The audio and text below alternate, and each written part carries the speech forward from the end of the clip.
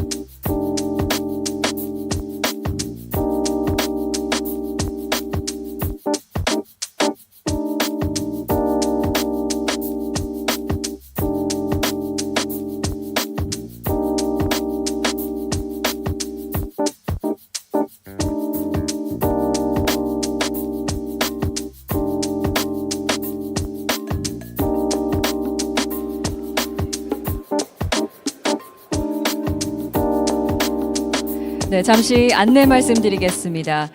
평화와 통합의 세계 지도자 김대중, 빌리 브란트, 넬슨 만델라 특별 국제학술회의가 곧 시작할 예정입니다. 귀빈 여러분은 자리에 착석해 주시길 바랍니다. 고맙습니다. Good morning, the world leaders of peace and solidarity, Kim Dae-jung, Willy Brandt, and Nelson Mandela will begin shortly. Please make your way into the venue and take your seats. Thank you very much for your cooperation.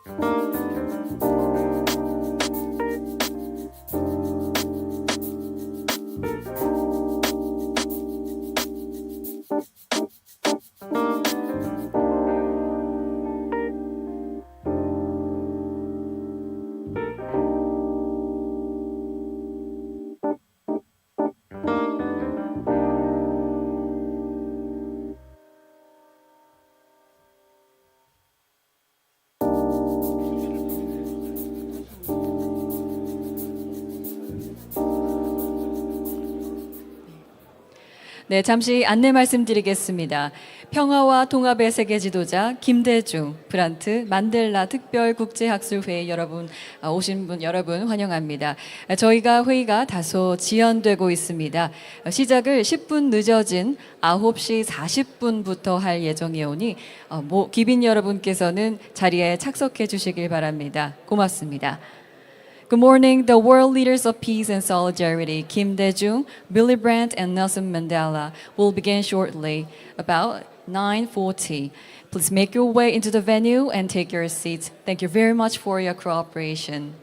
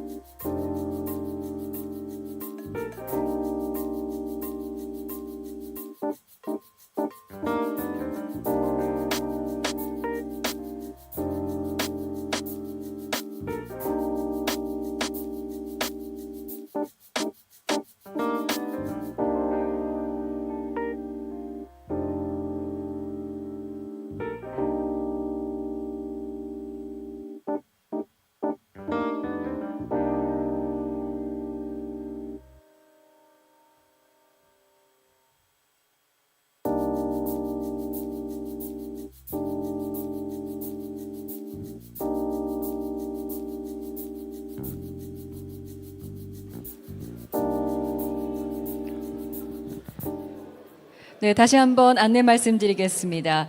평화와 통합의 세계 지도자 김대중, 브란트, 만델라 특별국제학술회의가 곧 시작할 예정인데요.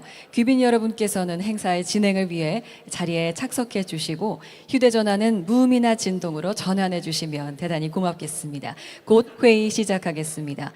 Good morning, the world leaders of peace and solidarity, Kim Dae-jung, Willy Brandt, and Nelson Mandela will begin shortly. Please make your way into the venue and take your seats. Thank you very much for your cooperation.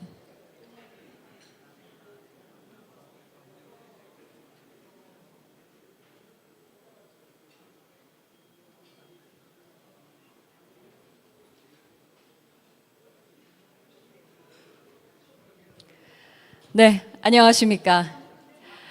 평화와 통합의 세계 지도자 김대중, 브란트, 만델라 특별국제학술회의에 오신 여러분을 진심으로 환영합니다. 먼저 인사드립니다. 저는 오늘 한국어 및 영어 사회를 맡은 아나운서 유세진입니다. Good morning, everyone. Welcome to the World Leaders of Peace and Solidarity, Kim Dae-jung, Willy Brandt, and Nelson Mandela. I'm Sejin Yu. It's a great honor to be part of today's events. Everyone's greetings.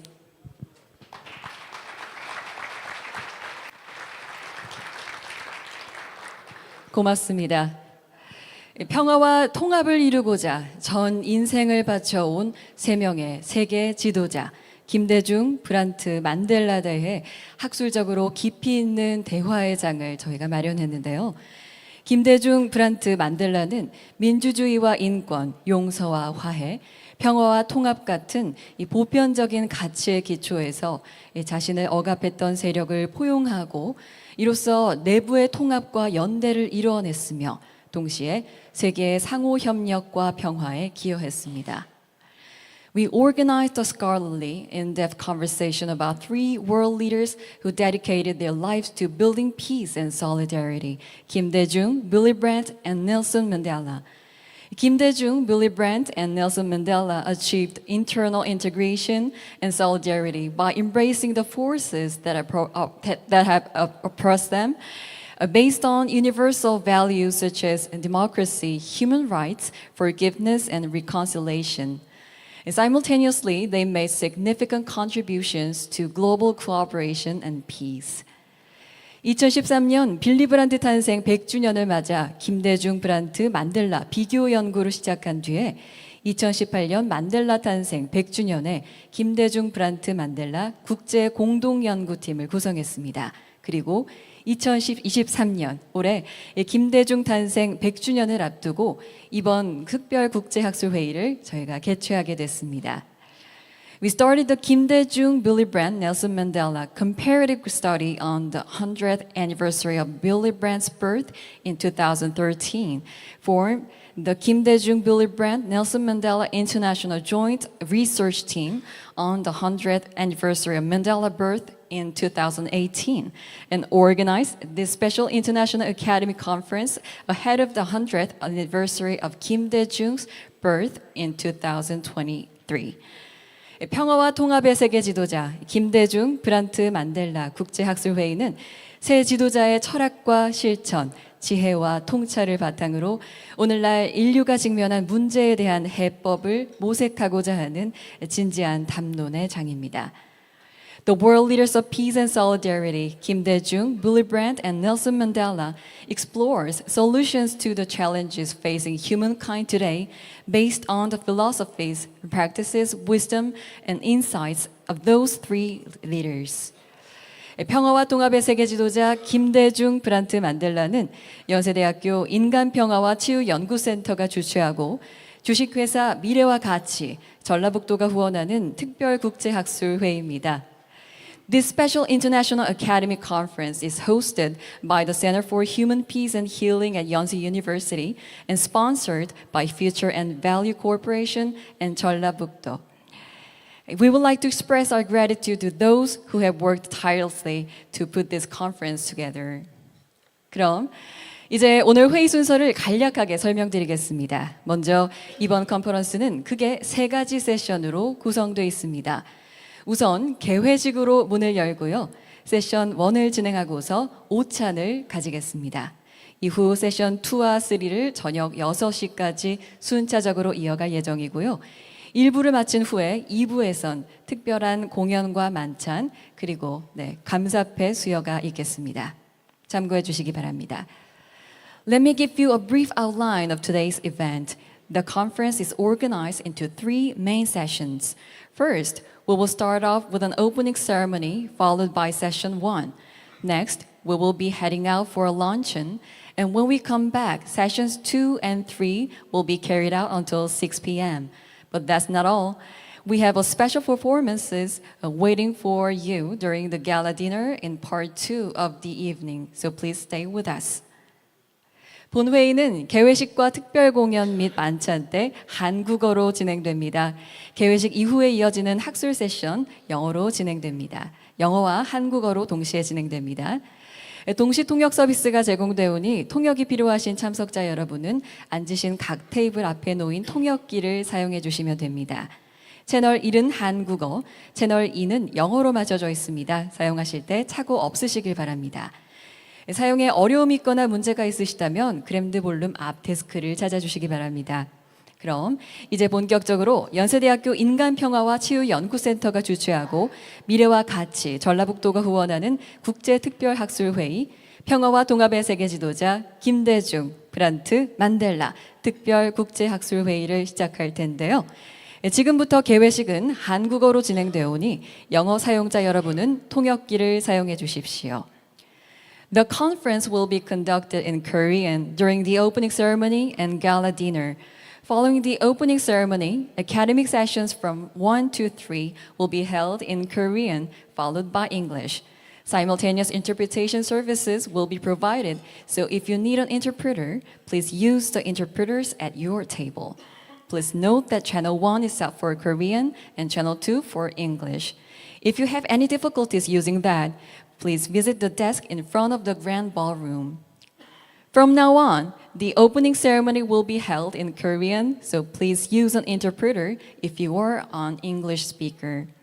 Now, let's start the International Special Conference hosted by the Center for Human Peace and Healing at Yonsei University and sponsored by Future and Value and Jeollanam-do Province. World leaders of peace and solidarity, Kim Dae-jung, Willy Brandt, and Nelson Mandela will now begin. 박수로 오늘 회의를 힘차게 시작해 보실까요? Let's kick off today's conference with a round of applause. 네, 힘찬 박수로 컨퍼런스 시작했습니다. 먼저 First of all, we'd like to commence the conference with the opening ceremony, and the opening remarks will be delivered by Professor Park Myung-nim. He's heading the Center for Human Peace and Healing at Yonsei University, and he is engaged in research for Korean politics and peace studies, serving as a professor at the Interdisciplinary Department of Area Studies. Between 2016 and 2020, he directed the Kim Dae-jung Library, and he has overseen the completion of the 30-book Kim Dae-jung biography collection, and he has put into great amount of work to make this event possible. We would like to have Professor Park Myung-nim, and please welcome him with a big round of applause.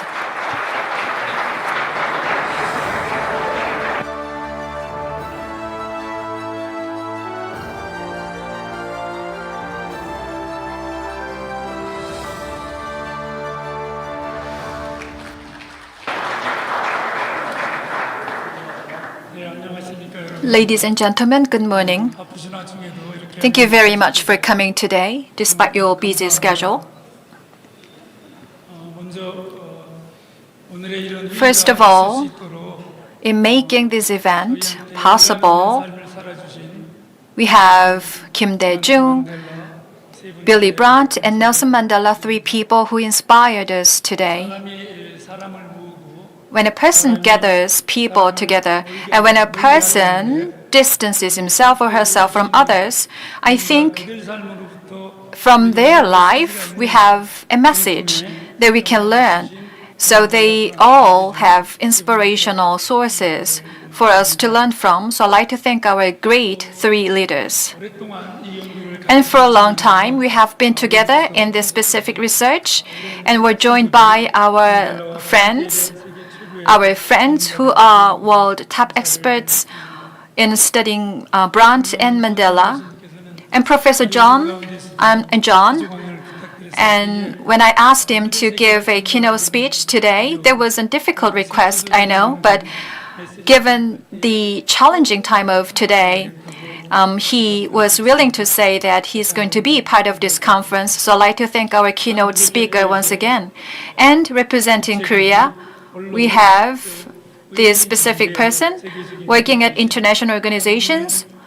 We have Mr. Ban Ki-moon, former Secretary General of the United Nations, as well as Hong Seok-hyun, Chairman of Jungang Holdings, and Mr. Moon Hee-sang, former head of the National Assembly of Korea. I cannot thank them enough. Their sponsorship really made this event possible, especially Mr. Park Myung-soo from Future and Value, as well as the governor of Jeollabuk-do. I'd like to express my gratitude to all of these people. Today, we will be talking about people, but it's never about overestimating or underestimating any of them. We would be reflecting on the milestones that were reached by these people. We'll be looking at the values and the lessons they left behind. The society that we're going to shape, the society we will be passing on to our next generations. And we will be looking at the values and philosophies left behind by these people. What are we going to pick up from these lessons? And then passing them on to our future generations. this will be the theme of today's conference. A person's life is a message, I believe. Nelson Mandela's life and Willy Brandt's life and Kim Dae-jung's life all left a message with us. And the essence of their soul and the essence of their lives should be inherited well, so that we have a valuable legacy for our future generations. The most painful thing in this world and the most painful life, these are the lives lived by these three leaders. If they were to just have a life of their own, I don't think they might have entered into the very epicenter of the struggle of their life, living a life of blood and struggle, just as our master of ceremony mentioned. Back in 2013, and even before that, through long dialogue with the former President Kim Dae-jung, I thought about the universal philosophy. And at the time, at the 100th anniversary of Willy Brandt, and at his cemetery, I believed there should be a lesson for me to learn. And then Nelson Mandela was in a very dire health condition, and I didn't hesitate to write in Chungang Daily that the life of Nelson Mandela, the value of his life, is in such an illness, threatening his life. And at the 100th anniversary of Willy Brandt, we started our joint research several years ago, and except Vern Harris, all of us, our speakers, have been in joint research for such a long time. That started at the 100th anniversary of Willy Brandt. We got together at the 100th anniversary of Nelson Mandela. And this year, at the 100th anniversary of Kim Dae-jung, we're here together to create a book encompassing our research findings on the lives of these three great people. There's nothing that coincides, because each of these people and great leaders have a big resonance with us. Their value, their philosophy, and their identity and politics. Politics, in the end, would be struggle to seize power, but that's something they didn't do that. Now, Willy Brandt, through a great coalition, became the first post-war leader of the Social Democratic Party, and he promoted coexistence between the two Germanys towards one great Europe. Now, another person, Nelson Mandela, he also created a united government, fighting against white people who oppressed him for his life, creating the first ever black-led government in the nation. Now, Kim Dae-jung, in response to his opponents who oppressed him for decades, dared to create a united government here in Korea. So Kim Dae-jung, Willy Brandt, and Nelson Mandela and their politics, on an individual level, it was filled with forgiveness and reconciliation, but at the wider social level, that also promoted forgiveness and solidarity. So it was not just about personal reconciliation, but forgiveness, but there was about social solidarity and integration.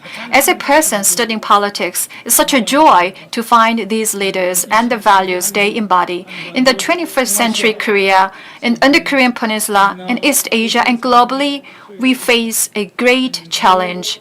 And sometimes we have to think about how to live a life, but also we need to think about where we stand and where we're headed. And when we become I, then where am I standing? How should I live? And who am I? So these are the questions that we're forced to ask. We're not just an individual, we're a member of our community, we're neighbors, and we're a member of the entire and greater human community. Kim Dae-jung, Willy Brandt, Nelson Mandela, they all started with individual questions. They kept asking these questions and about their identity, their approach, their aspiration. They never ceased to explore solutions. And they also strove for this alignment between their thinking and their soul. They were truly great leaders. the aspiration and the message that these three leaders would pass on to our future generations, I think we have our role to play here. And then we can create a better world. And then we can shape such a better world for our younger people, younger generations, and our children. Just for this day and through this conference today, we have prepared very insightful presentations and lectures for you. Although they would not be capturing the lives of these three leaders entirely, I think at least we're taking the very first step towards that goal. Starting from next year, I think we have prepared for you a brief glimpse into our work about Kim Dae-jung, Brandt, and Mandela. The value of their lives have a common thread. And if you look at it, then you would notice why the Center for Human Peace and Healing has been working so hard to put these three great leaders together. For this day, I hope we can share a lot of insights, wisdom, and teachings. Thank you very much. 네, 감사합니다. Thank you. 국제학술회의의 시작을 열어주셨습니다. Professor Park opened our way toward the conference. Thank you. 다음으로 축사가 Next, 있겠습니다. congratulatory remarks. For that, I would like to invite 21세기를 the 대표하는 speakers. 세계적 지도자 반기문 전 UN 사무총장이십니다. For that, I would like to invite His Excellency Ban Ki-moon, former Secretary General of the United Nations. He was the Minister of Foreign Affairs and he was the 8th Secretary General of United Nations, and he will play the pivotal role to elicit Paris Agreement, setting the goal and target for the humanities, and he played the big leadership for consensus. Ladies and gentlemen, His Excellency Ban Ki-moon, please welcome him with a big round of applause. 존경하는 문희상 전 국회의장님, Speaker Moon Hee-sang, 전 국무총리님, former Minister, Prime Minister Kim Na-kyung, Governor Kim Kwan-young, 회장님과 Chairperson Hon Seok-cheon, 대통령님의 큰 따님이신 들라미니 주한 남아공 and Ambassador Dlamini, the South African Ambassador to Korea, and Honorary Professor John Dunn, 시민 여러분, and ladies and gentlemen, scholars and distinguished guests. 국제학술회의가 이렇게 성황리에 개최된 것을 Congratulations on the opening of the World Leaders of Peace and Solidarity. Here, I'm very honored to stand before to deliver my remarks. This is my special privilege. Kim Dae-jung, Willy Brandt, and Nelson Mandela are the great minds and talent who showed peace and inclusivity for the 20th century. By following their narratives, we would feel full of emotions, and we can develop the hope for the future, and we will be realizing how fortunate we have been to have them. Asia, Europe, and Africa, almost contemporary, they showed the conscience of the humanities and the morality. They preached the unity and reconciliation, and they led the world to make a better world. It was the best present for the humanities, and they delivered the best happiness for the people of their countries. The world enjoyed the light of hope, and we enjoyed the vision they have formed. Those three giants, with perseverance and courage, formed freedom and the basic rights, and their vision are still resonating within us, and they touch the next generation. By following the mission, we have to commit it to following those missions. And our aspirations should be realized for sure. Given this 세 분의 이 cause, 같은 정신과 we will 위협을 revisit 기리는 their spirits 한편으로 and their 오늘의 이 achievements. 답답하고 위험한 And 세계적 with 현실을 the lessons we learn from them, we may gather the wisdom to make a breakthrough to this confused world.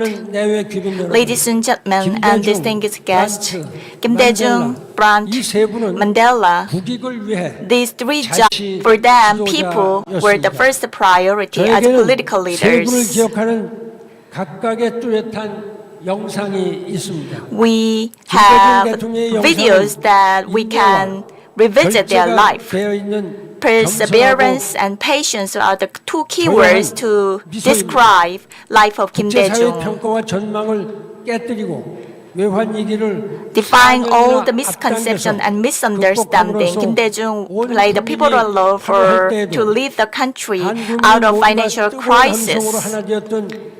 And he also made the country one in hosting World Cup games. And his humble smile was everything to shape the country back then. And it was his prime virtue, and the world remember his smile. Over the 4 decades, he went through difficulties and hardship. He never lost his virtue. That's why President Kim was able to hold the hands of his oppressors and reach reconciliation. And ultimately, he became he was the person who made the power shift for the first time in Korean history. And he made his people the center of the country. In February 2009, and I met Nelson Mandela in Pretoria. I asked how to forgive others, how to create unity with others. That's my question to Nelson Mandela.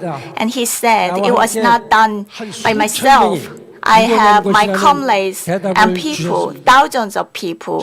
We can do that together. He was humbly speaking. So I asked again, how can you develop or show that leadership? It was not only me. There were thousand people who worked with me. 이런 식으로 또 다시 되풀이하셨습니다. 그때 제가 상당한 그 감명. He repeated that answer, and I get the great inspiration from his answer. He had a low voice. However, it rang very loud within myself. Past is not something to open. It should be closed. He also said it is the future that we have to open. Forgiveness and unity have a power in his belief. I realized from that conversation. It deeply touched me. It is the past that we have to close, not something that we have to open. This lesson could be applied to Korea-Japan relations. In 2013, it was December, I visited the memorial ceremony for President Mandela. As Secretary General, actually there is a tradition that Secretary General does not attend any inaugurations or funerals because there are so many countries in the world. Then if it becomes ritual or ceremony, the Secretary General cannot attend them all. And even I couldn't come to Korea when the President Kim's inauguration.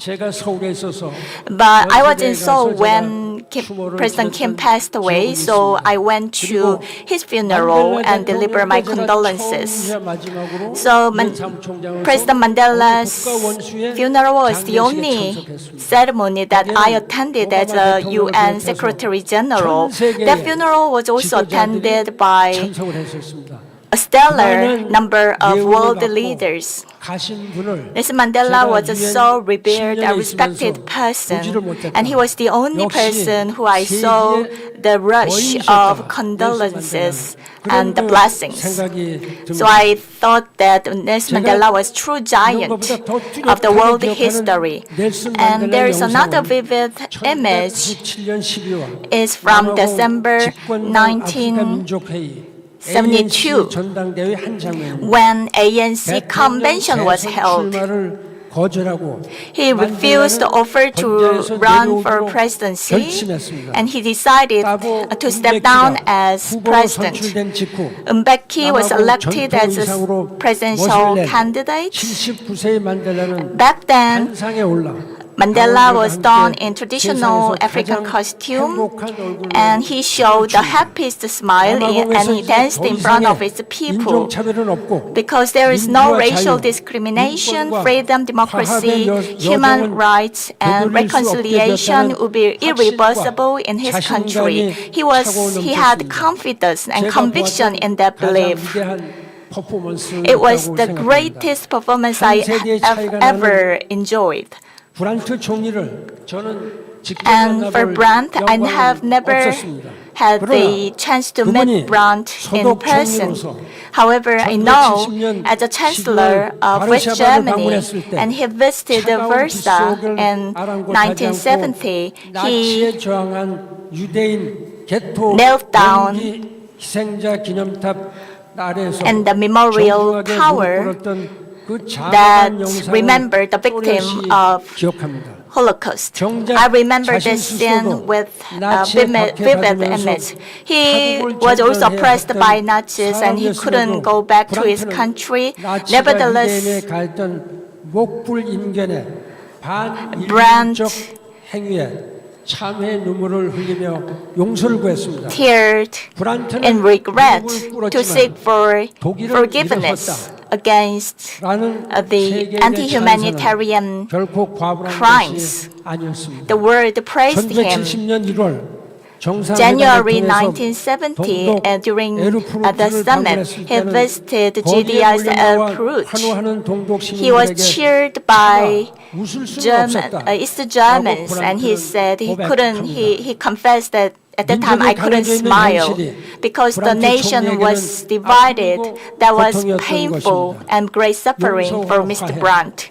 Forgiveness, reconciliation, peace were shaping his journey, long journey. Given that, I think that if it is not that great, then his gestures will not be possible. 20 years later, when Germany finally became one,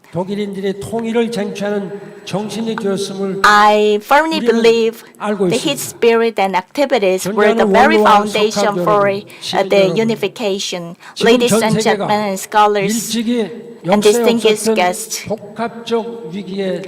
the world is faced with complicated troubles. 1.5 degrees Celsius in Paris Agreement is asserted in great voices. However, fossil fuel is still in use, and political leadership is not very strong in that regard. 7 million people were lost in the 3-year-long pandemic. But we passed the tunnel, but we never know that we could see that would come again. And the Russian dictator invaded the country. Multi-million people lost their life, and children and a lot of people were suffering from violence. A new Cold War is settling down with new technology. People's life is in dire situation due to great difficulties. The Korean Peninsula is also in dire crisis due to the nuclear weapons. 800,000 population is faced with complicated crisis. Leaders are only seeking national interest, but they are lazy in pursuing the universal good. Under these circumstances, the world is facing suffering from 우리가 오늘 fragmentation 세계지도자의 and factual 리더십과 division. 그 업적을 Now 기리는 것은 we will revisit 이 the 위험한 spirit and 사태를 achievements of these 슬기롭게 great 건너갈 leaders. 길을 The reason that we are doing so is to find a way out of 인류 these 사회가 troubles. 직면한 위험을 직시해야만 합니다. We need to face 분열과 갈등과 적대감을 the crisis. Rather than being mired into chauvinistic patriotism and nationalism, it may work for shorter term. However, it will hamper or hurt the world for a long term. That would be very clear. Without reflection and deliberation, we need the tolerance, compassion, and communication. We need the cosmopolitan spirit. Unity and communication cannot be earned overnight. Nevertheless, as our three leaders have shown, we need to exert perseverance, tirelessness, and we have to push forward. Ladies and gentlemen, peace and unity should be on the top priority. Then we may find our way out. The scholars from other countries and domestic world may show us an awakening call for all of us. I would like to say thank you again for organizing this important conference. I wish the very happiness and success. Thank you. 반기문 전 유엔 사무총장님 축사 Thank you. 들으셨습니다. 대단히 고맙습니다. There was a message of congratulations from our former Secretary General of the United Nations. Now we have Mr. Hong Seok-hyung, Chairman of Jungang Holdings. He previously served as the Korean ambassador to the U.S., Chairman of Jungang Daily and JTBC, and head of the Korea Peace Foundation and Chairman of Jungang Holdings. He's also an active contributor to the balanced formation of public discourse and communication in Korea through moderation, and he's engaging in active international exchanges to shape the course of global reasonable discourse on Korean peninsula issues as a leader in global journalism. Yes, we have him on the floor, 축사해 주십시오. and the floor is yours. My thanks go to Director Wolfram Hoffenstedt, Director of the Federal Chancellor Willy Brandt Foundation, and Mr. Vern Harris, Chief Executive of the Nelson Mandela Foundation, and Professor Park Myung-nim of Yonsei University. Today, the world is facing complex challenges: retreating democracy, worsening conflict between the U.S. and China, and protracted war between Russia and Ukraine. On the Korean Peninsula, we have North Korean nuclear armament advancing and severing relationships between the two Koreas and North Korea and the United States. There is no solution to a nuclear-free Korean Peninsula in sight. Internally, we have conflicts going on between the ruling and opposition parties and progressives and conservatives at its worst. There's no dialogue. It's hard to expect any political agreement coming. So it's imperative that we achieve solidarity internally and peace internationally. Because when a country achieves solidarity, the country can contribute to global peace and to achieve co-prosperity and coexistence. Now, we will be looking at the three great leaders of the 20th century, President Dae-jung of Korea, and Willy Brandt of Germany, and Nelson Mandela of South Africa. We will be looking at their lives and their value from the perspective of today. These three leaders established the first ever united government, the Great Coalition, and an integrated government. They elevated democracy, and they played a leading role in achieving reconciliation between the two Koreas, in achieving German unification, and resolving conflicts in South Africa. Beyond the boundaries of Asia, Europe, and Africa, they contributed to human peace. For a long time, they endured unbearable discrimination, oppression, and suffering, but still, they stood tall, and they remained unwavered. When they came to power, They opted for forgiveness, reconciliation, and coexistence in place of revenge and punishment, opening the door for domestic solidarity and global peace. Kim Dae-jung and Willy Brandt respected each other and cared for each other for their life. In 1980, when Kim Dae-jung was sentenced to death by the new military led by Chun Doo-hwan, Willy Brandt played a leading role in saving his life. In 1987, Willy Brandt received signatures from 73 SPD members, and he submitted the recommendation of Nobel Peace Prize for Kim Dae-jung to the Swedish Academy. Kim Dae-jung said, "I owe him so much for my entire life. We were distanced very much geographically, and it's such a wonder how we became so much connected in a seamless way."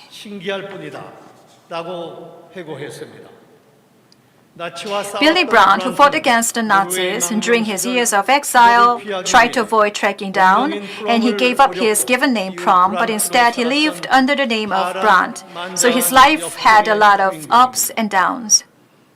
But in 1966, he joined the Germans' first ever Great Coalition with Kissinger, a former Nazi propaganda official, as the chancellor, and Willy Brandt was willing to serve as the vice chancellor and foreign minister. And also, he broke the Holstein Doctrine, which said the Federal Republic would not be establishing diplomatic ties with any country recognizing East Germany, and that was tolerated by Chancellor Kissinger. Improving relations with Eastern European countries towards one common Europe and widening options towards the ultimate unification of Germany. That was the very starting point of Ostpolitik. And Brandt's transformative idea, which was coexistence is the only opportunity for survival, I think that was a turning point, shaping the course of history, both in Europe and globally. And Brandt's Ostpolitik was a role model for Kim Dae-jung's Sunshine Policy.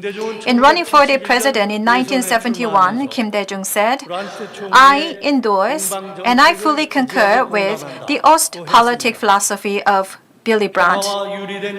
In national interest separated from peace, such a thing never exists." That's what Willy Brandt said. And Kim Dae-jung likewise opposed unification by force. Kim Dae-jung's philosophy for safety guarantee by the four powers and peaceful unification between the two Koreas aimed to look for solutions to the inter-Korean issues from the macro perspective of East Asian peace. As an internationalist, Brandt said, "German unification is thinkable only within the context of European peace."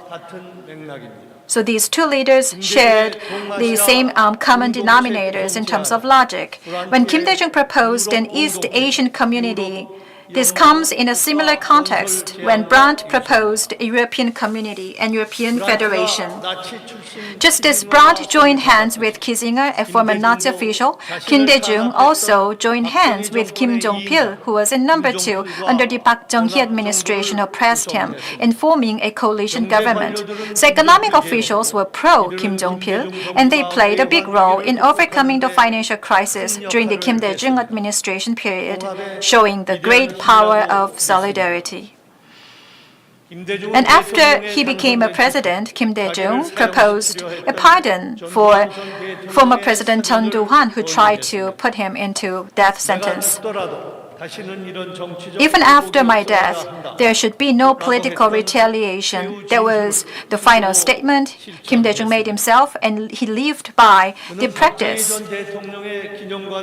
He also advised on the construction of former President Park Chung-hee's memorial, providing 20 billion Korean won. Now, the victim forgiving the perpetrator. What a touching reconciliation between the living and the dead. In South Africa, after white domination, the horrible apartheid policy lasted 340 years. More than 3 million people were killed, lost, or imprisoned, literally creating a hell for South Africans, especially blacks. And Mandela, suffering this tragedy, was originally a hardliner. struggling with force. But after 27 years in prison, Mandela realized that there is no future without forgiveness. After his release in South Africa, many people wanted to follow the Nuremberg trial approach, which was, let's punish all criminals of the Nazis. Especially, the approach was taken by the winning countries of the Second World War. But Mandela disseminated the message of forgiving without forgetting. In place of vengeance and punishment, he created the Truth and Reconciliation Committee. Of course, some resisted, saying, "Where is justice?" But Mandela stayed unwavered. He pushed forward with his reconciliation policy between blacks and whites. He invited 3 prison officers who were monitoring him as VIPs for his inauguration ceremony. He invited the very prosecutor who insulted him and who sent him to prison to have a lunch together. And he appointed a cold-hearted head of the prison as an ambassador to Austria. After 6 years of imprisonment, Kim Dae-jung was called the Nelson Mandela of Korea. When Kim Dae-jung ran for the president for the 4th time in 1997, Mandela sent his 3rd daughter and her husband to encourage Mr. Kim, and he sent a watch that Mandela himself kept wearing during his imprisonment as a gift. And Kim Dae-jung, in reciprocity, sent an old bag that Kim himself carried around during the Yushin years and his years of exile. In 2005, Kim Dae-jung translated Mandela's autobiography, Long Walk to Freedom, into Korean, and Kim Dae-jung wrote, "Mandela emancipated the whites from the prison of conscience. Only those who are courageous enough can forgive." Ladies and gentlemen, for us to achieve peace, we need to practice the virtues of listening and dialogue, tolerating even those people who think differently. This is the reason, this is precisely why I have created such platforms as the Korea Peace Foundation and Reset Korea, and making small yet impactful steps with intellectuals from different fields. The lives of Kim Dae-jung, Willy Brandt, and Nelson Mandela are filled with solidarity and peace, forgiveness and reconciliation beyond the imagination of any ordinary people. Today, we are witnessing the world is divided by narrow-minded philosophies and foolish black and white dichotomies. The lives of these 3 people filled with altruistic implementation, they provide us with a wake-up call and an opportunity to reflect as we live in these precarious times. Thank you very much. 네, 감사합니다. Thank you. 석현 중앙홀딩스 회장님께서 축하 말씀 전해주셨습니다. 대단히 고맙습니다. 네, 마지막으로 Lastly, 문희상 전 we have 국회의장님께서 former Speaker of 축사하신 National Assembly Moon 소개해드립니다. Hee-sang for 문희상 his 전 remarks. 국회의장님은 제14대, Speaker Moon 제16에서 20대 served as 국회의원을 National Assemblyman in the 14th and 16th to 20th National Assembly, and he was Chief Secretary for Political Affairs to Kim Dae-jung government. And he have been emphasized the importance of value of dialogue and unity, and he also practices the spirit as a parliamentary democracy. Please, ladies and gentlemen, welcome him with a warm round of applause. 안녕하십니까. Good morning, everyone. 오늘 김대중 대통령 탄생 100주년의 The congratulations holding a conference to remember the 3 great minds, the world leaders of peace and solidarity, the world leaders, and the conference. I'm honored to deliver the congratulatory remarks in front of you. 김대중 대통령은 누가 뭐래도 President Kim Dae-jung, by all account, was a rare political thinker in history, 정치 사상가이자 실천가셨습니다. and he was a great leader and the philosopher. He went through 5 near deaths, 55 house arrests, 6 years of imprisonment, and 777 days of exile in overseas. Nevertheless, 사람을 하늘처럼 He admired, 경천애인 served, 사인 and loved people. 실천하셨던 분이라고 저는 생각합니다. 그분의 위대함, He was great because despite unspeakable hardship by opponents, 언어에 he never thought or spoke of political revenge. 김대중 대통령은 President Kim Dae-jung lived for reconciliation, coexistence, and solidarity. 대통령이 되신 After taking office, he hired talents from various regions, 6.15 succeeded in the first Inter-Korean Summit, achieved June 15th Joint Declaration, 이뤄내셨습니다. and Korea-Japan Partnership for the 21st Century.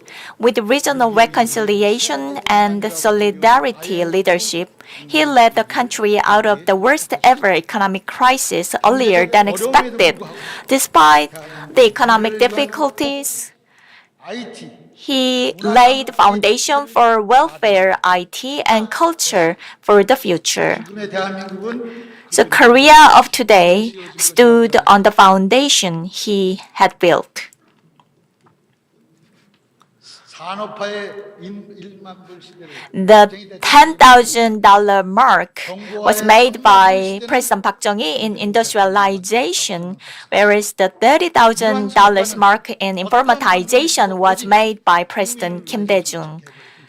This result was possible because he was a prepared president for people armed with policies. 화해와 공정, His reconciliation, coexistence, solidarity, 평화라고 저는 생각합니다. those values are centered around peace.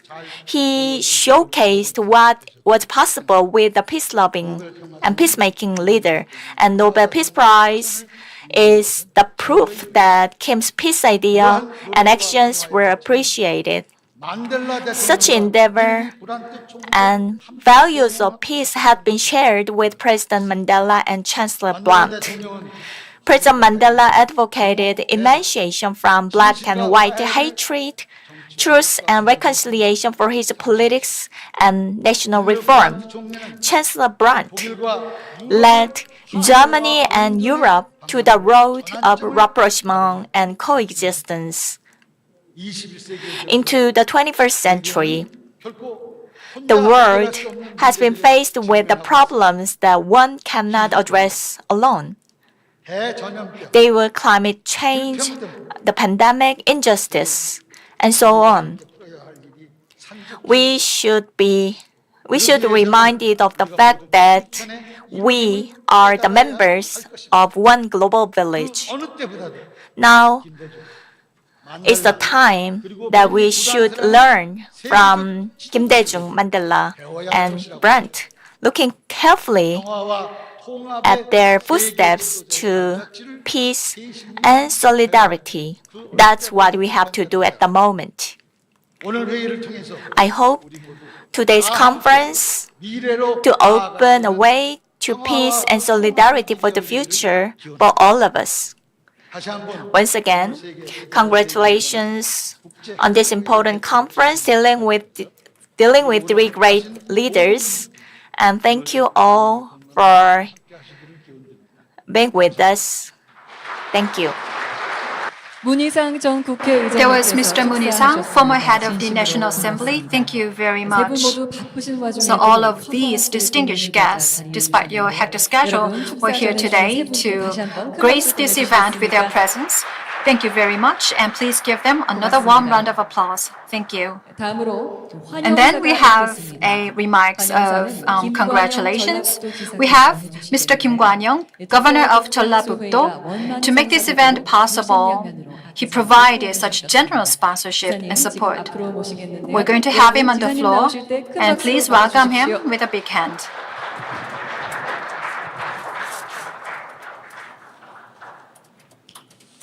네, 안녕하십니까. Ladies and gentlemen, good morning. I am Kim Kwan-young, Governor of Jeollabuk-do. Today, it's my great pleasure to be here with you at this academic gathering looking at the lives of Kim Dae-jung, Willy Brandt, and Nelson Mandela. Again, especially I'd like to thank Mr. Ban Ki-moon, former General Secretary of the United Nations, Mr. Moon Hee-sang, former Chair of the National Assembly, as well as Mr. Hong Seok-kyung, Chairman of Jungang Holdings, and also Chief Executive Mr. Vern Harris from the Nelson Mandela Foundation, and Mr. Wolfram Hofenstadt, Director of the Federal Chancellor Willy Brandt Foundation, as well as scholars from Korea and abroad. Let me extend my warmest welcome to all of you. And last but not least, Professor Park Myung Nim, Director of the Yonsei University Center for Human Peace and Healing. If you look at the lives and the past lives of these three great leaders, I won't be saying anything further because my previous speakers elaborated on these topics so deeply. Forgiveness and reconciliation and solidarity and politics embodying these values, I think this is one common political thread of these three great leaders. The path they took and the path we should follow. 분노와 분열을 내려놓고 So instead of revenge and confrontation, we need to be together for our very survival. When we get together, we all got to live. This desperation is something that we need to embody. The sustainability of this planet Earth, and to elevate sustainability and to ensure that each country is flourishing in their own shape, that will be made possible only when we have forgiveness, reconciliation, and solidarity. I think and I believe this conference today would get together politics and the general people for us to take the first step towards this goal. And also I hope that we can discuss numerous challenges we're facing on a global scale. Here at Jeollabuk-do, we will make sure that what we see and what we learn today will be reflected in our administration.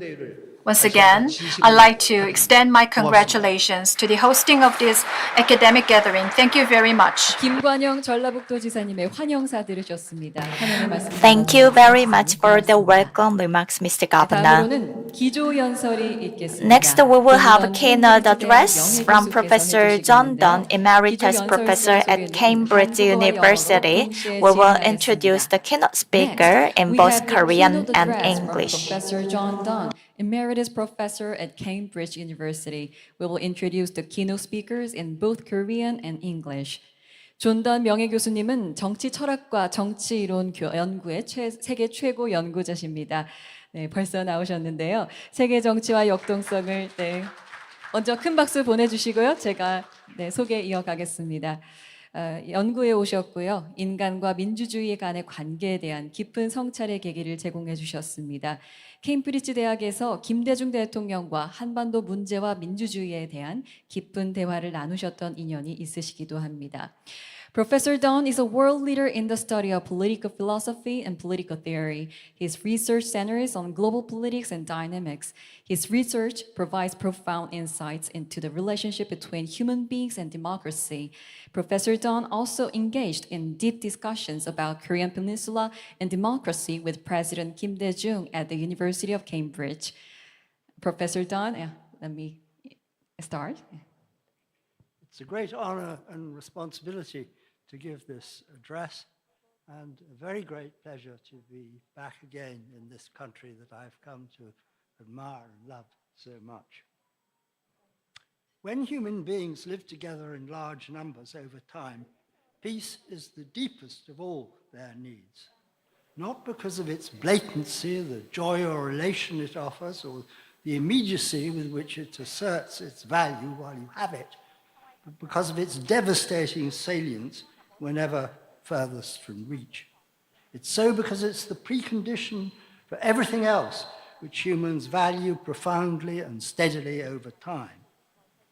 If you love your children or grandchildren, yearn for them to live long, happy lives, hate suffering in any humans who haven't brought it relentlessly on themselves and many others, if you hope for our ravaged and grimly overheating world to give our successors somewhere to go on living happily any distance into the future. You can only sanely place peace first amongst political goods. You can see the extremity and urgency of that need with your own eyes in far too many settings across the world. You can look down, as modern technology enables you to, on the devastated townscapes of Mariupol and Bakhmut, or the great ancient city of Aleppo, which gave their destroyers the model for reducing them to rubble. You can see it in the burnt-out Myanmar villages from which the Rohingya had to flee in Tigray or Darfur and huge stretches of Central Africa. The absence of peace is often grimly visual. You can see war often with the naked eye, but you can never literally see peace. The priority of peace has been poorly registered for most of human history in most of the world's cultures. They've been far readier to celebrate courage and daring on the battlefield than calm and steadiness of purpose in the council chambers of state. It can't even be said that its priority has been well registered where you might most hope to find it, in any of the great world religions. War is all too blatant a reality, but what is peace? What does it mean for there to be peace? How can peace be made? And once made, what, if anything, can ensure that it's kept? Who, if anyone, is equipped to make it on terms where there's good reason to hope it will be kept for any length of time? No peace between humans can reasonably be expected to last forever. Certainly no peace in any large currently surviving population ever has. But the stakes in peace have risen and risen throughout the history of our species, alongside our swelling numbers. And now they're very evidently eschatological. Unless we can make and keep peace with one another, learn how to cooperate far more intelligently and effectively, and do so fast, there will soon be far fewer human beings, and none living anything a Korean, Briton, American, or Chinese today would see as a civilized life. We have run out of rope. This conference celebrates three great peacemakers, but it has to celebrate them now under a vast and very dark shadow, the threat of devastation across the world on a scale it's never seen before, and not far beyond that, the threat of human extinction itself. Wherever there is peace, any peace which isn't just a terrified surrender, it's always a triumph of human intelligence and our limited capacities for sympathy over our practical stupidity and our unflagging capacities for animosity. Human beings have always needed peace because of the stark imbalance between our needs and our capabilities. Individually, we often show ourselves quite clever, but taken collectively, despite strenuous recent efforts to show otherwise, we're often bewilderingly stupid. Collective action is as much a theoretical as a practical problem, in each case acute and often obtrusively unsolved in practice. We need to begin any quest for peace by recognizing the setting in which we find ourselves, the world that capitalism has built and socialism so singularly failed to rebuild differently. That is a world peculiarly resistant to intelligent collective action. If you doubt that, think for a moment about the history of our narcoleptic awakening to global warming and ecological devastation. In many ways, it's a world which makes a mockery of the very idea of intelligent collective action. But it simply is the world in which all of us manifestly live. There's no other more congenial world within our practical reach. Our need to act less stupidly is now of burning urgency, and our few historical models of relative success in doing so need very close attention. Willy Brandt, Nelson Mandela, and Kim Dae-jung were all great political leaders. All three aspired to lead a nation profoundly split, spatially, economically, and socially. One, Mandela, uniquely, had also to struggle to lead a nation as brutally divided ethnically as any country in the world, and for decades in a condition of virtual civil war. Two faced it for long periods from prison, and one, Mandela, had to do so with a domestic life of shattering misery. All did so for long periods of time at imminent danger to their own lives. Protracted political divisions sediment and rigidify, even when they end suddenly in apparent euphoria, as at one point in Germany. They leave deep traces far into the future, as they plainly have done there and in Korea. It takes far longer for them to blur and drift into inconsequence than it did to fashion them in the first place. Bitter ethnic conflicts fester on long after any semblance of peace has broken out. It's as hard to imagine a United States in which the legacy of slavery no longer haunts innumerable lives, as it is to imagine a South Africa in which the agonies of conquest and apartheid have ceased to shape the life chances of the great majority of its citizens.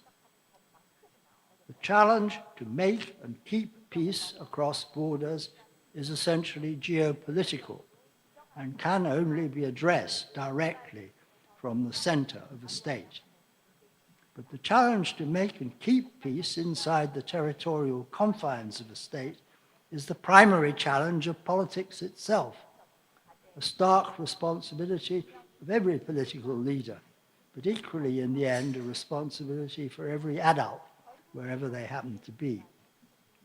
As Hobbes sternly insisted, the first of all the laws of nature, the practical precondition for human beings to live together at all. For Hobbes, the first and fundamental law of nature was to seek peace and follow it. It was, he argued, a general rule of reason that every man ought to endeavor peace as far as he has hopes of obtaining it. It was so because of the permanent and mortal danger of war. And when they can't obtain it, he insisted, any human being may seek and use all helps and advantages of war. The priority of peace stands at the top of a very long, very steep, and very slippery slope. It's the reciprocal of the overwhelming perils of war. All of Hobbes's mature writings on politics defend from one angle or another a single remedy for those perils, the creation and maintenance of an authoritative and effective state. Since his classic statement of that argument in his masterpiece Leviathan, that remedy has come to be accepted more widely as a political truism than any other political belief, and been turned into the main load-bearing member in the political architecture of human life across the world. I'd say, unapologetically, it has because Hobbes was right. But he was also right, unfortunately, that even when implemented most fully within a given territory, it could do nothing by itself to eliminate the risk of war. What it did instead was concentrate that risk and displace it to the relation between states. And states, in turn, have had to manage the risk as best they can ever since by making agreements with one another and keeping them only insofar as they judge they should trust each other to do so. The sorry histories and depressing outcomes of the two largest and most ambitious of those agreements, the League of Nations and the United Nations, have shown beyond rational doubt that trusting any state implicitly to keep its agreements universally and permanently is at best credulous, and trusting many to keep their agreements at all whenever it suits their leaders better to ignore them is simply absurd. Nations do not just unite and stay united. They seldom league promiscuously and remain leagued for very long. A real peace, a peace which lasts and excludes war between its parties for a long time, is a more particular and demanding construction. Brandt, Mandela, and Kim Dae-jung each made the passages of peace they secured for their countries within the long epoch of the Cold War, where the powers to destroy of our hapless species were as salient and dire as they had ever been. Both Mandela and Kim Dae-jung had to fight hard for most of their long political lives to turn their own countries into representative democracies. And in each case, their struggle to do so was rendered far more arduous by that terrifying setting. Korea's own version of that war was very far from code and has still not really ended. A frozen conflict which often threatens to unfreeze drastically at any moment and unleash an appalling level of destruction. Kim Dae-jung lowered the immediacy of that threat over the course of his presidency and came as close to ending it as anyone yet has. But it's very clear today that he failed to end it. And in many ways, it looks more dangerous now than it has done since the armistice. To make a peace with any hope of lasting is always a formidable political achievement, a feat of political skill, courage, and endurance. But it can't be made by skill, courage, or endurance on their own. The opportunity to make it is one which, even together, they can never make by themselves. Beyond the reach of all three, it has always, too, to be a gift of fortune, a chance which might never arise, but which, if it does, must be seized and used skillfully and resolutely. For both these very great men, a little superstitiously, you might see that chance as earned by decades of remarkable personal courage, self-discipline, and resilience. But it's a fond illusion to see it that way. Those were the qualities which gave them the nerve and authority to seize the opportunity. But it wasn't they which made the opportunity. The opportunity came, and they were there to seize it. You can see quite deeply into the challenges of peacemaking if you focus on that fact. Where peace has been very far from reach for a very long time, as it had been in Korea in one sense ever since Japan conquered it and grimly remained since their army was driven off the peninsula by circumstances beyond anyone's control, and as it was throughout the Union of South Africa until the apartheid regime fell, and for long before that union came into existence, to make a peace which lasted was always bound to be a formidable task. It could never be delivered on a plate. It necessarily had to be crafted, and only a very gifted leader with quite exceptional personal authority could hope to carry that feat through to completion. To understand politics well on the scale of a distinct community, you need above all to recognize that it always necessarily consists in an enormously intricate and unobvious division of labor. A huge number of individuals with very different sensibilities, temperaments, and discernments in a wide miscellany of groups, constantly judging how far they have good reason to trust or distrust, aid or obstruct one another, and what costs they will incur, and which opportunities they must forego as they do so. Whatever forms it may assume, the wisdom of crowds just doesn't converge unerringly on peace, still less peace of any duration. Peace between peoples can only be made and kept by states, and states which really are states in the fullest of senses, states which enjoy the allegiance of their citizens, which win and hold their trust and convince them that the peace they make will hold. Being at war is abominably dangerous, but making peace is dangerous too. It's an effort to lower the risks to a population very sharply, but it carries huge risks of its own. A peace which fails can be every bit as bad as a very grim war. To lead a people to peace is to ask them to trust you by assuming that risk. To be equipped to lead a people on that perilous journey requires great gifts. It needs a wealth of political experience, a very high level of political insight, a singular capacity to persuade others and keep them persuaded, often great stamina and invariably nerves of steel. There are many ways in which Donald Trump was always ill-equipped to bring peace to Korea, and it's very unlikely that he's much enhanced his capacity to do so since he last tried his hand. The scale of risk in making peace doesn't depend on the qualities or purposes of those who try to. Joseph Stalin had pretty mixed motives in signing the Nazi-Soviet pact, and the use he promptly put it to showed that they were neither inherently pacific nor exclusively defensive. But the immediate impact of Operation Barbarossa was shattering enough to threaten the survival of the USSR. Within 24 hours of its launch, it had weakened the Russian regime's capacity to defend itself to a degree that even Hitler himself can scarcely have imagined.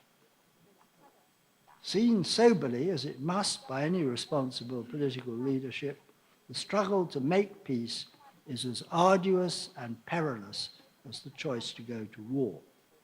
That is why it is wiser to start off from Hobbes and not from anyone else who offers blither assurances of the prospects for achieving it. You can't be safe from anyone you reasonably suspect may choose to threaten you unless you can threaten them enough in return to discourage them from choosing to. Any peace between states is, amongst other things, a set of mutual promises. That promises once made must be kept is one of the principal laws of nature, a fundamental support for our capacity to live together on any basis beyond the domestic. But on their own, promises are a frail basis for peace, because promises can't and don't keep themselves. They must be kept or broken by those who make them and by those who inherit entire ways of life which depend on their largely being kept. They need to be kept especially by those with the strongest impulses to break them and the opportunity to break them with impunity. For them, and from the point of view of their beneficiaries, the sole reason to keep them, as Hobbes unforgettably insisted, is the passion of fear. That was the essence of his argument for the indispensability of the state, and it is its enduring force that has driven the grudging, erratic, and confused sequences through which human beings across the world have reorganized their lives to accede to it. Because fear is a passion, it's always also a judgment and never simply a choice. And because peace across borders is intrinsically a relation between states, if never only between them, Hobbes's great remedy can't show us how to ensure that it is kept. Covenants without the sword are but words and of no strength to secure a man at all, still less to secure or bind a state. Ask Boris Johnson, ask Vladimir Putin. Promises between states need a very salient and steady foundation in interest, necessarily unavailable in any setting in which war is at all likely, or they need an enforcer. The United Nations, the last great human effort to establish peace across the globe, had an enforcer at its outset in the Security Council, but that was paralyzed almost at once by the coming of the Cold War. It's still utterly paralyzed at present, and very little dependable peace has since been made on any scale beyond the state, except perhaps between the earlier members of the European Union. Any state at risk of foreign war, which it does not choose for itself, needs in some way or other to deploy the passion of fear in a potential aggressor and do so for itself. When you think of the three great peacemakers whom we're honoring today, it's important to remember that of the three, it was only Kim Dae-jung who had to face that challenge personally, as every Korean president still needs to, and every president of Ukraine from now on will need to face it too. I can speak about Kim Dae-jung with a confidence I can't begin to match with either of the two other great figures we're thinking about today, since he's the only one I met and knew personally. I spent long hours on a few occasions talking carefully with him about a wide range of issues over more than a dozen years from before he became president until after he had ceased to be. I came to Korea initially very much wearing his colors, and I'm proud to go on wearing them long after he's gone. I donned them in the first place because I found from the beginning of those absorbing conversations that I shared so many of his judgments about the world beyond the Korean peninsula. In public, he was a grand and rather stately figure. He certainly did not shrink in scale in private, but he was rather different. He thought and spoke very carefully and thoughtfully and without a trace of condescension. We spoke very little about Korea itself, since he well knew there was nothing about it he could hope to learn from me.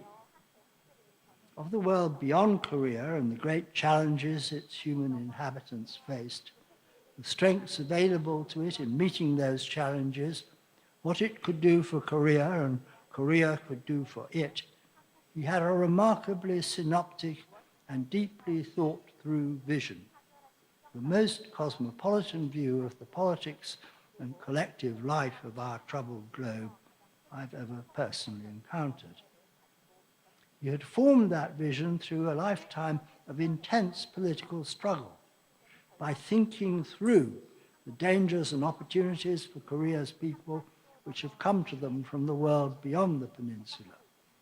And he saw those challenges, amongst many other ways, in unblinkingly geopolitical terms. I remember one striking occasion, sitting around a table in a room in the Blue House with a group of foreign scholars who had come to Seoul to discuss the merits and hazards of the Sunshine Policy more publicly,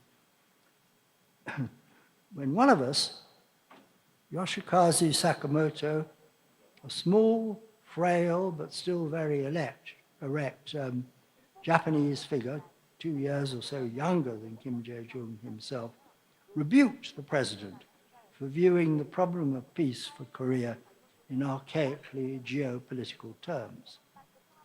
The rest of us were hesitant to speak and carefully deferential.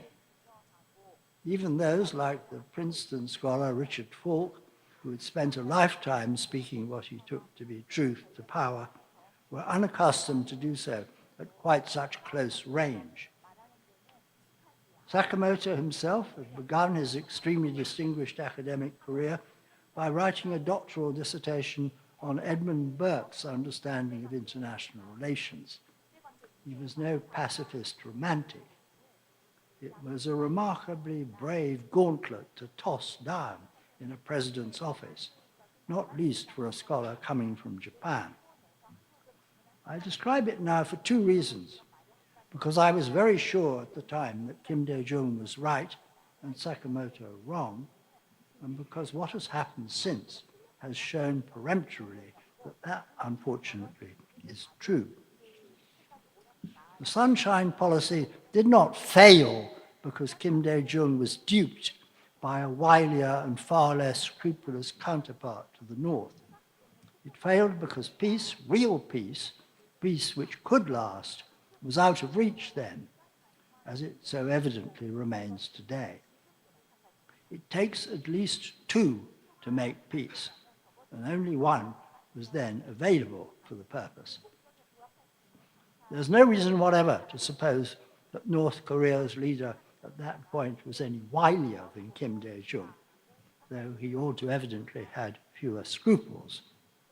What's true, and what is still true for his forbidding successor, is that he had far more to fear and much less to gain from making and keeping peace, and was also negotiating from a position of greater strength, since his office was tenable for life and not for the quite brief fixed term of any president of Korea. The sunshine policy didn't fail because it was wrong, or because it might have been wiser instead to try to decapitate the leadership of North Korea's state before it acquired nuclear weapons and the means to deliver them to the other side of the world, and then see what happened next. It failed because peace was not then to be had. The problem the sunshine policy was meant to address, which very much remains the problem for South Korea's citizens today, was how peace on the peninsula is ever to be achieved and sustained. You can always have peace at the cost of unconditional surrender to whatever at the time threatens you with war. You can end any war, if you wish to, by choosing the Masada option, the deliberate suicide of all concerned. But that's not peace as any people ever understand it. It's the peace, as Posa tells King Philip in Verdi's great opera, Don Carlo, of the tomb, and a tomb in which you'd be unwise to rely on your enemies bothering to bury you. The sunshine policy was a policy, not a piece of hasty wish fulfillment or a cheap bid for international applause. What it relied on to bring peace to Korea was above all the dimension of time, a long, long time. Within that lengthy stretch of time, it was a strategy to transform the regimes of the North from one of standing menace to one in which those who led it could afford to make and sustain peace. The experience it measured itself against was the reunification of Germany in 1989, but at least as much in caution as in inspiration. That wasn't a problem solved by the skill and insight of the leadership of either of Germany's regimes, though it's reasonable to see it as a problem, the solution to which had been brought within reach by earlier actions of Willy Brandt and recognized and seized when it opened up by West Germany's then leader, Helmut Kohl. The problem of how peace can be made between two large populations who've lived in bitter hostility for over 6 decades is a huge and profoundly obscure collective action problem, and one for which there's never a guarantee that there even can be a solution. For their contending political elites, however, if no better guarantee to have a solution, it is at least distinctly narrower and less opaque. A call to gauge risk, weigh incentives, and choose sequentially whilst managing throughout the impressions they give of what they're trying to do. For economists, collective action problems are problems of interaction between potentially enormous numbers of individual agents. But in governmental politics, where peace has to be made or broken, they invariably arise within a highly structured division of political labor. It's neither confused nor inappropriate that we're considering that problem through the lives and reflections of 3 great political leaders. Between two populations which have really been at war, however reluctant most of them were initially to enter it, the challenge to make a lasting peace is fundamentally a problem of time and agency. no such peace can be made fast. Peace can certainly be imposed rapidly on an utterly crushed adversary, as it was imposed twice in the 20th century on the people of Germany. The first of those impositions failed appallingly, since the incentives to break it over time proved far stronger than any incentive to keep it.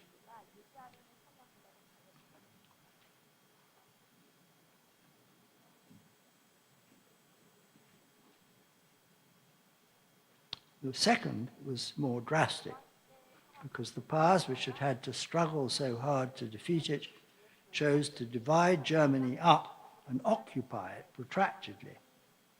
It was that division which Willy Brandt labored to bring to an end, but it didn't end just because of him.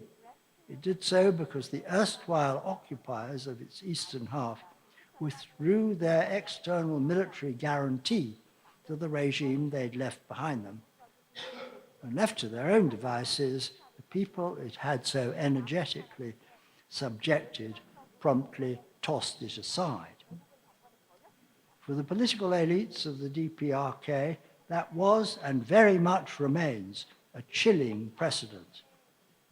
And the imperative to reach past it was the pivot of the Sunshine Policy. That wasn't a strategy of waiting benignly for a sunnier world and attempting to diffuse more amiable attitudes across the two populations, a project for which the government of the Republic of Korea was and remains very ill-placed within the DPRK. There is no large gap between the interests of Korea's inhabitants, north and south of the DMZ, but there is a very large gap in interests between any serious contenders to lead South Korea and the core of the DPRK regime. All leaders of South Korea for some time have been, at least to some real degree, accountable to the citizens who must choose them. And the leadership of the DPRK is accountable to no one and nothing. It has a great many privileges to lose, and it is not going softly and silently to vanish away. For there to be real peace on the peninsula, that leadership has to be shown a way out of the terrible gulag it has fashioned for its subjects into a future which can be better for it as well as less bad for them. That can't happen fast, and it is very clearly not the future which it currently envisages. For it to change its approach so fundamentally, it must be shown both that it needs to and that it safely can. You can readily facilitate war by inflaming a population, but you can't make a peace by anesthetizing or sedating one, but only by searching for and finding a pathway towards it which keeps them safe and persuades them that they will remain so as they move along it. Making a durable peace, like it or not, is a drastic exercise in political leadership.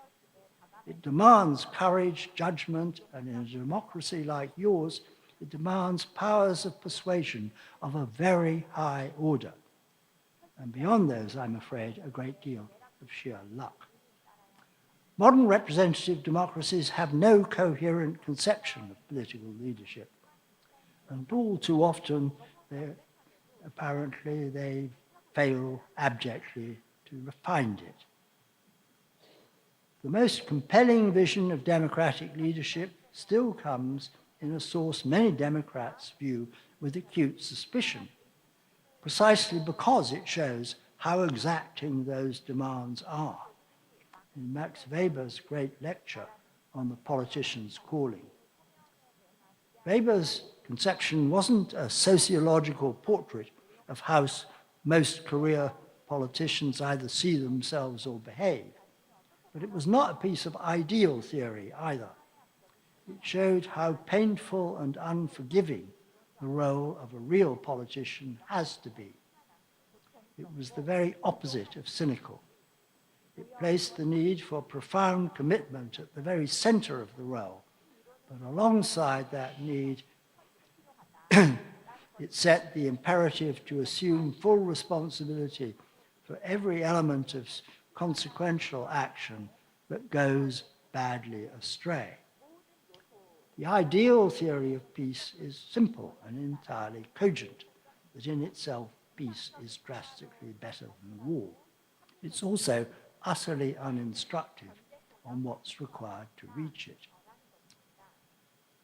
Weber's portrait of political leadership disconcerts many because of its stress on the need for charisma, an authority which is strictly personal but carries to huge numbers of people.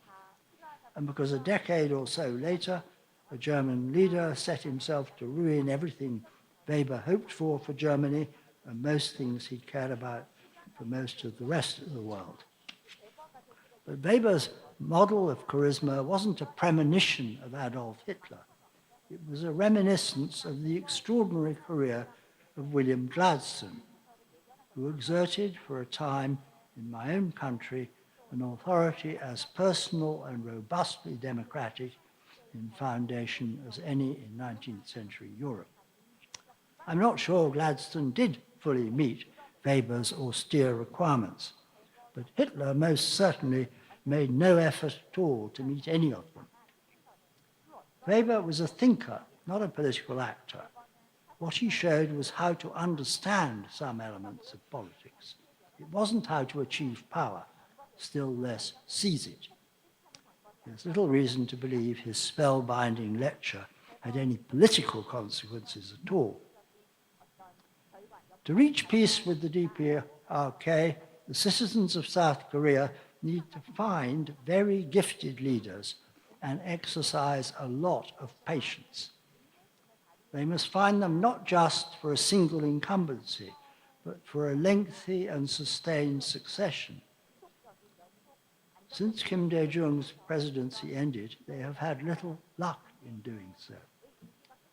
The freest and fairest of elections are a highly imperfect heuristic for finding leadership, more an insurance against the risks of failure than a reliable mechanism to facilitate success. In conditions as grave as those in which South Korea finds itself, its citizens urgently require a higher level of political acumen and far closer attention to the quest to have any chance of finding the quality of leadership they need. They also need to recognize that their security is necessarily collective and must override their vivid and persistent factional antipathies. In the far less challenging circumstances which have faced them, the citizens of my own country have made a pretty abject mess of that quest by now for over a decade. The citizens of South Korea can't afford that level of ineptitude, since it might not only make them far poorer, as it certainly has in the case of Britain, but destroy the magnificent society they have worked so hard and so cleverly to build together over the last 7 decades and destroy it in an utterly appalling way. They need above all to be brave, patient and intelligent, and to learn better how to be so in one another's company, to be so together. Like war, peace can be profoundly unjust. But unlike war, it and it alone can make good lives possible over time for millions or perhaps also billions of people living together. To make a peace that can last is a stern and intimidating political task, but there is no higher prize.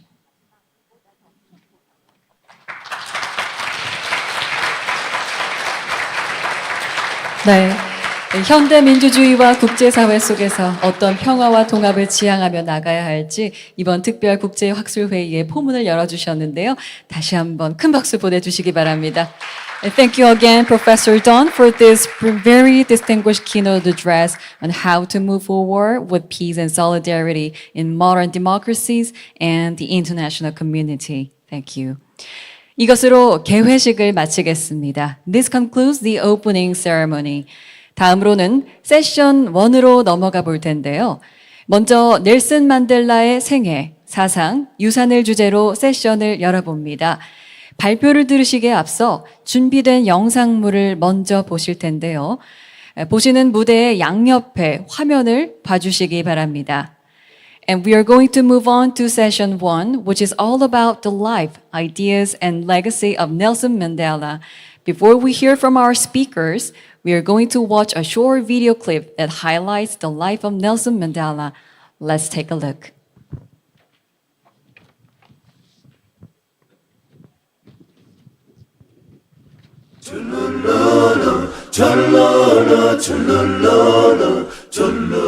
Nelson Rolihlahla Mandela began his life herding sheep and cattle in the rolling hills of South Africa's Eastern Cape. In his autobiography, part of which was written secretly while in prison, Mandela wrote, "I was not born with a hunger to be free. I was born free. Free in every way that I could know. Free to run in the fields near my mother's hut. Free to swim in the clear stream that ran through my village. Free to roast mealies under the stars and ride the broad backs of slow-moving bulls. As long as I obeyed my father and abided by the customs of my tribe, I was not troubled by the laws of man or God. It was only when I began to learn that my boyhood freedom was an illusion, when I discovered as a young man that my freedom had already been taken from me, that I began to hunger for it." Nelson Mandela's given name, Rolihlahla, literally means tugging at the branches of a tree. But at school, he was given the name of another famous leader. When I went to school, the lady teacher, Miss Mdingane, asked, "What is your name?" I told her my African name, Rolihlahla. She says, "No, I don't want that one. You must have a Christian name." So I say, "No, I don't have one." She says, from today, you are going to be Nelson." So henceforth, he would be known to the world as Nelson Mandela. As the son of a chief, Nelson Mandela had access to the best education available to black people in South Africa at the time. Studying at Fort Hare University, where he first became involved in student protest, his refusal to accept injustice, unfairness, and inequality would last a lifetime. South Africa, 1941.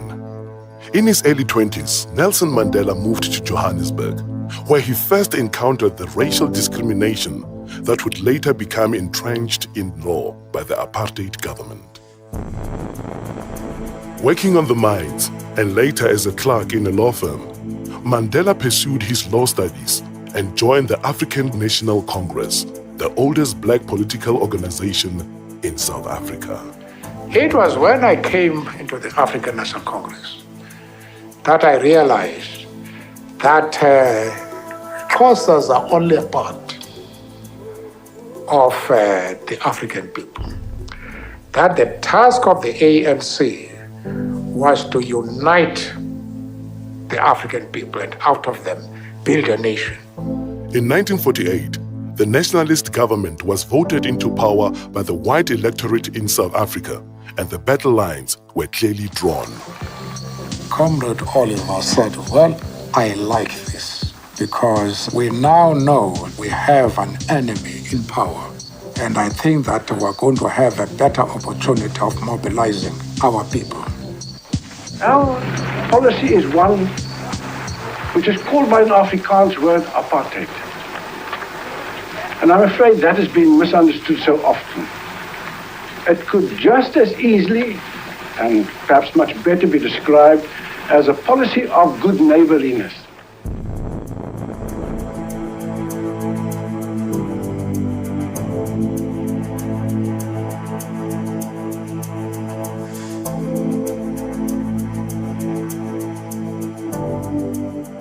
In 1955, the ANC and other organizations called upon people of all races to gather in Kliptown to approve the Freedom Charter, a blueprint for a free, democratic, and multiracial South Africa, in which all races would be treated equally. Nelson Mandela, one of the main promoters of the campaign, was banned by the government and was forced to watch proceedings from the sidelines. In 1956, the organizers of the Freedom Charter and other leading members of the Congress movement were charged with high treason. The trial was specifically designed to occupy the opposition and keep them out of politics. It dragged on for 4.5 years. And it would be another 40 years before the Freedom Charter finally bore fruit. South Africa, 1960, Sharpeville, a black township in the industrial area south of Johannesburg. A peaceful crowd gathered to protest against the passed laws was shot at by police. 69 people died. The nationalist government imposed martial law. All opposition was banned and thousands were detained.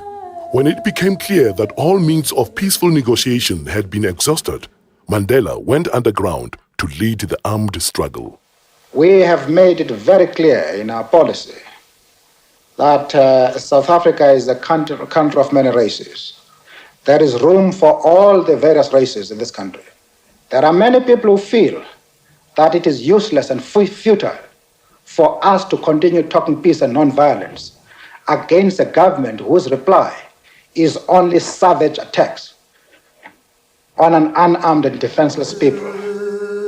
Key government installations were targeted for sabotage. Mandela became known as the Black Pimpernel.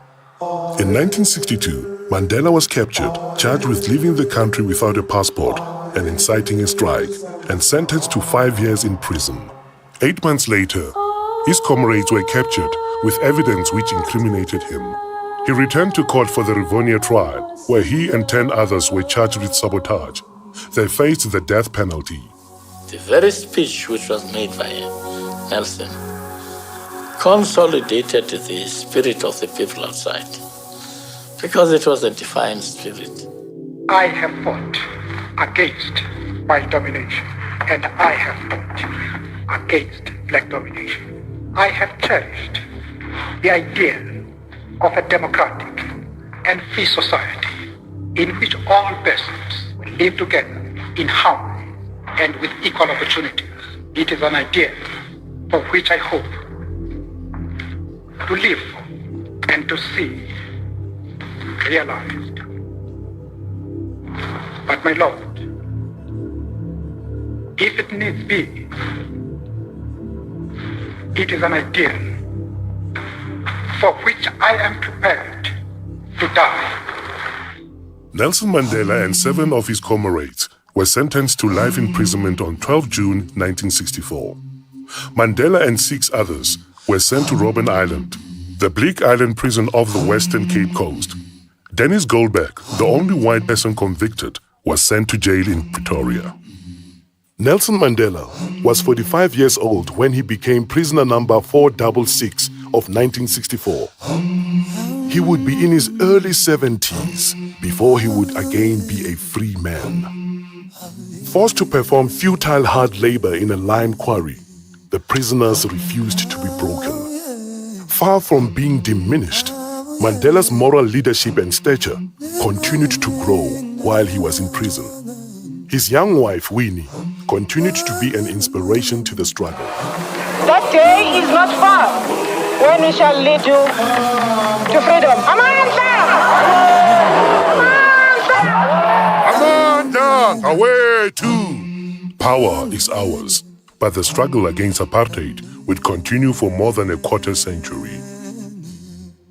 While Nelson Mandela and his comrades served life sentences, other leaders of all races and in all spheres campaigned for change. Many faced imprisonment or exile. And around the world, ordinary people showed their horror of apartheid and their support for the struggle. The purpose, friends, of this boycott is for the people of Britain to register on the widest possible scale their passionate protest against an evil and repulsive doctrine which says that a man's legal status, a man's political rights, a man's economic opportunities, a man's social position shall depend solely upon the color of his skin. But in 1976, Soweto school children marched in protest, and townships around the country erupted in violence. It was the beginning of the end for apartheid, but the struggle dragged on for nearly 2 decades as the Afrikaner nationalist government clung to power. I've been lenient and patient. Don't push us too far. In the late 1980s, amid a tide of world pressure, the South African government was forced to accept the inevitable and began dismantling apartheid.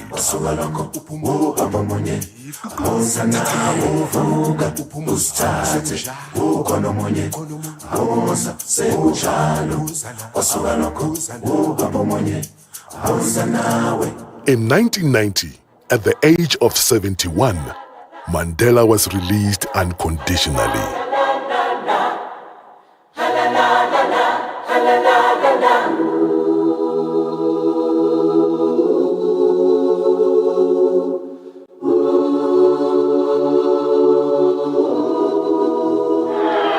I stand here before you not as a prophet,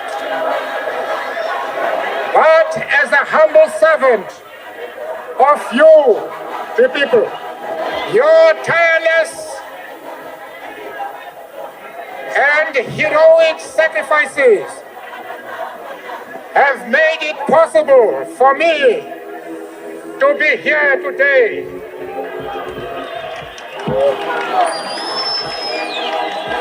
I therefore place the remaining years of my life in your hands. After leading negotiations for a new South Africa, Nelson Mandela cast his vote in the first free and democratic elections and became the country's first black president. Never, never, and never again shall it be that this beautiful land will again experience the oppression of one by another.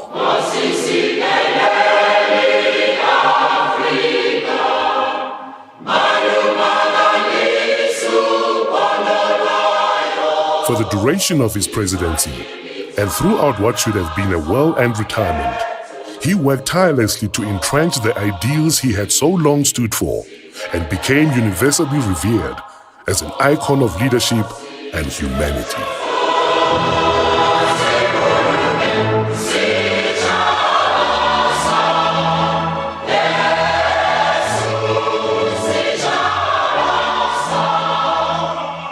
When I told one of my advisors a few months ago that I wanted to retire, he growled at me, quote, "You are retired." If that is really the case, then I should say, I now announce that I'm retiring from retirement. But in his retirement from retirement, Nelson Mandela continued to give his support and generosity in countless ways, creating an enduring legacy through the Nelson Mandela Foundation, the Nelson Mandela Children's Fund, the Mandela Rhodes Foundation, and the Nelson Mandela Institute for Education and Rural Development. It is time for new hands to lift the burdens. It is in your hands now. Madiba said this at a concert to mark his 90th birthday, and Mandela Day was born. Nelson Mandela passed away at his home in Johannesburg on the 5th of December 2013 at the age of 95. Nelson Mandela, Madiba, we salute you.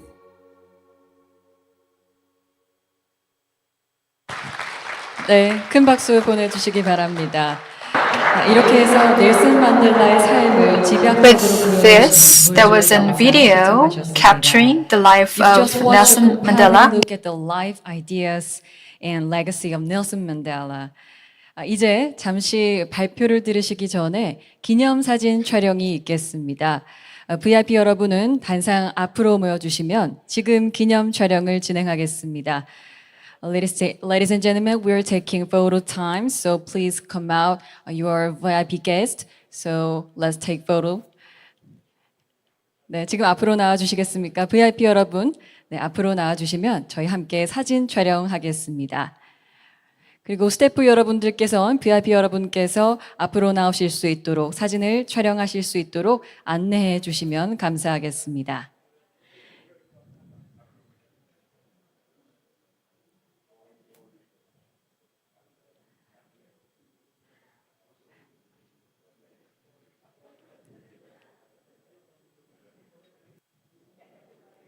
네, 다시 한번 안내 말씀드리겠습니다. 저희 지금 넬슨 만델라의 삶을 집약적으로 보여주는 영상 시청하셨는데요. 세 분의 발표자의 발표를 듣기 전에 VIP 분들 앞에 강단에 모이셔서 사진 촬영, 기념 사진 촬영하겠습니다. 스태프 여러분들께서 지금 안내해주고 계신데요. 안내를 받아 앞으로 와주시면 감사하겠고요. 또 발표자분들이 보시는 화면이 강단 앞에 있습니다. 이것도 위치를 조정해서 사진 촬영하는데 걸림돌 되지 않도록 도와주시면 감사하겠습니다. 네, 강단 위로 계단을 타고 올라와 주시면 감사하겠습니다. Would you please come up to the stage, taking the stairs, and our staff is here to guide you. 네, 특별 기념학술 회의를 기념해 In commemoration of this special gathering, now we're going to have a commemorative photo session. 단상 위로 계단을 타고 올라와 주시면 되겠습니다.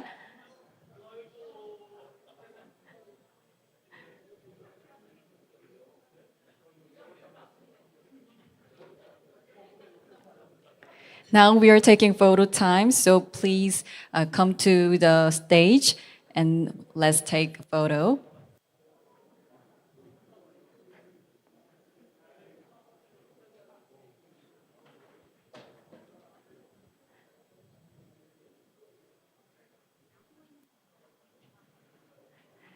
네, VIP 여러분들께서 지금 이제 사진 촬영을 위해 정렬을 하고 계신데요.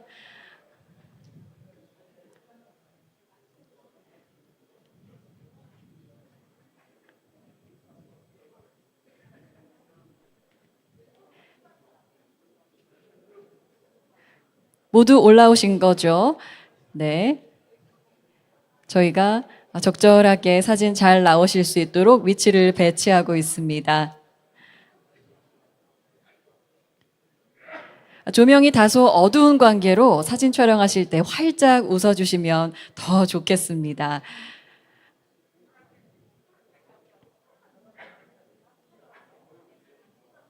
사진사님께서 어디 계신지 한번 위치를 확인해 주시겠어요? 손 들어주시면 감사하겠습니다. 담당하시는 사진기사님 어디 계실까요? 저희가 시선을 지금 손 다시 한 번만 들어주시겠어요? 네, he's the photographer. He's gonna take the photos. So, 네, 저 사진기를 바라봐 주시고 활짝 웃어 주십시오.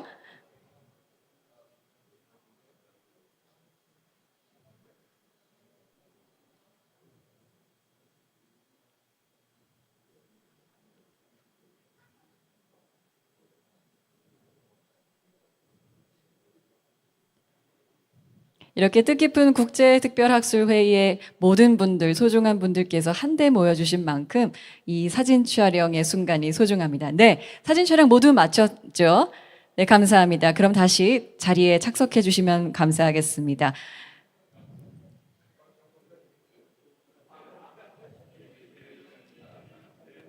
Thank you, VIP guests. Take your seat again. Thank you.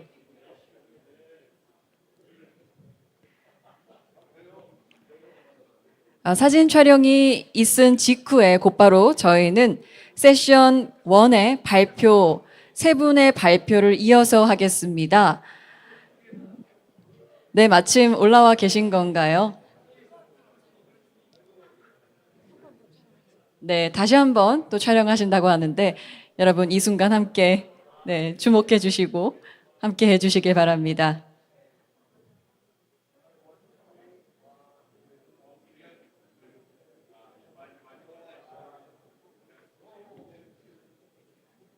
네, 저희가 담소를 나누는 시간도 따로 마련되어 있사오니 여러분께서 모두 자리에 착석해 주시고요.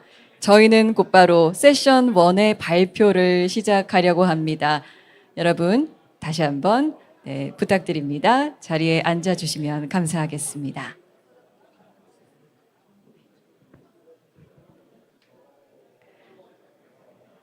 네, 그러면 이제 세션 1의 발표 이어서 하겠습니다. 네, 발표자 세 분을 단상 위로 모실 텐데요.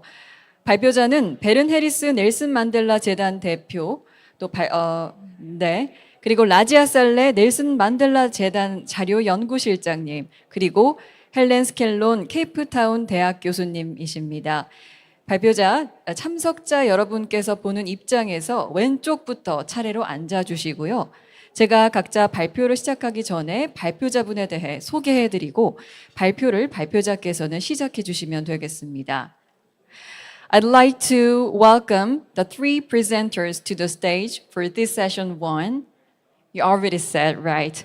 Presenters are, firstly, Dr. Vern Harris, Chief Executive of the Nelson Mandela Foundation. Secondly, Ms. Razia Saleh, Head of Archive and Research at the Nelson Mandela Foundation, and Dr. Helen Scanlon, Professor at the University of Cape Town. Please take a seat. Yeah, you already seated. And starting from the left in the audience, in order of presentation, and then you can begin your presentation after I give the audience about your introduction. Okay? 첫 번째 발표입니다. 첫 번째 발표는 베른 해리스 넬슨 만델라 재단 대표께서 하시겠습니다.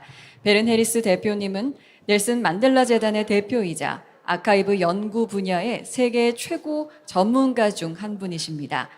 2004년부터 2013년까지 만델라의 기록 보존자로 활동하셨고 남아프리카의 민주주의 이행 과정의 경험을 공유하는 등 국제 아카이브 발전에 중요한 기여를 해오셨는데요. 발표 제목은 넬슨 만델라, 역사적 인물, 사회적 인물, 그리고 인간입니다. Our first speaker for session 1 is Dr. Vern Harris, Chief Executive of the Nelson Mandela Foundation. Professor Vern Harris is the Chief Executive of the Nelson Mandela Foundation and one of the world's leading experts in archival research. He served as Mandela's archivist from 2004 to 2013 and has made important contributions to the development of international archives, including sharing his experience of South Africa's democratic transition. The title of this presentation is Nelson Mandela, Historical Figure, Social Figure, and Human Being. President Harris, please start your presentation. Good morning, everybody. It's a great honor for me to be here with you, and I'm really grateful to Director Park and his wonderful team for making it possible. Also an honor for me to be speaking today in the presence of the South African Ambassador, Nelson Mandela's daughter, Zeni. I find it easy to separate out in my mind Nelson Mandela, the iconic public figure, the one you saw on the video, on the one hand, and the human being I call Madiba on the other. The former is fundamentally a construct, a tapestrying of fact, fiction, and adulation. The latter is the man I got to know as his employee. The former, the iconic public figure, ironically brought out the worst in everyone, including me. I refer to the allure of association with celebrity on such a grand scale. The desire to use the influence of such association. The temptation to want just another piece of it. The latter, Madiba the human being, I learned to love and to listen to with the greatest care. This, of course, means that as much as I might strive for a scholarly impartiality, when thinking about his life and work, it is never quite possible for me. And then there is a third Nelson Mandela, what I call Mandela the social figure. For my university, the Nelson Mandela University, it is of fundamental importance that Nelson Mandela means far more than a significant individual and biography in history. Ultimately, the name must be understood as a social figure still under construction. Scholarly work for an institution carrying the name requires engagement with the processes of construction, positioning as a key player in those processes, and a continuing demonstration of the value of the figure to the work of making a just society. To state it crudely in the form of two questions, what does that name signify in society now? And can that name be mobilized for the work of justice? In the short time available to me today, I will try to address these questions as well as two others. What did I learn from Nelson Mandela, the human being, as he moved into the last phase of his life? And what is there still to be discovered about him from scholarly research and historiography? Starting with that last question then. In 2018, I presented a seminar paper on what I called the Mandela publishing industry. Let me briefly rehearse 4 points I made about that industry. Firstly, it supports a saturated market dominated by work which reproduces the same basic narrative and the same well-known images. You saw something of that on the video. All too rare are the fresh line of inquiry, the unexpected insight, sustained critical analysis, and the deep deconstructive reading of archive. Secondly, with this publishing industry, it is dominated by voices that are male and white, like me. No surprise, of course. An inordinate number of these are either non-South African or South Africans based outside the country. Thirdly, the industry is characterized by an extraordinary number of coffee table books, authorized work, and what I call sweetheart quick buck films. There is money to be made. And then, fourthly, while the body of popular work is huge, there is relatively little scholarly work in the Mandela studies space. And that work is severely constrained by the challenges of access to archive.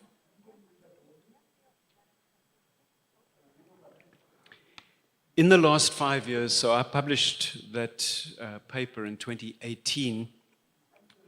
Since then, these patterns have begun to be disturbed in interesting ways, with fresh perspectives and new voices emerging, as well as archive long neglected or deliberately hidden becoming accessible. Just two examples this morning. In 2019, scholar Xolela Manku published the first piece of his research toward a new biography on Mandela, in which he positions Mandela within a lineage reaching back before colonization and through generations of encounter with British imperial forces and with white settlers. By exploring the longer histories of the Tembu polity,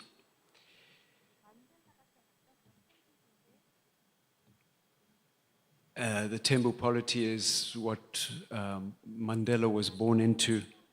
By engaging with the archive of that era and by reading the colonial archive accordingly, Manku offers a new perspective on Mandela's formative years and an original interpretation of the longer routes to Mandela's strategies of negotiation in later life. He unlocks the long trajectory of modernity in Tembuland and other parts of the Eastern Cape. He describes what I would call a Tembu politics of accommodation developed over centuries and dismisses the simplistic accounts of the influence on Mandela of tradition, which characterizes the dominant Mandela discourses. The second example also involves Manku. He and a number of other scholars have finally secured access to the transcripts of the conversations Nelson Mandela was having with visitors when he was in prison between the years 1985 and 1990. Critical related intelligence records have also emerged, documenting Mandela and the African National Congress through the 1990 to 1994 negotiation period. Manku's book is still forthcoming. Johnny Steinberg's book, Winnie and Nelson, Portrait of a Marriage, was published recently, providing readers with a rich, fresh, very hard, but compelling account of Madiba and Mum Winnie in both personal and political spaces. I've been talking about Nelson Mandela, the historical figure. Let me move now to the social figure. And I want to share briefly with you what is emerging from a project at the Nelson Mandela University designed to get clarity on what the name signifies for the institution and those who work and study in it. Over the last 12 months, we have listened closely to the views and the needs of key university stakeholder groupings and constituencies. Last year, we ran a social media survey open to the whole university community. We've been in meetings at different levels of hierarchy. We've convened scholarly seminars and have run deep dialogue, focus group sessions with students and with faculty.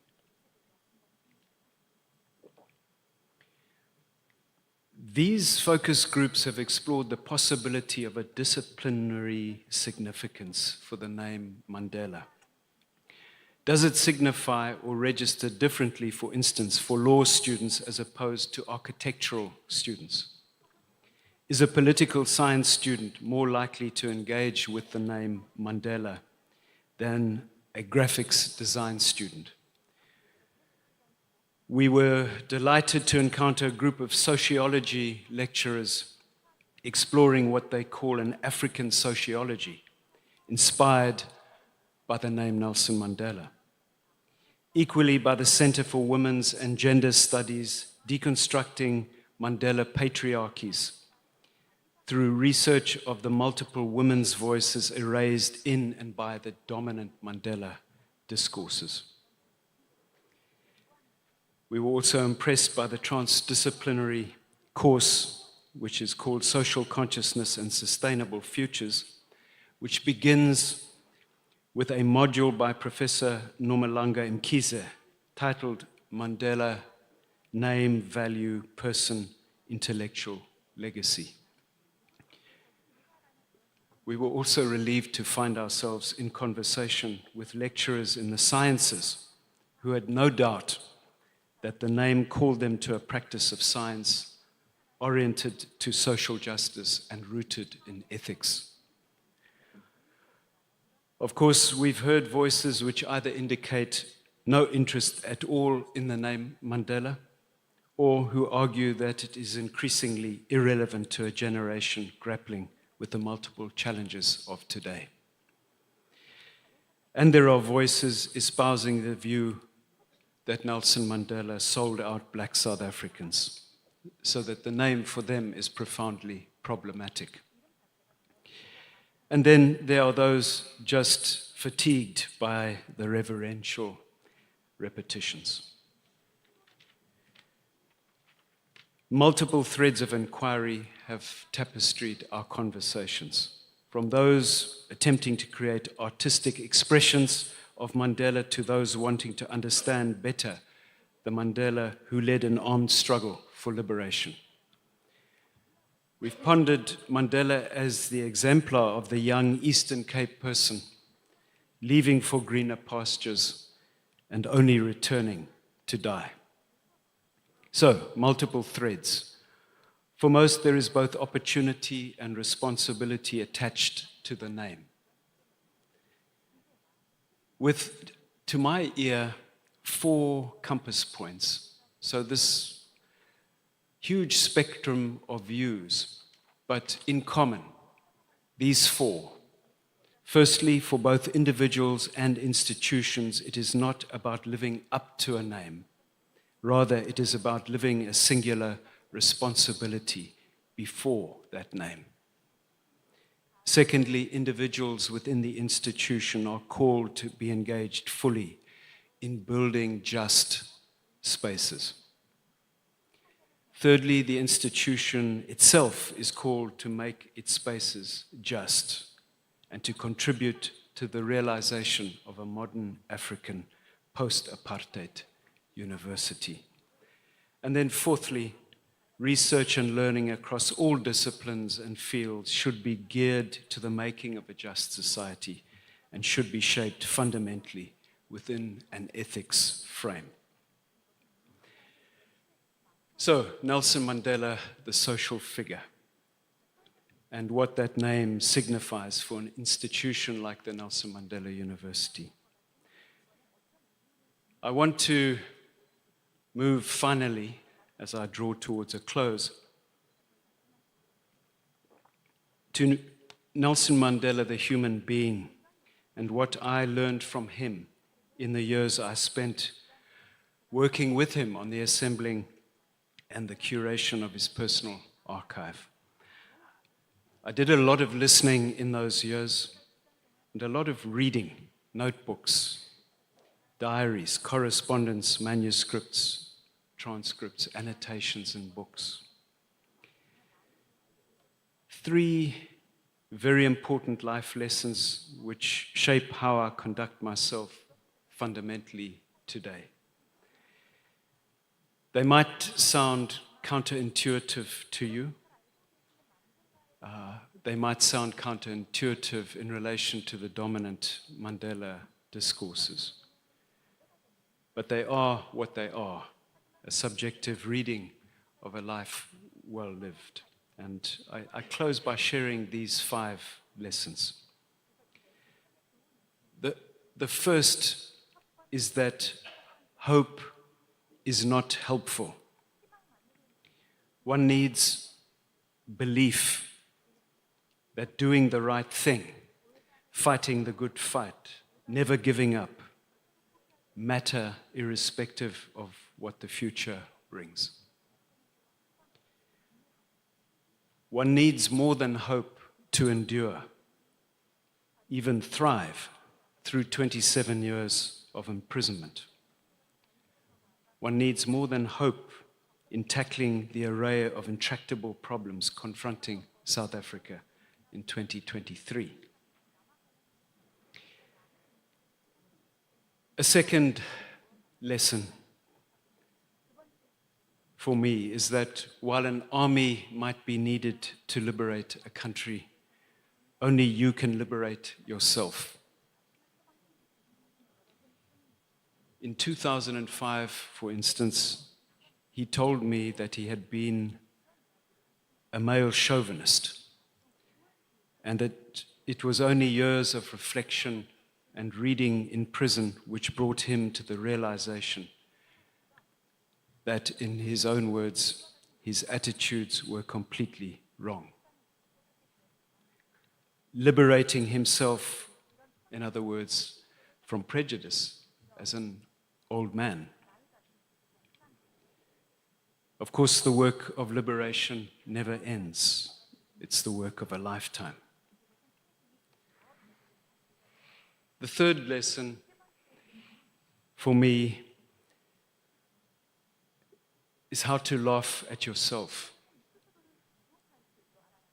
While he was in prison, he recorded the following reflection in his desk calendar, and I'm quoting: "To gossip about others is certainly a vice. To gossip about oneself is a virtue," unquote.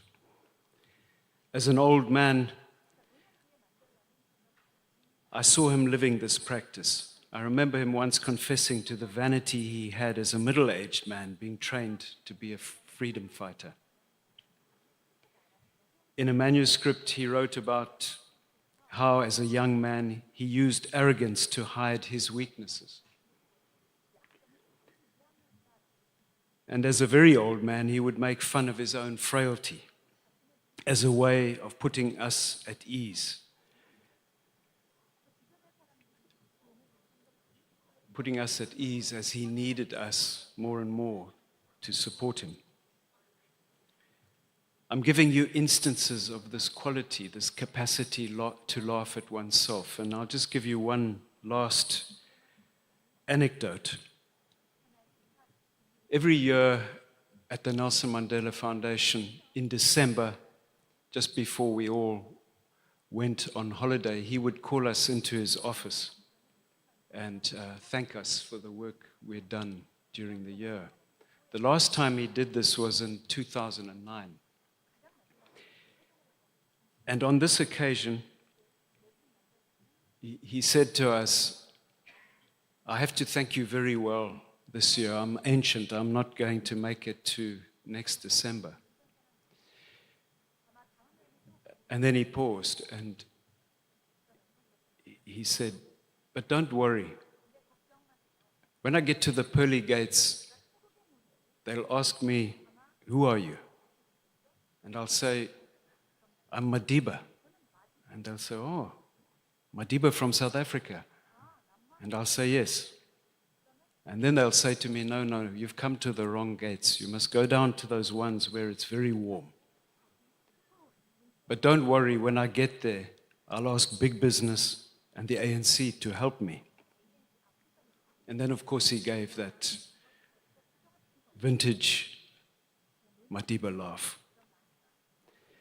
I learned much from Madiba, and I continue to learn about Nelson Mandela, the historical figure, and Nelson Mandela, the social figure. In an age of climate crisis, deepening inequality globally, growing polarization and conflict, and a paucity of good leadership, Madiba remains an inspiration. It is in our hands now to liberate ourselves and to keep fighting for a just world, no matter how hopeless we feel. I thank you.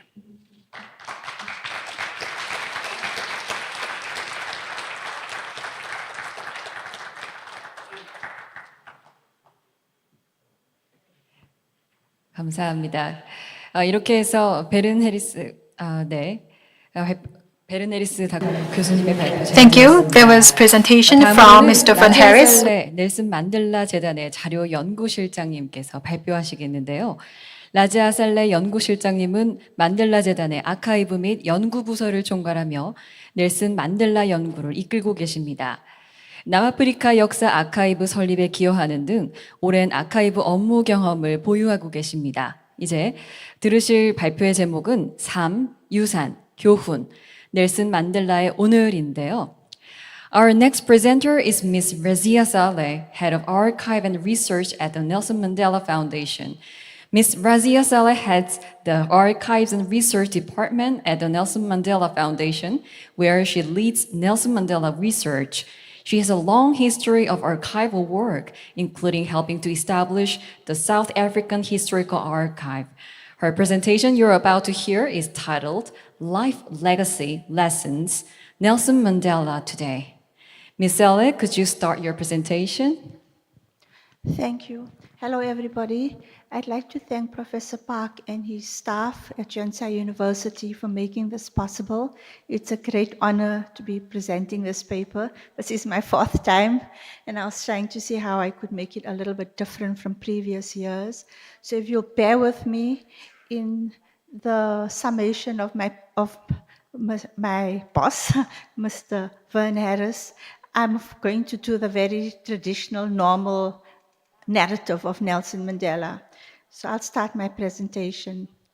So this presentation will explore who the global icon Nelson Mandela is and what the circumstances were that shaped him and the people and events who influenced him.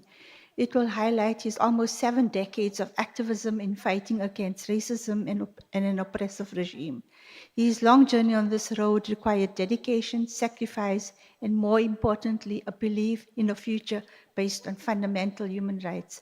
This is what sustained him through his long incarceration. It will also explore the period in which he was released, his presidency, and his becoming a global leader, and the lessons that can be learned today in a world which is still beset with wars, conflict, poverty, and hunger. Finally, I will end by focusing on the Nelson Mandela Foundation, tasked with promoting the legacy and the establishment of the Mandela Archive.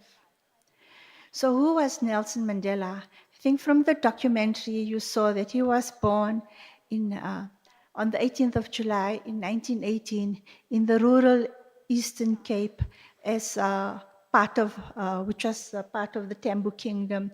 He was the son of a chief who was also an advisor to the Tembu King.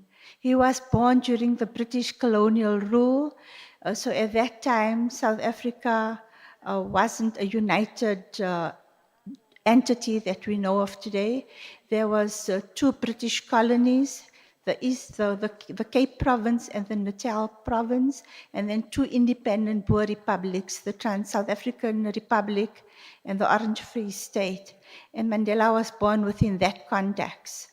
In his early life, he had a very simple upbringing. He played with his fellow in quite a rural setting. But his life changed when his father died in 1930, and he became a ward of the regent of the Tembu Kingdom, Dalindyebo Sabata. Mandela's father had been instrumental in the selection of Dalindyebo as the regent of the Tembu Kingdom, because the king was still underage, and I think as a result of that, the regent felt he owed Mandela's father a debt, and he paid it by raising Nelson Mandela as his own son after the death of his father. And as a member of the royal household in the Tembu Kingdom, Mandela then had access to the best education available to African people at that time, which was Christian mission schooling. So in his primary school and his secondary school and even university, he then had access to that. It was also in primary school that he received the name Nelson from his school teacher, who had decided that all children in her school needed to have a Christian name. His chosen name, Rolihlahla, wasn't good enough. So in those early years, his influence was his mother and the school and the Tembu Royal Court. So as I'm an archivist, I decided I'll include some things from our archive to show you.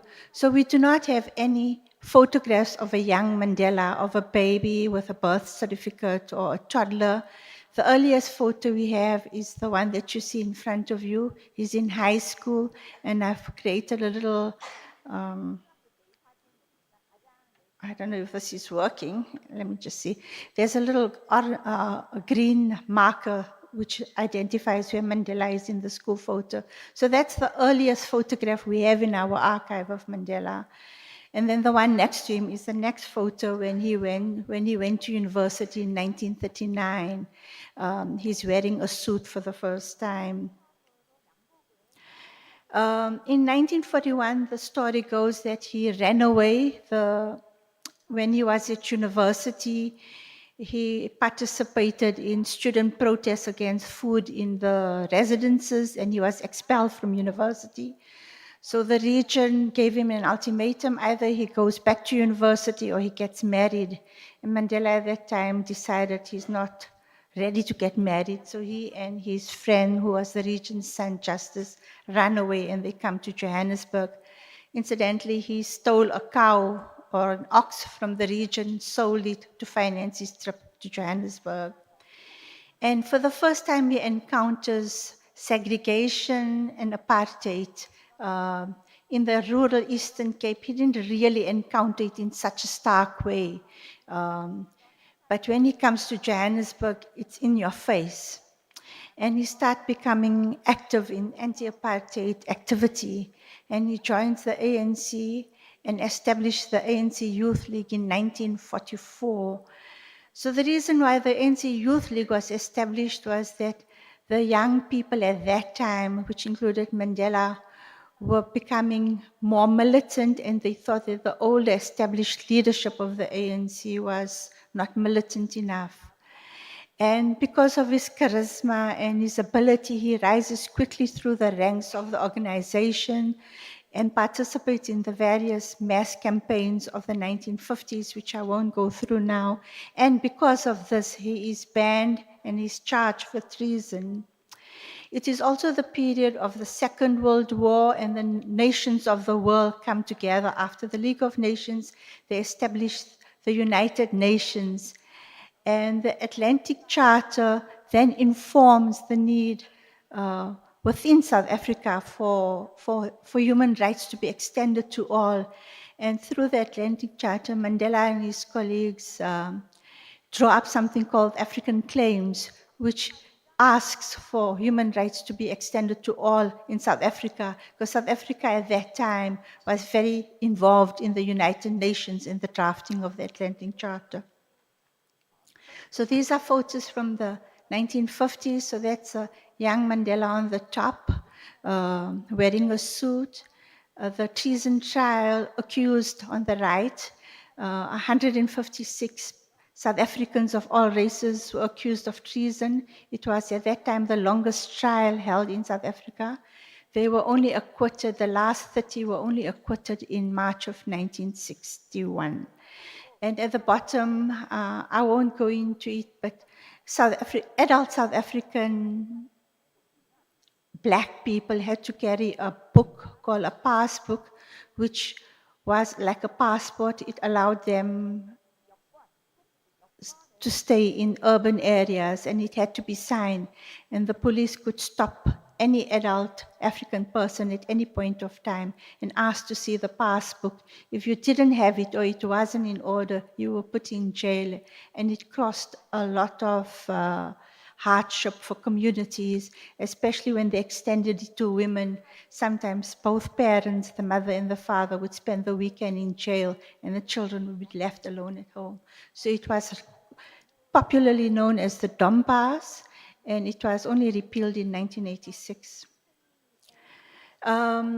So after the treason trial, Mandela and his comrades realized that a peaceful end to apartheid was not possible, especially when the apartheid regime was being so violent with bannings and detentions and later on killings as well.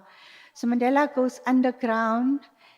In the documentary, he's regarded as the Black Pimpernel after the Scarlet Pimpernel, the famous novel.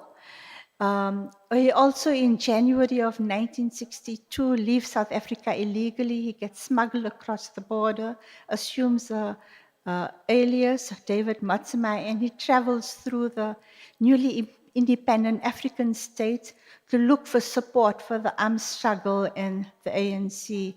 And he also goes to London in June of 1962 for the same purpose.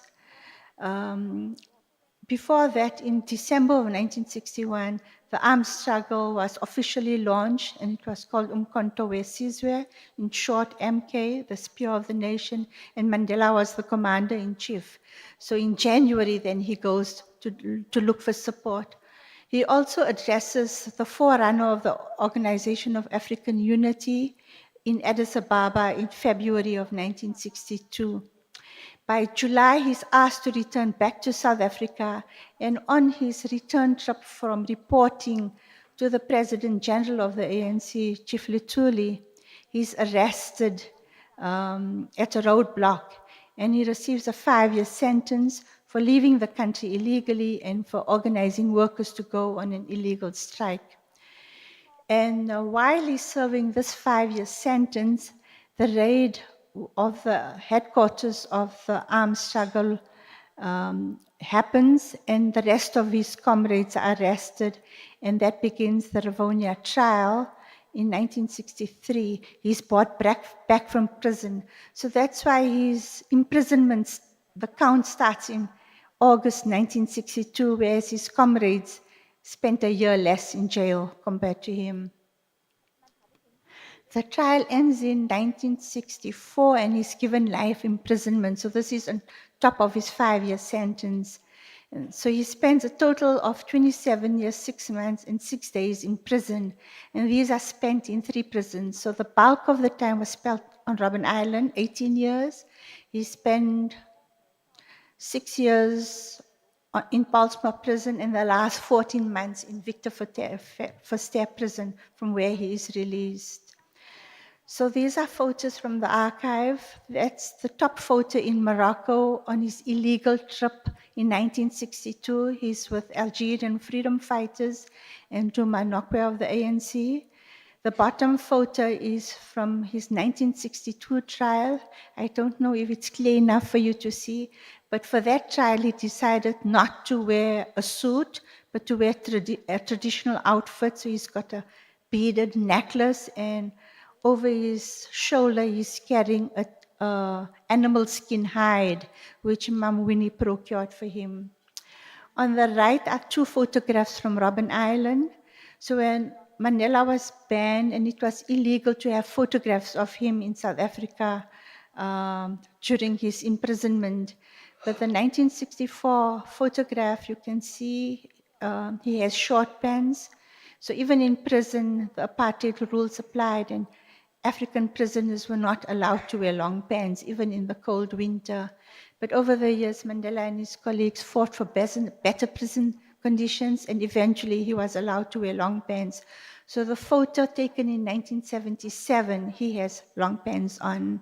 That photo was taken during a media visit to Robben Island. It seems the world thought that Mandela was either sick or he had passed on. The apartheid government wanted to show that he is in good condition. And in this photo, Mandela was asked to work in the garden on that day instead of in the lime quarry, which he usually does. You can see he's got sunglasses on in these photos. Working daily in the lime quarry, the glare of the sun damaged his eyes. So it was a lifelong condition. When he was president and after he was released, he would often wear sunglasses, and you were not allowed to have a flash camera. It hurt his eyes. So in prison, Nelson Mandela came to the realization that the only way out or the only way to end apartheid was through a negotiated settlement. He realized that the apartheid government was not strong enough to quell resistance, but the liberation organizations were not strong enough to overthrow a militarily strong apartheid regime. So he started initiating talks with the apartheid government around 1986. And this eventually led to the release of his comrades, Walter Sisulu and others in October of 1989, and the unbanning of the ANC and other organizations in February of 1990, and then Mandela himself was released on the 11th of February 1990. This is an iconic photograph of Nelson Mandela walking out of Victor Verster with his wife, Winnie Madikizela Mandela. He asked not to be flown to Johannesburg and to be released from there. He said he wanted to walk himself out of prison, and it was a huge symbolic moment. I think he was surprised at the number of people who he found had turned out to see his release. So the period between 1990, his release, and the lead up to our first democratic elections is known as the transition period leading to our democracy. It was also a period of extreme violence. It is said that in that period, 1990 to 94, more people died than in the period from 1960 to 1990. The negotiation process, I'm not going to go into detail, but during the Convention for Democratic South Africa, which started off the negotiation period, there were 5 working groups established who had to investigate a new constitution, setting up of an interim government, the future of the Bantustans of the homelands, how long the implementation for the changes would happen, and the electoral system that would be eventually adopted. The idea was that the apartheid government could not oversee the move towards democracy because they had a stake in it. So it was agreed during the negotiation process that a transitional executive council should be established, which would oversee the transition to democracy. And this council was established in December of 1993 and was formally dissolved on the day that Mandela was inaugurated as president of the country. And its task was to promote and prepare for the transition, to basically oversee the running up to the first democratic elections. So these are just some photographs. So the top, your right, my left photograph is one of the negotiation process with the ANC on the one side and the apartheid government on the other side. There's a photograph of the Bishu massacre that happened in September of 1992, and the bottom is the negotiation process, Kodesa.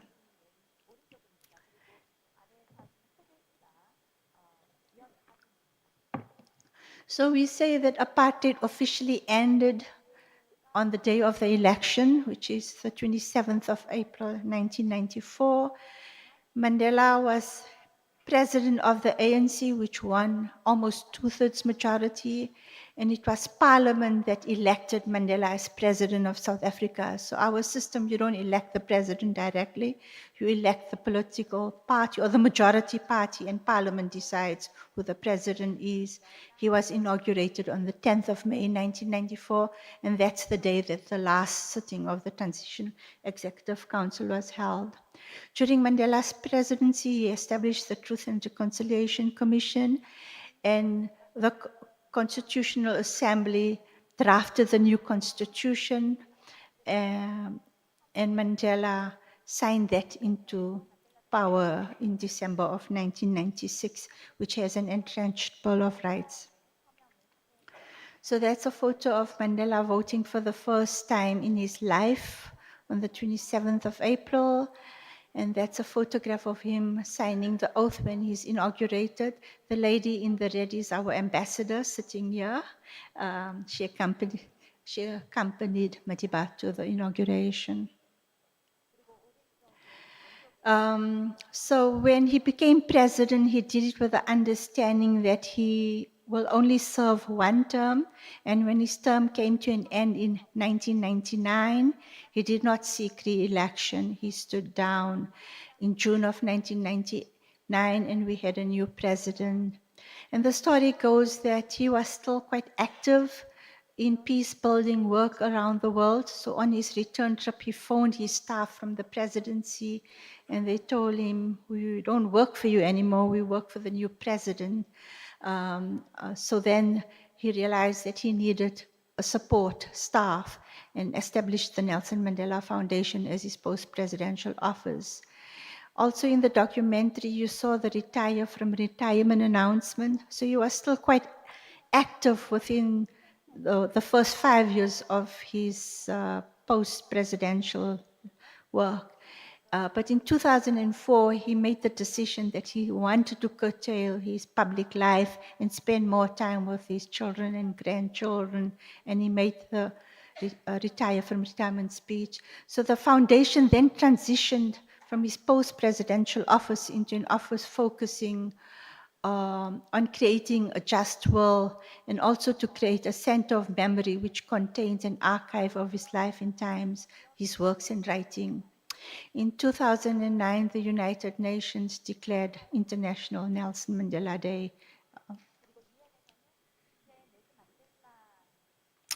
This is, so when we transitioned from his post-presidential office into the Center of Memory, we refurbished the organization to suit our new function.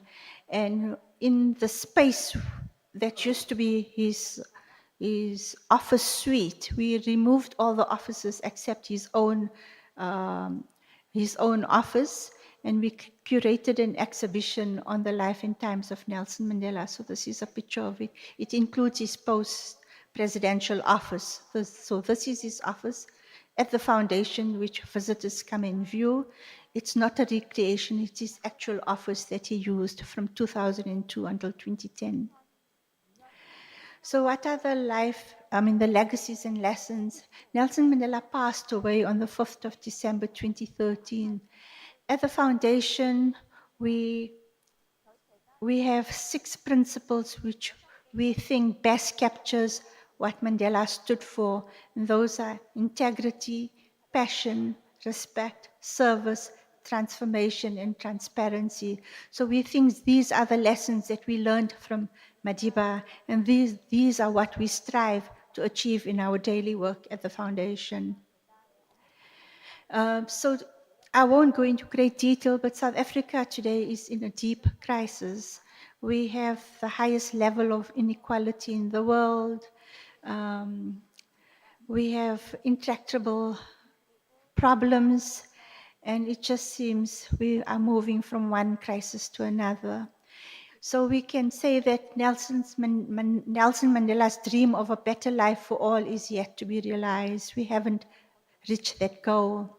This year also marked 10 years since the passing of Nelson Mandela. We miss his leadership, his extraordinary vision and courage in charting a way out of the tumultuous times and giving us all hope of a better united world. We hope that by preserving and making his archive accessible, it will inspire a new generation of leaders who can rise to the challenge of the 21st century. Thank you. We've heard from Ms. Razia Saleh. Thank you so much. 라지아 살레 연구실장님의 발표 들으셨는데요. 다시 한번 감사드립니다. 다음으로는 헬렌 스켈론 케이프타운 대학 교수께서 발표하시겠습니다. 헬렌 스켈론 교수님은 케이프타운 대학의 교수이시자 전환기 정의론의 정통한 전문가로 아프리카 분쟁 조정과 평화 구축 분야를 선도하고 있는 연구자십니다. 이제 들으실 발표의 제목은 넬슨 만델라와 남아공의 정의로운 평화를 위한 탐구인데요. Next, we have Dr. Helen Scanlon from the University of Cape Town. And Dr. Helen Scanlon is a professor at the University of Cape Town, and she's an expert on transitional justice and is a leading researcher in the field of conflict reconciliation and peace building in Africa. The presentation you're about to hear is titled Nelson Mandela and the Quest for a Just Peace in South Africa. Dr. Scanlon, would you please begin your presentation? Good morning, everyone. I'd like to start by just thanking the organizers for this event and for inviting me to be here. And I learned something, I don't know if this applies outside of Africa, but when I worked in the NGO sphere, we would say all protocols observed. So with such an eminent audience, I'd like to honor everyone that's here. I had the difficult task of following two fantastic presentations, as well as the wonderful inaugural speeches that we had. And one of the things that I wanted to pick up on was Professor Dunn in his statement. I hope I'm paraphrasing it correctly, but he said, like war, peace can be profoundly unjust. Durable peace takes drastic political leadership. And I think that kind of gives an entree into what I want to talk about. And in particular, this is building on Razia's point. If you can see from this cartoon here, we're talking about Nelson Mandela's legacy, but also we're dealing with a country with legacies of profound inequality and poverty. As Razia just mentioned, South Africa is the most unequal nation in the world. It acquired the status, I think, a decade ago, and inequality is higher now than it was under apartheid. We have rates of poverty that are worse than, amongst certain sectors of the population, worse than other parts of Africa. So this legacy, the iconography that we've been talking about with Mandela, the leader, we also have to start unraveling the state of the nation currently. One of the things that's profoundly concerning is that we have 34% unemployment, but most disturbingly, 66.5% unemployment in the 18 to 24-year-old category. So a huge youth that is unemployed and disaffected. And I think we've talked a lot this morning already about the importance of education, but also of passing on the legacy to the next generation. And I think we have to understand how we can actually make Mandela's legacy work for or resonate to a younger generation currently, which is something that we grapple with in the university space. And I think that it was spoken to earlier in terms of the Nelson Mandela University and some of the discussions that are happening. So I want to start off with sort of this idea of a just peace, but also building a human rights framework. And I've got a quote from Mandela where he spoke about the anti-apartheid campaign being the most important human rights crusade of the post-World War II era. Its success was a demonstration, in my opinion, of the oneness of our common humanity in these troubled times. Its passion should not be lost. Consequently, South Africa will not be indifferent to the rights of others. And I think that that's a very important point to sort of start the journey that was South Africa in the post-1994 period. And just to sort of deconstruct what I'm talking about when I speak of a just peace. The UN Declaration on the Right to Peace says peace is not only the absence of conflict, but also requires a positive, dynamic, participatory process where dialogue is encouraged and conflicts are solved in the spirit of mutual understanding and cooperation, and socio-economic development is ensured. And it's that last part that I think is one of the things that's been left off the equation in South Africa. So just peace is linked to other normative ideas, including justice, rights, and equity. And the theory suggests that social order is only peaceful if it is just. So justice has a strongly forward-looking dimension in this context. It's deemed to enable a social, non-violent context in which peace can emerge. But we have a number of scholars, and I'm picking up one, Rama Mani, who works in the same field as me around transitional justice. And she talks about the need that we have to think about justice in a multifaceted way. So we tend to think about justice as a backward-looking thing, so refutatory, so we address with the past. But she says we must also think about legal justice, but also distributive justice. And as I said, in a context such as South Africa, where we have the most unequal society in the world, the issue of distribution is becoming more and more relevant in 2023. So just briefly, I don't want to get into too much jargon, but when I'm speaking about transitional justice, it's something very relevant because each of these leaders in some way had to engage with the legacies of the past. So their journey was one about how do you address the past in order to move forward. Germany, South Korea, and South Africa have all engaged with some form of transitional justice in order to deal with their past. So generally, I used to work as a transitional justice practitioner, and we tend to sort of talk about it as the measures. What do you do to achieve justice? And when we talk about doing justice, we talk about doing it in certain ways. You have to hold people accountable. There has to be some form of criminal justice. There needs to be some truth recovery. We need to know what happened. Victims need to have some form of reparations. And we need to reform the abusive institutions. Germany, South Korea, South Africa, each have engaged with some aspects of these. South Africa probably most known for its truth-seeking aspect, to some degree reform of abusive institution, and a very incomplete reparative justice program, but no prosecutions, eschewing the Nuremberg model. We also, and Professor Park is engaged in a very interesting project right now, which is looking at developing a recovery index. And I worked with a number of colleagues sort of looking at this recovery index and some of the principles that it's trying to understand. And this again comes back to transitional justice. What are you trying to do? What do you need to do to achieve a just peace? What is your normative aims? You need recognition for victims. You also need to facilitate opportunities whereby peace, reconciliation, and democracy are promoted. But these are also all predicated on an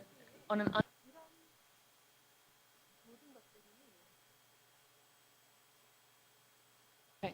So again, I've pulled back to Mandela because each time I move away in my thinking, I have to keep remembering that actually a lot of the principles that he embodied, or a lot of the principles that he promoted, are actually quite central to the transitional justice journey. So he spoke about peace is not just the absence of conflict. Peace is about creating an environment where all can flourish, regardless of race, color, creed, religion, gender, class, caste, or any other social markers of difference. But addressing the past in South Africa has been a very incomplete process.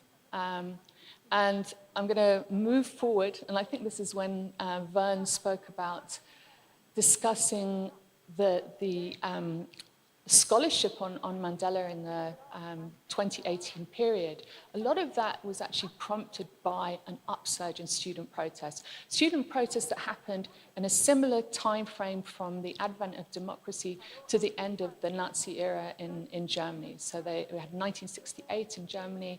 In South Africa, we had this period from 2015 to 2017, where the Fallers, they were called, students rose up. And I picked up just one of the posters of the students. But I think this is very important because it says, in 1994, my parents were sold a dream. I am here for my refund. Okay? So this was a youth that feels disaffected. They feel disconnected to the new South Africa. And Vern mentioned it. It comes up that with a lot of the discussions at this point was that they were sold out by Mandela. Now, the recent book that came out called Reassessing Mandela spoke about the fact that this is actually historically inaccurate. But how do we counter that historical inaccuracy? How do we get a younger generation to understand that there is more to understanding what happened in this period? So I've taken the quote for Ashanti Kuneni. Ashanti was a Fallist. At the time, she was working for the Institute of Justice and Reconciliation. But she says, in the words of Malcolm X, if you stick a knife 9 inches into my back and pull it out 3 inches, that is not progress. We still have the knife in our back. Only a few of the majority black population has benefited from this kind of progress. Now, this became sort of quite a popular, you might say middle class, feeling that emerged during the student protests of 2015 to 2017. But I also wanted to sort of, Razia spoke about the crisis that we're in right now. So at the moment, I've also pulled out a quote from Mandela where he says, the development for our people, especially the rural poor, is a matter very close to my heart. We are greeting a dawn of a new life that is becoming increasingly dependent on electricity. So this is back in 1999. Indeed, electricity is a basic need in our modern society. So in 1994, just to give some context, the majority or only just over 50% of households in South Africa had access to electricity. So 46% of the population households not having access to electricity. By 2021, we see this sort of quite radically turned around. 89% of households have access to electricity in theory. Because, oops, what have I done now? Haha. Oh.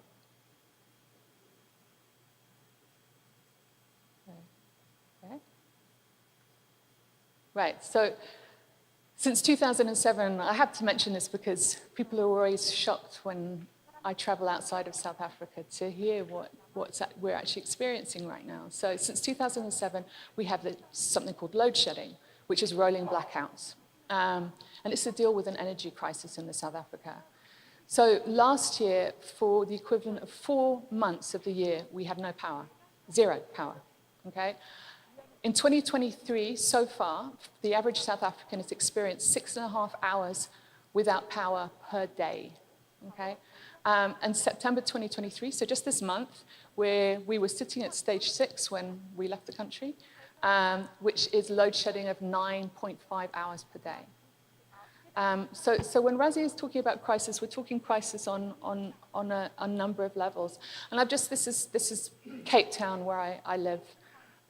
This was last month. Strikes over transport, the lack of transport for the majority of the population to be able to travel into the city. And you can see here in the poster, there's it says Lux, so it's deluxe. It's like a luxury brand, spa and skincare. And you can see sort of the disaffection, the distance. This, for me, this personifies the inequalities that we're dealing with in South Africa. So how did we get here? 1994, the expectation was South Africa's past would be, how we dealt with the past would be predictive of the future. As a divided nation, there was a quest for a shared history, which was critical to achieving human rights and a just peace.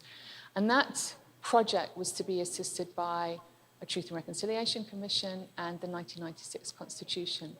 So we've already discussed a lot of the background, so I won't belabor it, but just to sort of outline the fact that we're talking about, as I mentioned in terms of the lack of reach of electricity, we've got centuries of racial segregation. We've got a nation that was predicated on division. We've got 1913 Land Act restricted to, meant 93% of the land was for the white minority. Fast forward to now, that figure is still at, I think, 69%. So from 1994, the reality of apartheid meant that it wasn't possible to talk about a South African nation. One of my colleagues, Seppo Matlingozi, always said something very interesting, which is that think about the fact that South Africa, it's a geographical location. It's not a name of a country. And that's intentional. So to bring the country together was an enormous project that had to be endeavored on in the post-1990 period. So I won't go over that because that was discussed, but what's been outlined is this issue of racial violence and the periods of racial violence that needed to be addressed, but also the whole basis of colonialism and apartheid is about structural violence. It's about denial of rights, of socio-economic rights, as well as political and civil rights. And these became the two issues which should have been dealt with in the post-apartheid period. As part of this nation building, both Mandela and Tutu spoke about the rainbow people. So Desmond Tutu said, "We are the rainbow people of God. We are marching to freedom, black and white together." And Nelson Mandela, as we've seen in the presentations, he's a global icon, but he was also a consummate political actor. He consciously prioritized an inclusive nation building over all other political objectives. His national reconciliation was not a mystical absolutionism so much as a political strategy. So improvising the nation, while the Rainbow Nation was a fragile, short-lived prospect, at a crucial time, it created a political and emotional space that made reconciliation imaginable, creating an unprecedented habitus of hopefulness that spanned the old chasm of race. Back to that issue of hope that was spoken to early. So the importance of this Rainbow Nation is also the discourse around human rights. Okay, so the apartheid system bred intolerance, a culture of violence, and a lack of respect for life. And after the fall of apartheid, there was a need to help create and foster a human rights culture and to demonstrate the value of and the need for human rights. So journey to negotiations, which we can't really see, sorry, the lighting is bad on that. But I think what's important to remember is that the conflict hadn't ended in 1990, okay? Neither side had won, which meant that there needed to be compromises. And part of those compromises was actually ensuring that some discussions be had over what type of justice South Africa needed. So at CODESA during the negotiations, there were 3 types of justice that were kind of the principal ones that were engaged with. The first one was around criminal justice. Do we do a Nuremberg? You know, who should be held accountable? Who should be criminally accountable? The second was about political justice in a society where political rights had been denied to the majority of the population. And then thirdly was the issue of social justice. Okay? How do you deal with the massive inequality and poverty within the country? So what we actually saw during those negotiations was that there was a shift from a focus on the criminal justice to one with discussions about political justice. And as a result, we see decriminalizing and legitimizing the liberation movement on the one hand, but we also legitimize the apartheid regime on the other to come together in the government of national unity. So we see the former enemies become political adversaries. And Mandela said at the time, concessions are inherent in negotiations. So it was very clear in terms of how the negotiations went, that these deals would have to be made in order to move forward. So the transition in South Africa, and I don't think I'm the first to say, it changes a lot of understanding around the pursuit of justice, or a lot of global understanding in the pursuit of justice, because we start seeing a shift from democracy, which is the driving force in the 1980s in Latin America, to reconciliation being the animating force. Okay? So it revolutionizes the concept and practices of a truth commission, which had all been quite behind private doors, or behind doors in South America, and in Argentina and Chile. Now it was no longer just about limiting lives. It was one that was said to achieve social transformation, or it had the ability to achieve social transformation. So the Truth Commission then becomes part of this project, something that Korea has also pursued. And it came out of this compromise where it was said we need to balance the interests of the victims with those of the perpetrators for the sake of a peaceful transition. So the new South African government argued that there would be no pursuit of victors' justice, there would be no Nuremberg, but there wouldn't be a blanket amnesty for perpetrators. Tutu, who was the chair of the commission, said only the truth, the acknowledgement of what happened, the anger and the hurt can bring forgiveness and healing. This theme of forgiveness was quite prevalent in the earlier panel. And he said, if you can find it in yourself to forgive, then you are no longer chained to the perpetrator. And for many people, it was seen that this was a necessary exercise. So if you don't deal with the past, it's going to come back to haunt you. That was the principle that underpinned it. I won't go into sort of what into detail about the Reconciliation Act that created it, but the important things that I wanted to pull out was the issue that there was a need to recognize victims, but also that it was a stated aim that reconciliation would be advanced, that reporting to the nation would be done, and that recommendations would be made with the intent to prevent the commission of gross human rights violations in the future. Okay. Again, I'm not going to sort of labor too much in terms of the process, but I think this is, for those of you who know the Catholicism and the principle of a confessional box, this is sort of one of the cartoons that was made around the Truth Commission, saying, with Desmond Tutu saying this is the property of the Catholic Church and it's on loan to South Africa, because the principle is if you tell the truth, if you go and you confess your sins, you will be absolved ultimately. And that was seen as sort of one of the principles. There are three parts to the commission, but I just want to focus just briefly on the Amnesty Commission. So the amnesty was only to be granted on the basis if people came forward and disclosed what happened. It was a basic pro quo, so amnesty for truth. And if you didn't tell the truth, then you should be prosecuted. And it applied to all perpetrators of political crimes, whatever their political allegiance.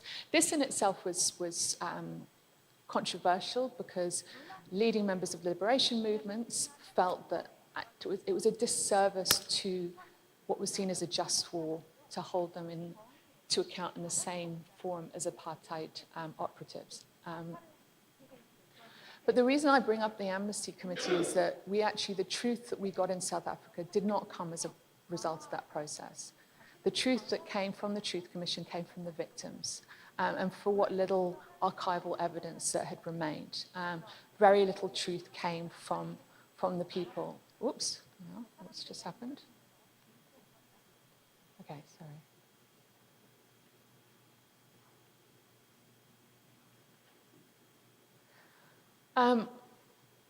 But as mentioned, it's worth just noting that the transition in South Africa externally had this role of consolidating transitional justice field. As I said, reconciliation becomes the animating force behind transitional justice.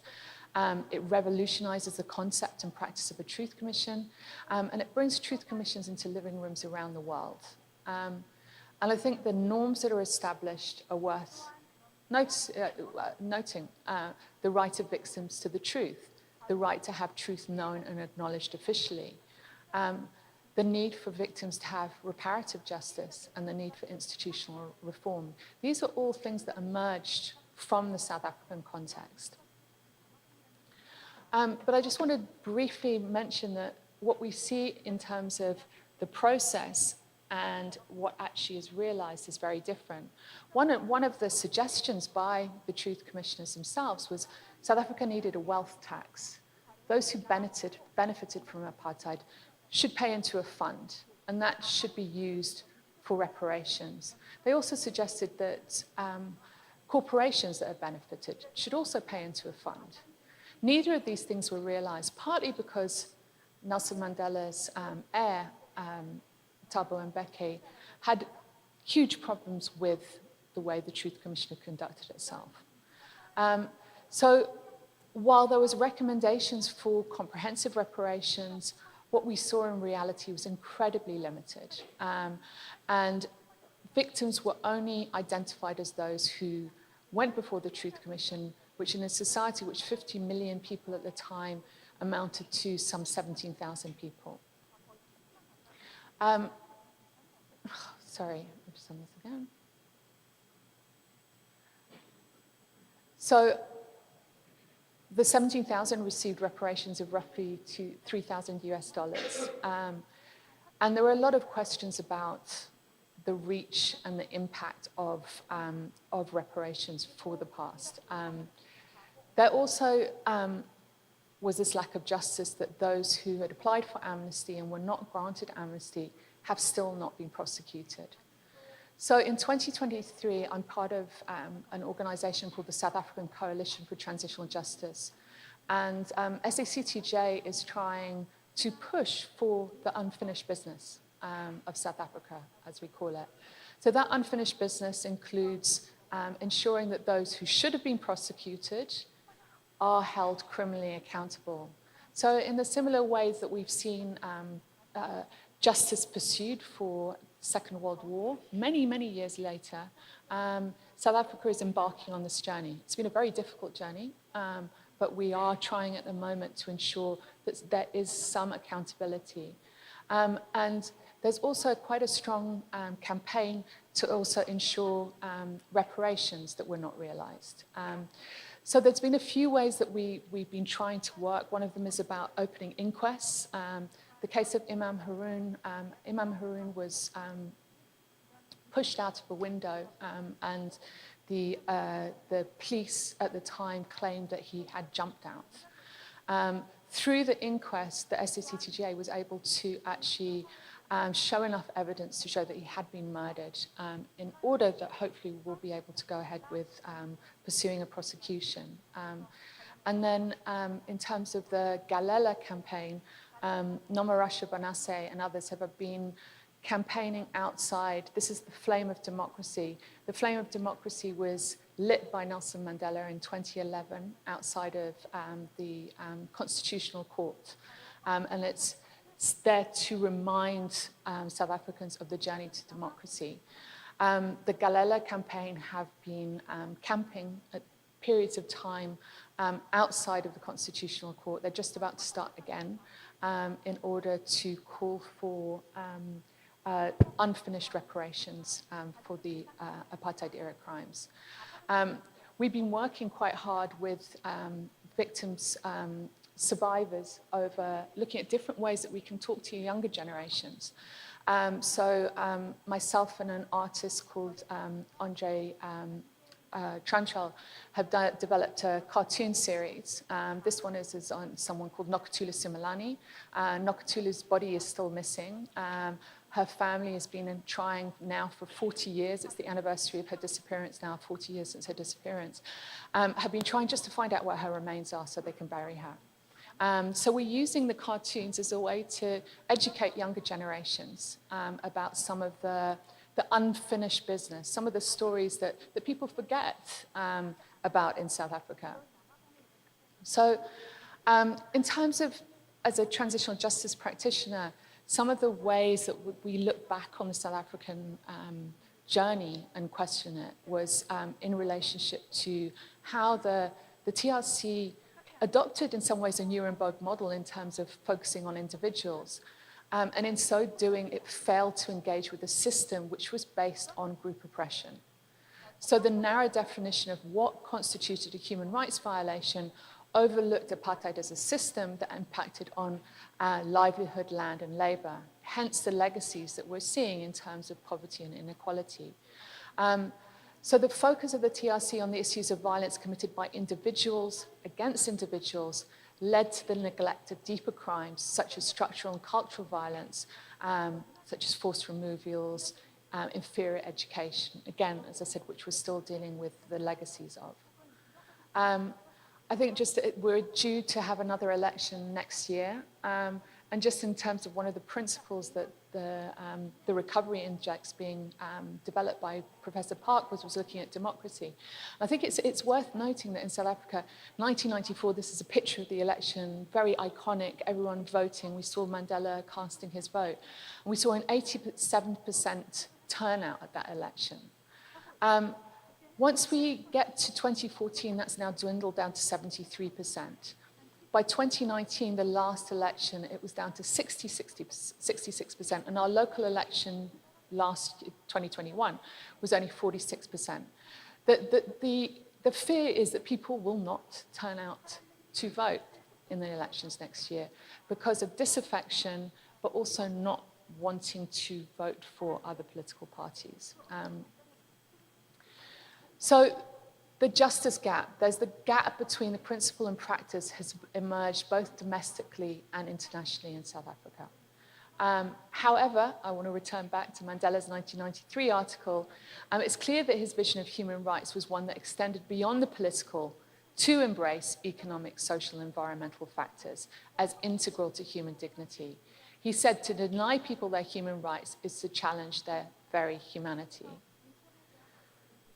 So a lot of revisionism has happened. I think Vern spoke a little bit about it, sort of, the stagnation in the academic sphere, but also the sort of this gap of knowledge that exists with the younger generation who are just outright rejecting his legacy. One of the principal opposition parties in South Africa, running at about 20% of the vote at the moment, is the Economic Freedom Front, which was an offshoot of the African National Congress. Julius Malema is the leader of the EFF, very, very critical of the ANC and their failure to pursue economic transformation. But he said that Nelson took things to an extent, and it's up to us to take it forward. Okay?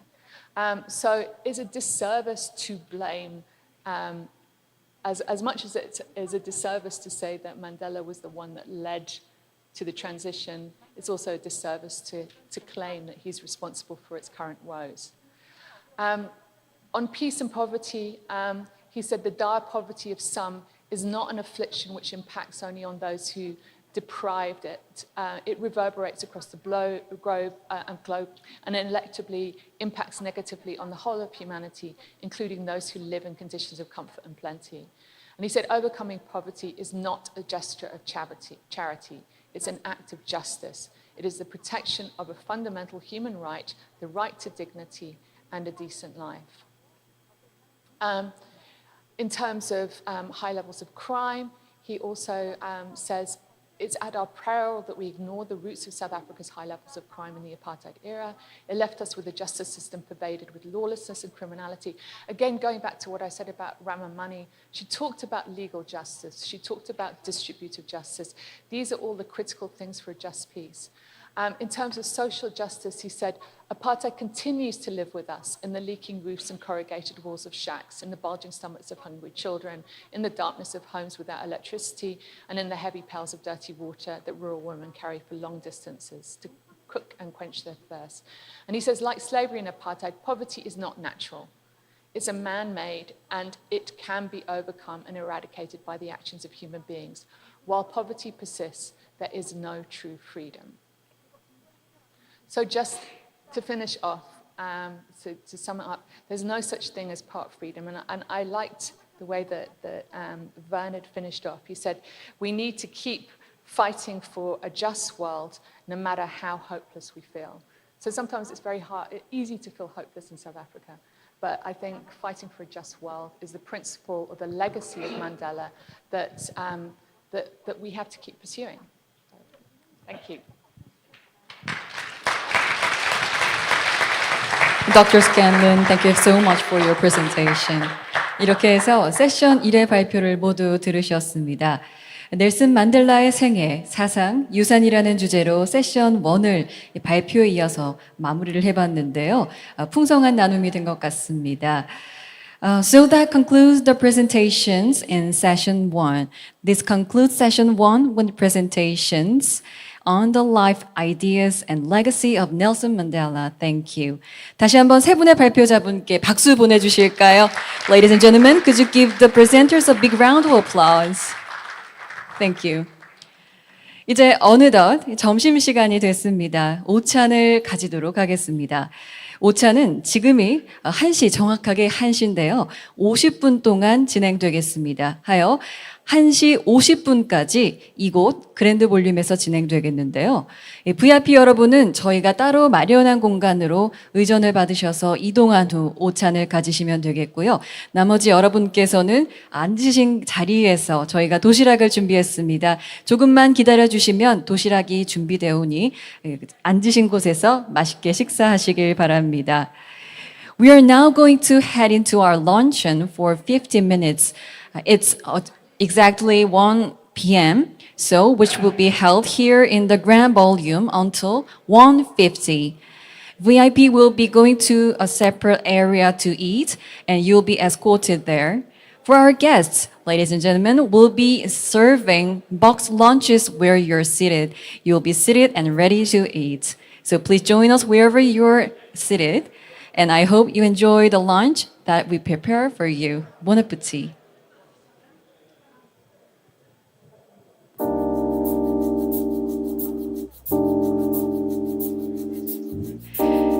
네, 다시 한번 또 안내 말씀드리겠습니다. 저희가 여러분께 제공하는 오찬 식사를 잠시 장례를 정리한 후에 한 5분여 후에 제공해 드릴 예정입니다. 그동안 소통하시면서 정돈해 주시면 감사하겠고요. 잠시 기다려 주시면 감사하겠습니다. 고맙습니다.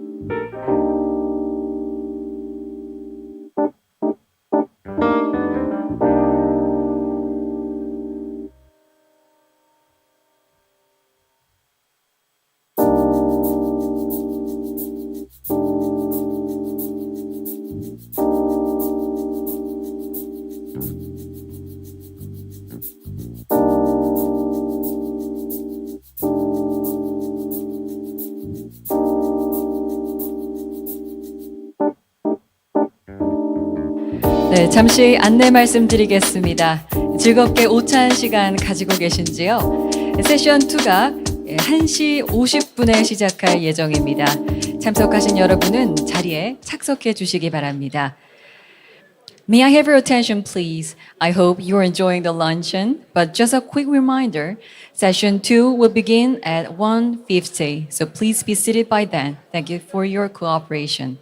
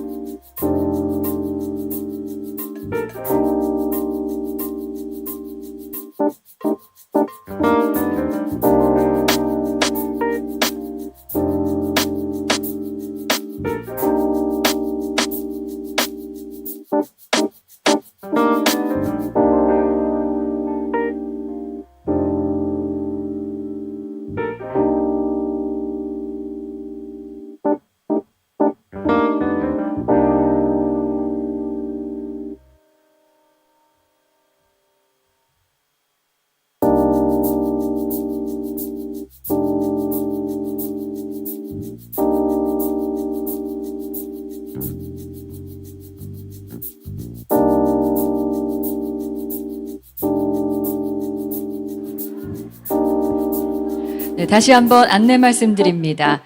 저희가 준비한 세션 2가 1시 50분에 시작할 예정이었으나 VIP 여러분의 다소 늦은 입장으로 인하여 늦게 시작할 예정입니다. 10분 더 걸릴 예정입니다. 여러분께 혼란을 드려 송구합니다. 다시 한번 안내 말씀드리겠습니다. 세션 2가 다소 늦은 2시 5분에 시작할 예정입니다. 저희가 시작 전에 다시 안내 말씀드리겠사오니 밖에 로비에 있는 다과 등 잠시 휴식 가지시길 바랍니다. 고맙습니다.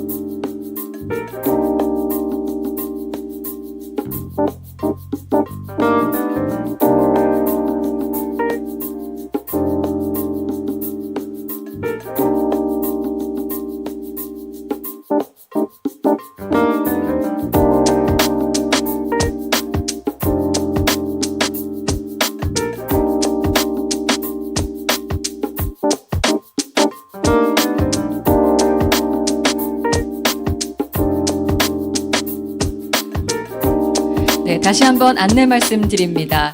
1시 50분에 시작되기로 예정됐던 세션 2가 다소 지연되어서 2시 5분으로 안내드렸는데요. 보다 지연되는 감이 있습니다. 저희가 더 완벽한 구성을 위해서 시간을 앞당겨 더 준비하겠습니다. 안내해드린 것보다 지연되어서 대단히 송구합니다. 세션 2가 시작될 무렵 다시 한번 안내 말씀드리겠사오니 여러분께서는 또 바깥에 있는 다과도 즐기시고 잠시 쉬어가는 시간 보내시길 바랍니다. 또 시간 원활한 진행을 위하여 이후 세션 2부터는 본래는 한국어 영어 진행으로 예정되었으나 한국어로 진행되겠습니다. 네, 이 점 참고해 주시기 바랍니다. 다시 한번 이따 안내 말씀드리겠습니다. 고맙습니다.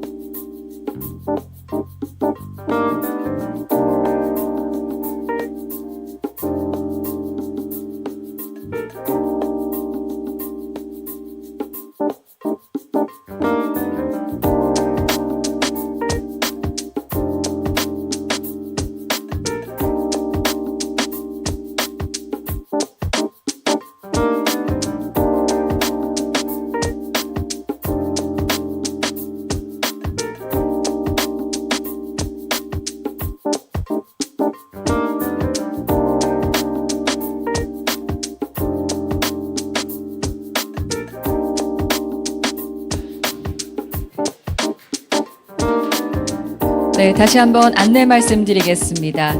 오찬 시간은 May I have your attention, please? Ladies and gentlemen, session 2 will commence shortly. I'd like to ask our participants to take their seat. In addition, to proceed with the conference today, please put your mobile phones into silence mode or turn it off. May I have your attention, please? I hope you enjoy the luncheon. But just a quick reminder, session 2 will begin soon. So please be seated by then, and please turn off or change your cell phones into silence mode during the conference. Thank you for your cooperation.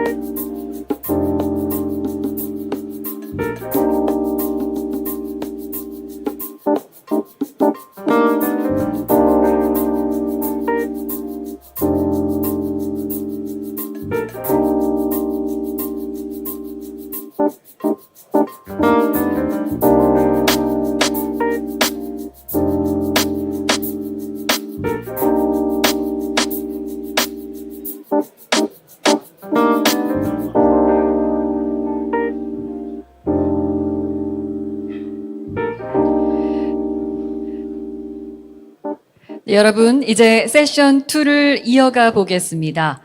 Let us begin session 2. As I mentioned before, I would be speaking in Korean only to expedite the overall proceedings. So we will be commencing the second session, but before we begin, we would like to watch a short video. Now let me switch to English. To make things smoother from now on, we'll be speaking only in Korean until the end of today's conference, instead of both Korean and English. Simultaneous interpretation services are provided, so if you need an interpreter, please use the interpreters at your table. We are now going to continue with session 2. So we are going to hear about the life ideas and legacy of Willy Brandt. Before we hear from the presenters, we are going to watch a video about Willy Brandt. So please turn your attention to the screen. 영상 보시겠습니다.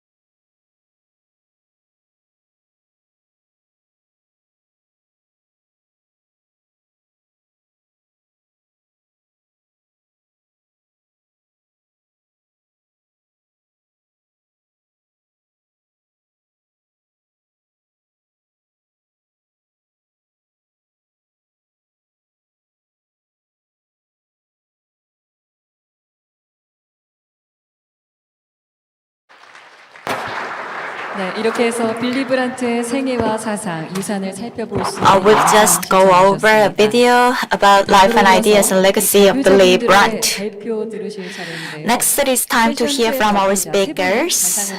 I would like to invite our three speakers to the stage. The first speaker is Dr. Bernard Penihi, and the second speaker is Oprah Hoppenstadt, and the third speaker is Dr. Wolfgang Hoyer.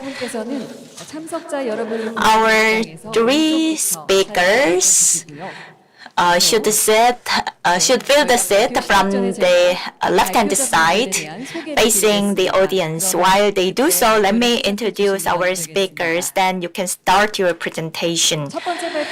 The first speaker is Dr. Bernard Penihi, academic counselor at Free University of Berlin. Dr. Penihi is a leading scholar on Korean Peninsula peace and Willy Brandt research, who seeks to establish universal peace around the world. He is a leading scholar based on the Korean Peninsula. His presentation is titled Kim Dae-jung, Willy Brandt, Nelson Mandela, and the World of 2023, Some Cautious Speculations. 네, 나오실 때 여러분 큰 박수로 시작해 Ladies and 볼까요? gentlemen, 주시기 please 바랍니다. welcome him with a big round of applause.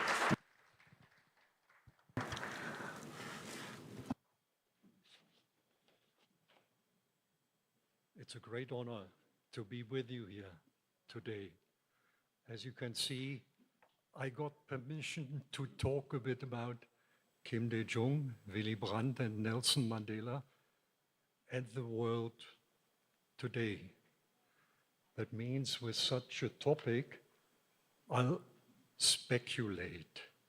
Maybe a better word is educated guesses.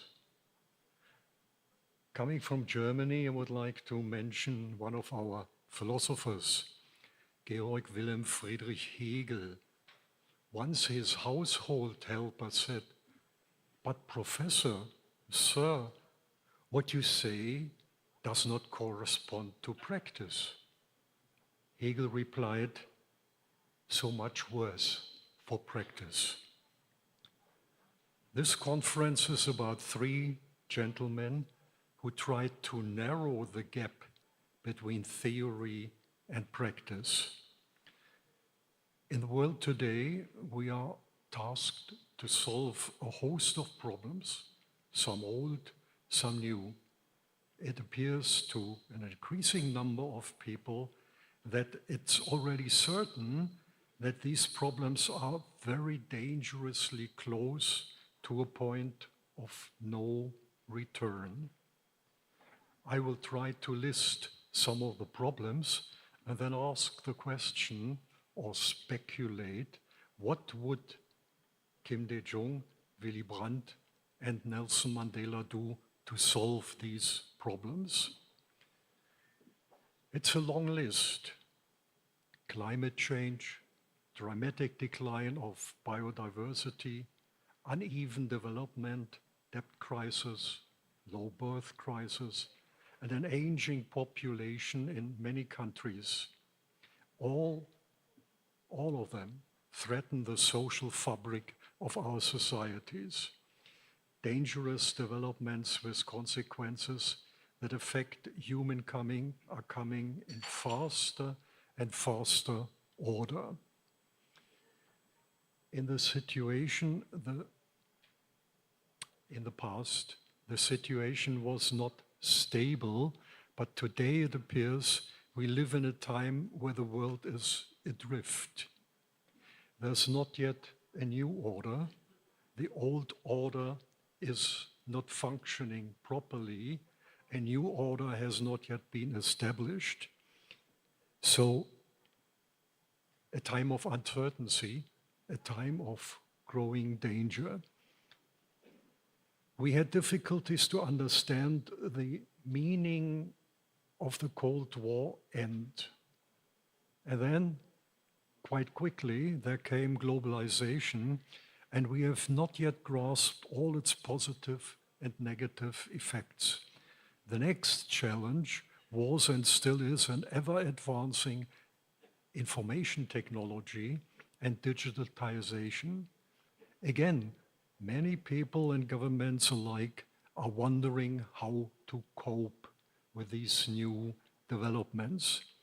And while there is no end in sight to these debates, there are already worried and euphoric discussions about the possible blessings and curses of artificial intelligence. While artificial intelligence seems to have impressive potential, it blurs the vision between truth, alternative facts, and fiction. Again, advantages and dangers are not clearly understood. Many politicians and state react instead of setting clear rules and doing so in international cooperation.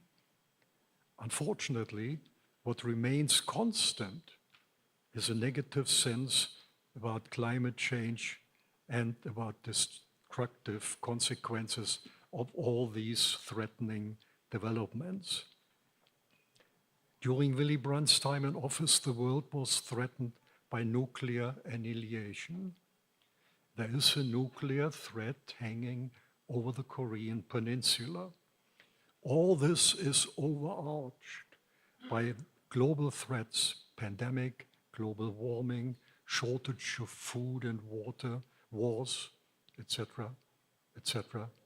A very long list. We live in a global state of emergency which almost constantly demands the setting of new priorities. Willy Brandt and Kim Dae-jung, they changed priorities, but presently we are confronted with a new quality of danger.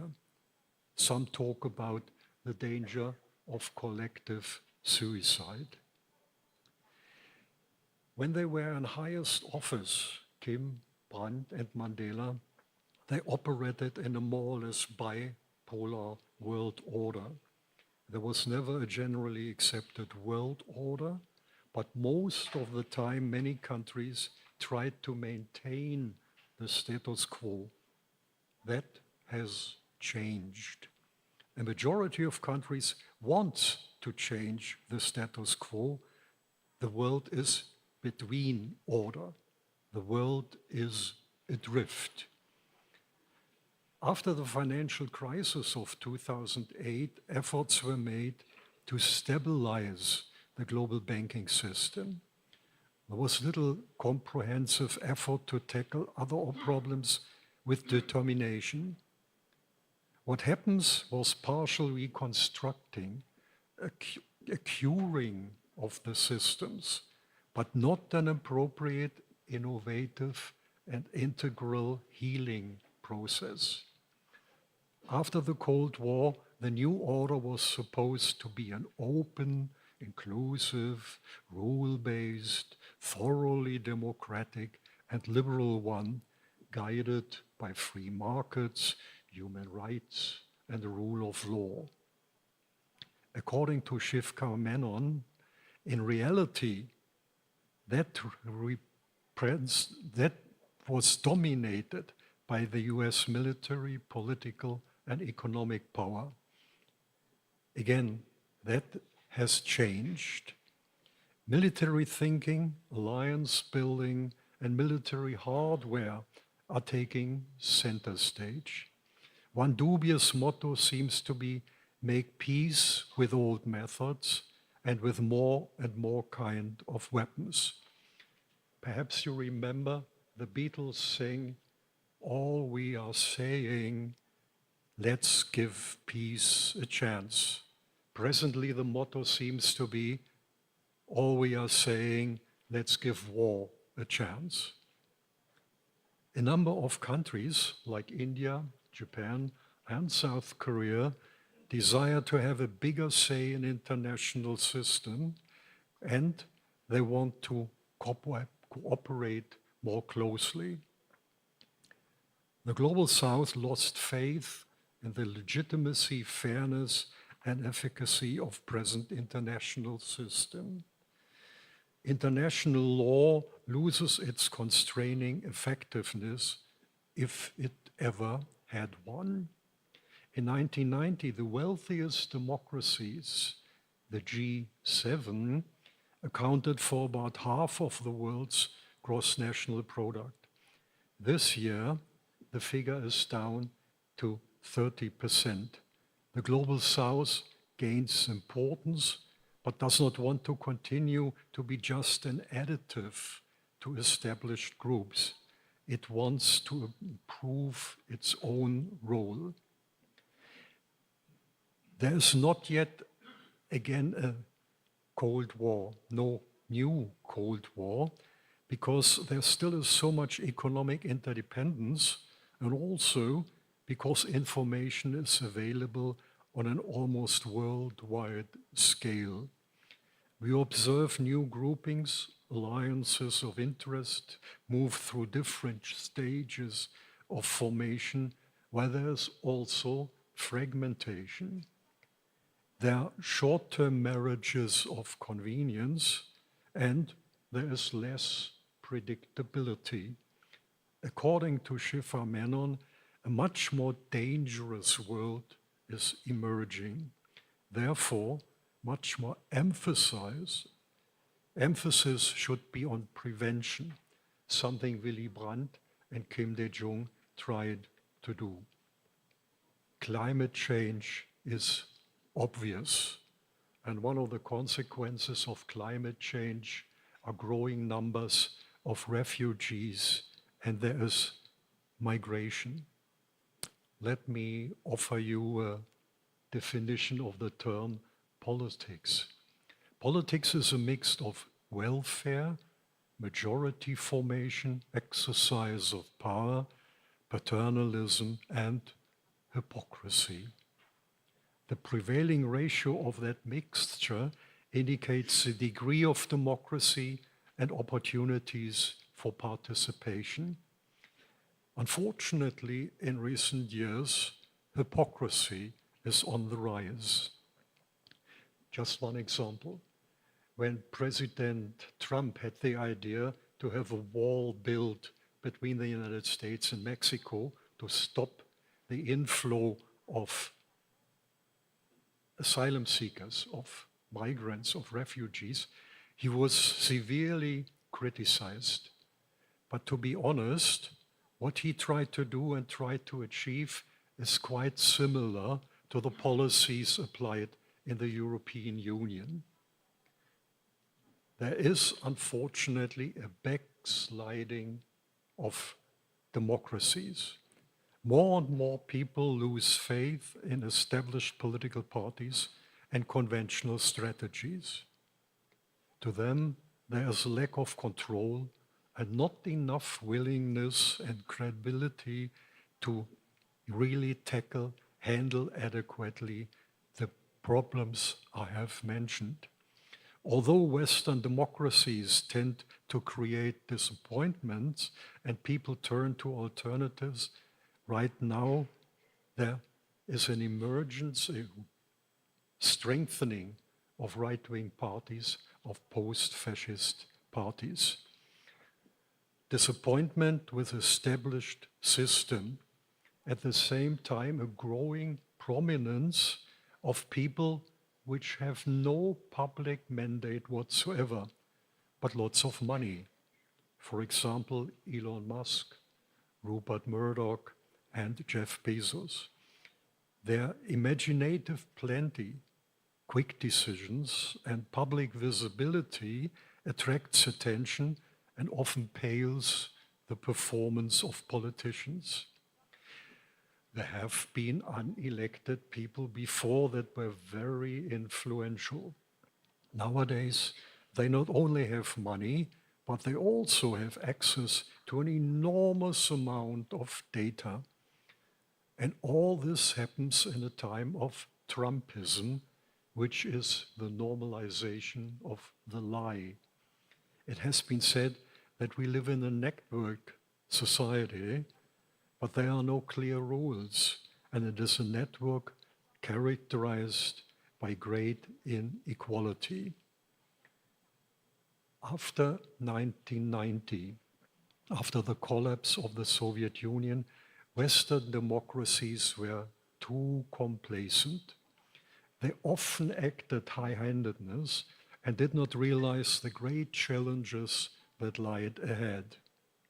Liberal democracies and their advisors in Eastern Europe quickly and quite often lacked sensitivity and threatened society like children who lack proper knowledge. Kim Dae-jung, Willy Brandt, and Nelson Mandela certainly did not suffer from self-satisfaction. Obviously, neoliberal finance capitalism is not compatible with fundamental principles of participatory democracy. We have seen in the film, Willy Brandt said, "I will dare to have more democracy." And Kim Dae-jung tried to establish a participatory government. Willy Brandt's way of political proceedings has been described as follows, and I quote, "He picked up starting points that arose, took the other side by their word, sounded out the terrain and developed initiatives from it. The common perspective was a lasting European-based order on a common, different and conflicting interests, different sets of interest. In principle, he was concerned with moving from opposition to coexistence to partial cooperation and finally constructive cooperation between East and West. What we experience is that the gap between rich and poor widens. Kim Dae-jung and Willy Brandt did not foresee these trends in their present dimension, but they certainly knew about basic problems and tried to implement programs to bring about more social equality without stifling technological progress and innovative social concepts. Here one might mention a closer cooperation they tried to achieve with trade unions and their initiative for state supporting savings schemes for low and middle income families. Kim Dae-jung had a great interest in the social welfare system of Scandinavian countries. And these systems were known to Willy Brandt because he stayed in these countries where these systems were practiced. Willy Brandt and Kim Dae-jung had political farsightedness. In certain aspects, they were ahead of their time. Both had only limited time in office to implement their strategies. However, here Willy Brandt was more successful because his strategy of disengagement, of cooperation, his strategy of Ostpolitik was continued by his successors. To me, one of the great problems we are faced today is nationalism. Kim Dae-jung, Willy Brandt, and Nelson Mandela, they were well aware of the differences between patriotism and chauvinistic nationalism. Among other developments, the last century was a century of imperial retreat. The British, the French, and other colonial empires came to an end, and in 1991, the Soviet Union was finished. For a while, the United States thought they would be the dominating power. 80 years ago, and his book, After the Victory, published in 1944, was mentioned in the film. 80 years ago, Willy Brandt wrote about the rise of strong American nationalism with imperialistic characteristics. Now, some fear a reemergence of a Chinese empire. While Brandt recognized that nationalism was a very important and positive element in the fight against National Socialism, he foresaw that it could turn into a very negative factor during European recovery. And this is one of the problems we have to deal with in the European Union right now. Brandt was convinced that after the Second World War, there would be a certain modification of sovereignty right of states, a transfer of parts of national sovereignty and their pooling on a supranational level. He wrote in 1944, "No nation can withdraw from the world. The time of isolation is over. All depend on each other. Everyone faces the task of working together to secure peace and prosperity for all people all over the world." There are a number of different nationalities and kinds of nationalism. Let me mention just a few of them. There's arrogant nationalism, powered in part by a sense of a global mission. China, for example. Nostalgic nationalism, which is fed by the glorification of past and lost greatness. In Europe, one could mention Serbia and Poland. And there's populist nationalism of the United States. This movement nourishes from the ideology of manifest destiny. We are God's own country. In its modernized form, it's vulgarized by Trumpism, to borrow a term from an ancient Greek philosopher, Aristotle. It is a foolish, proud movement. And there's feisty, defiant nationalism, which in some cases is inspired by religion and based on the conviction that past sufferings need to be corrected. One might cite as an example Israel and Poland. There's a growing assertiveness of what is called the global South. In all countries, different income, different wealth are to be seen. In democracies, the rift between rich and poor widens, where interestingly, in authoritarian countries, like the People's Republic of China, there is a narrowing noticeable. I mentioned global South. If you remember, Willy Brandt headed a commission in the 1970s. There was the discussion of dependency. Dependencia was discussed in Latin America and elsewhere. It was the time of great stock taking and the time of very important reports. Limits of growth by the Club of Rome in 1972, the Rio report of 1976, which emphasized we have only one future, and Brandt reports. Willy Brandt included countries of the South, at that time mostly called generously Third World. And all this was very prominent in his thinking. In 1972, he founded the North-South Commission, which issued a report to secure survival.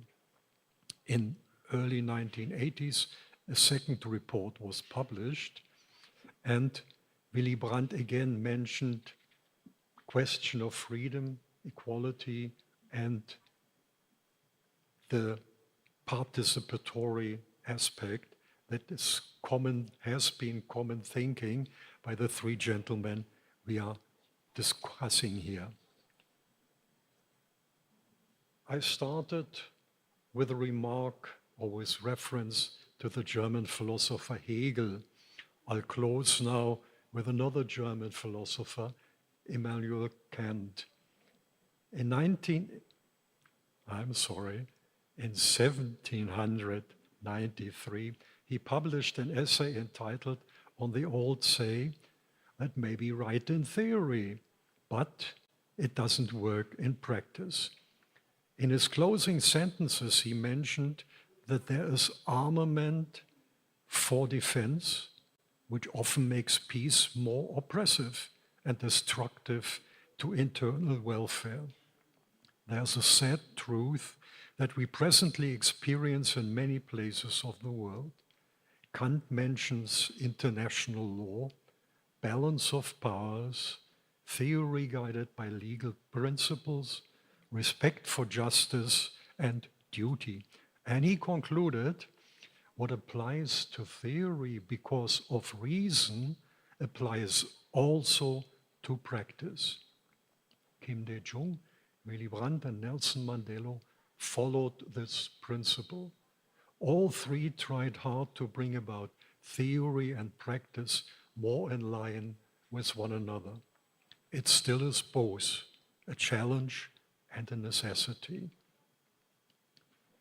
To these three, we can say they never gave up. They really never gave up.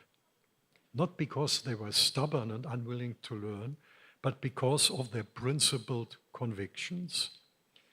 As for all three of them, there is no need to glorify them. It would be utterly wrong to do so. Their ideas, their principles and achievements, they speak for themselves. They had farsightedness, nourishing from a profound understanding of history. The times have changed. The urgency of problem solving has increased. The time for implementing solutions is getting shorter. Thinking of Kim Dae-jung, Willy Brandt, and Nelson Mandela nowadays, perhaps we sadly conclude that no such persons do exist anymore, or at least are very rare. Yet remembering them generates hope, provides motivation and orientation. They are no longer with us. There's nothing we can change about that. But what we can do is to continue to study their approaches, their efforts to solve problems, how they tried to achieve reconciliation, and how they worked out compromises. Thank you very much.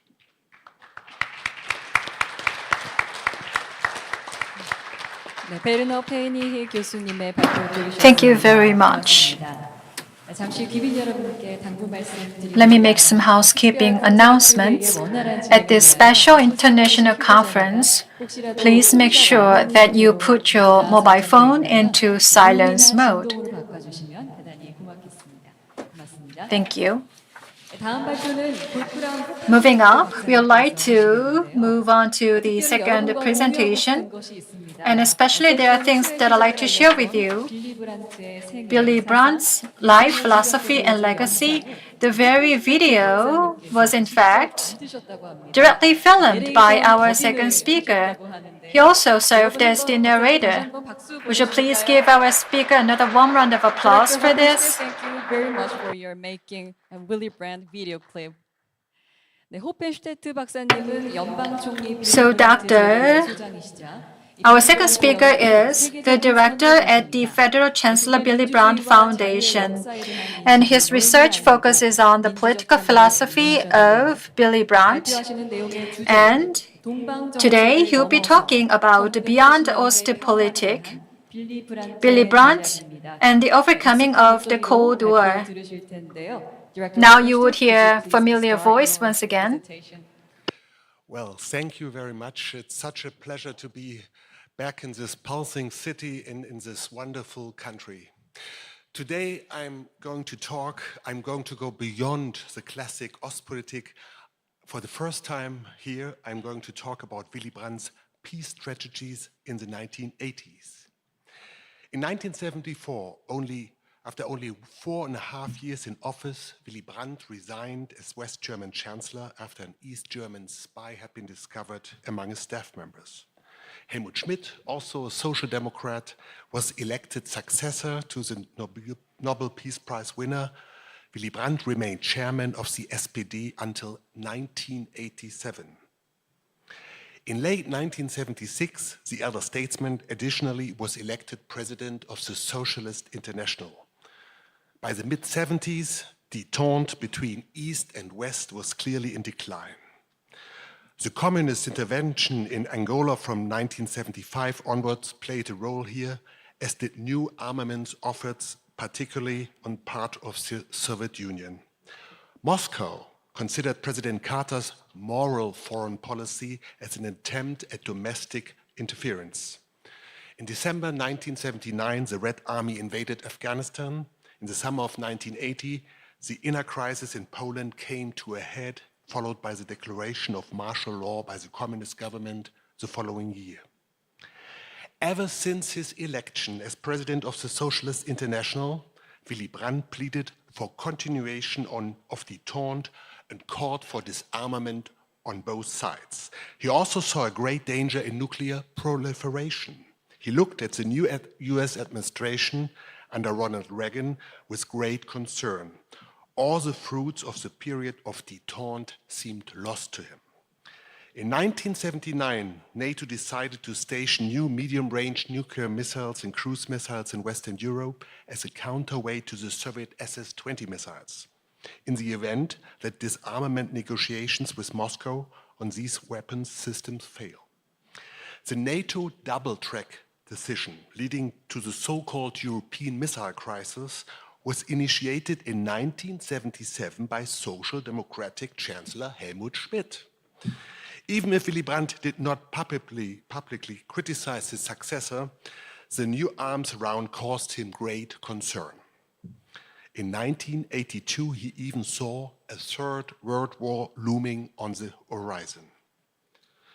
When Willy Brandt spoke of overcoming the Cold War in the 1980s, he did not mean, probably like most people, the end of communist rule in Eastern Europe.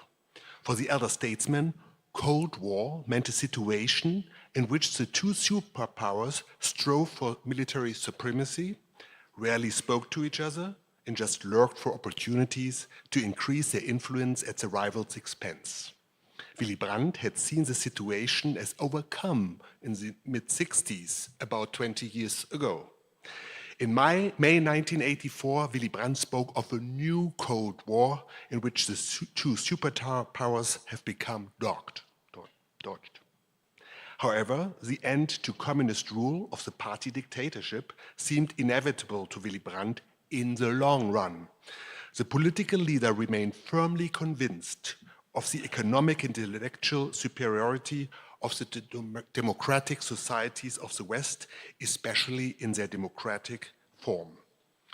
From his point of view, any form of communication between the two blocs worked for freedom and against oppression. And now take a look at these pictures of this flight.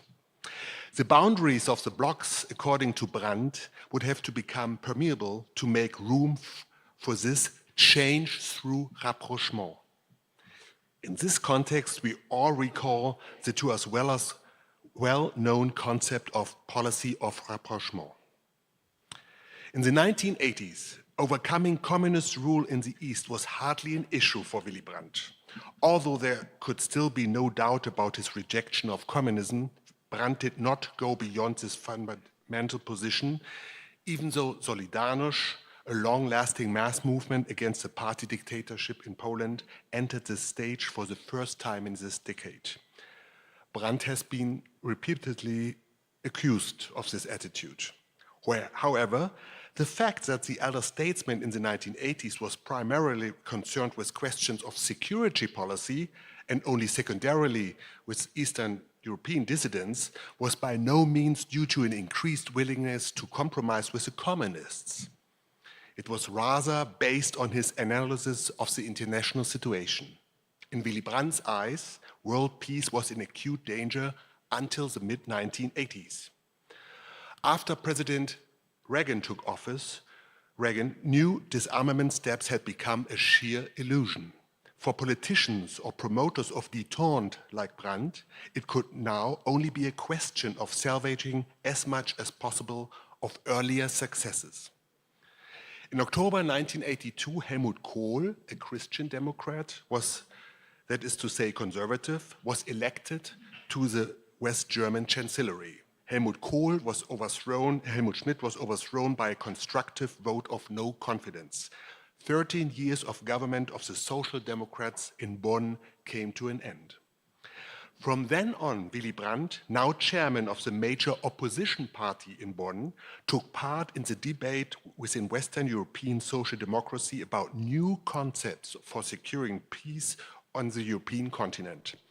These concepts were later to become known under the title Common Security, or alternatively, Security Partnership.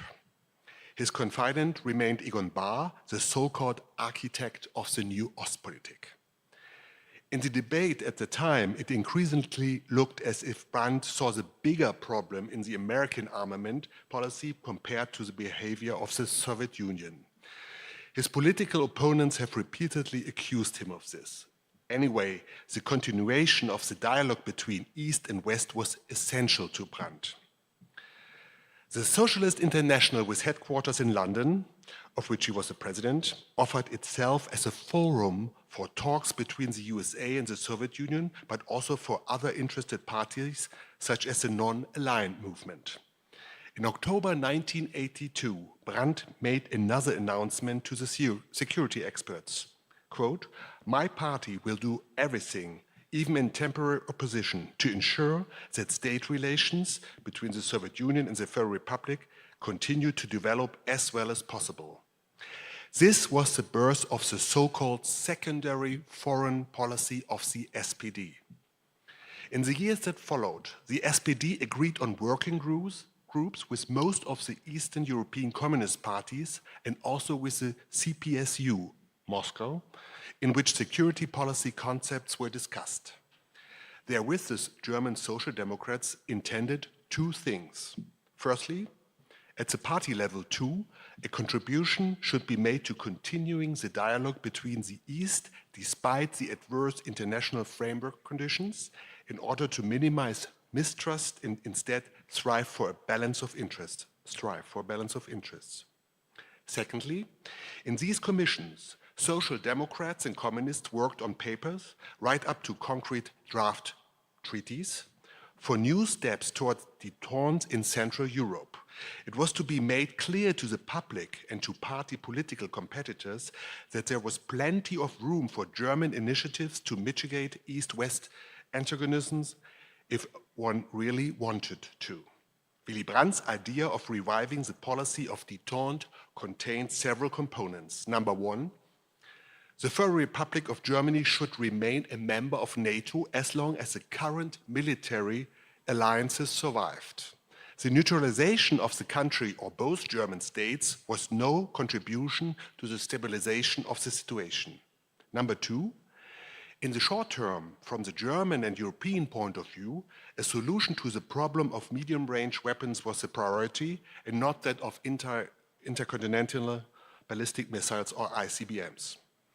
Both superpowers should agree on an approximate balance at the lowest possible level instead of continuing to arm themselves and insisting on an exact parity of arms. Number three, East and West must develop a security partnership medium term. Peace can only be secured through joint efforts. Zones of depleted arms concentrations along the bloc boundaries in Europe, for example, nuclear-free, weapon-free zones, could be an important step in this direction. Number four, in the long term, a European peace order should be striven for, which should take the place of the competing alliances, NATO and the Warsaw Pact. This would demilitarize the ideological East-West conflict. The future European peace order should be part of an international peace order to be created by the United Nations. The UN must be significantly strengthened in this process and put in a position to secure the peace. Number 8, whether this whole process will lead to German unity or whether two German states will continue to exist is not foreseeable. The decision must be left to future generations. In summary, Brandt's approach was also a long-term strategy of gradual and mutually agreed demilitarization of the East-West conflict. How were these elements implemented in practice? As late as of October 1982, after the Social Democrats had lost the chancellery, SPD chairman Willy Brandt took the initiative with the SED, the Communist Party in GDR, and suggested a dialogue between the two parties. At this point, it was still uncertain, and this was a great concern for Willy Brandt, whether the new federal government under Helmut Kohl would continue the social liberal Ostpolitik.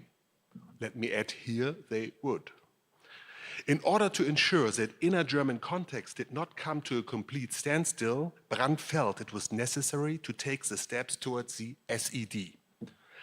After all, it was already foreseeable that Pershing II and cruise missiles would be stationed starting in the fall of 1983 in West Germany and other European NATO countries.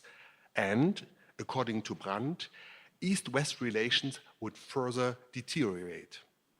Discussions were to be held with the SED on how inner German relations could be improved. Willy Brandt did not personally take part in those meetings. It was enough for him to have given the go-ahead and to follow the progress as party chairman. In addition, his closest confidant, Egon Bahr, played a leading role in these talks.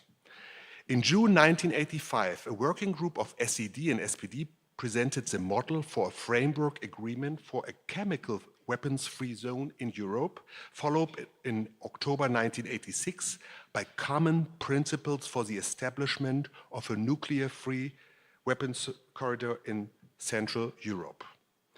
In 1987, talks on conventional stability in Europe were started, the results which were available in July 1988. Contacts of the Social Democrats with the GDR were soon followed by those with the USSR, Poland, Hungary, and the GSSR. From June 84 to October 87, the SPD spoke with the CPSU about reduced armaments spending in order to strengthen development aid, a key concern of Willy Brandt as president or former president of the North-South Commission. From 1984 to 89, intensive talks were held with the Polish Workers' Party, initially about confidence-building measures and later also about arms limitations in the Baltic Sea region, and with the Hungarian communists about economic cooperation between East and West. Talks with the Czechoslovak communists, on the other hand, focused on environmental issues.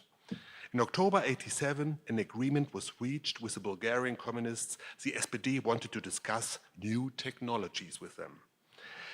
At the height of fear of a new war, Willy Brandt supplemented the context of party delegations with a personal diplomatic offensive. In 1984-85, he visited all party and government leaders in the Eastern Bloc, with the exception of Romania.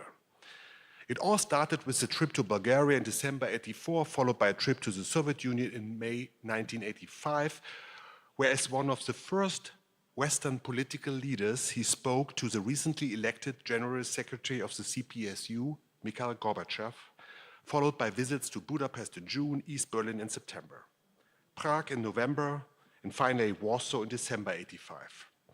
Since all efforts to bring about peace were, of course, all about the politics of the United States, the Federal Republic's primary ally, Brandt did not want to leave any doubt about the West German ties. So he also flew to Washington in November 1985, where he spoke to Vice President Bush. Well, President Reagan did not welcome him.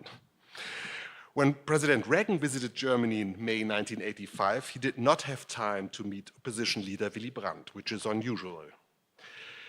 The most significant security policy activity of the Socialist International was the Disarmament Conference in Vienna in October 1985, which was attended by official representatives of the United States, the Soviet Union, China, India, which at the time stood at the forefront of the non-aligned movement, and the United Nations. Finally, Willy Brandt's commitment to the West German peace movement must be mentioned. I did it in the film already. Unforgotten remains his speech before the large rally with hundreds of thousands of people in West Germany's capital Bonn in October 1983. Brandt was certainly not one of the initiators of the peace movement, but he could not and did not want to ignore the strong participation of his own party base in it. And as grassroots mobilization in favor of disarmament helped him promote his own ideas of ideas about peacekeeping to governments, this was the other reason. Domestic political considerations, not to lose context with the new protest movement and to build bridges to the newly emerging Green Party, were added. Now, what were the results of these meetings and consultations with the communist parties? From a security perspective, they had a significant reach. All signatories from the Eastern European side, as well as the representatives of the CPSU, regularly committed themselves to the principle of common security. In concrete terms, this meant agreeing on zones of reduced concentration of weapons and troops on the border between the two blocs in Central Europe. Wants to say zones free of chemical and free of nuclear weapons. On reducing weapons that can be primarily used for attacks in this area, on the announcement of larger troop movements, on the principle of mutual inspections, and an effort to advance disarmament to lower and lower levels on a symmetrical basis with no benefit to either side. Compared to the results of the new Ostpolitik, these were groundbreaking achievements. It was soon evident that in East Germany in particular, there was an independent interest in reducing the risk of war in Central Europe that did not stem from Moscow's instructions. The Gorbachev-Reagan summit in Geneva in November '85 gave further impetus to the SPD's talks with the communist state parties. The negotiations at the Stockholm Conference on confidence-building measures in Europe from January '84 to September '86 also provided some positive effects. A very special agreement was a joint declaration of the SPD Basic Values Commission and the Academy for Social Sciences at the East Berlin Central Committee of the SED in August 1987. Its title was The Conflict of Ideologies and Common Security, or shorter, the writing became known as the SED-SPD paper. In this document, the East German communists move away from claiming the fundamental superiority of their ideology and their social order and declared themselves, at least on paper, ready for equal competition between ideologies and systems. For communists, this was a fundamental step.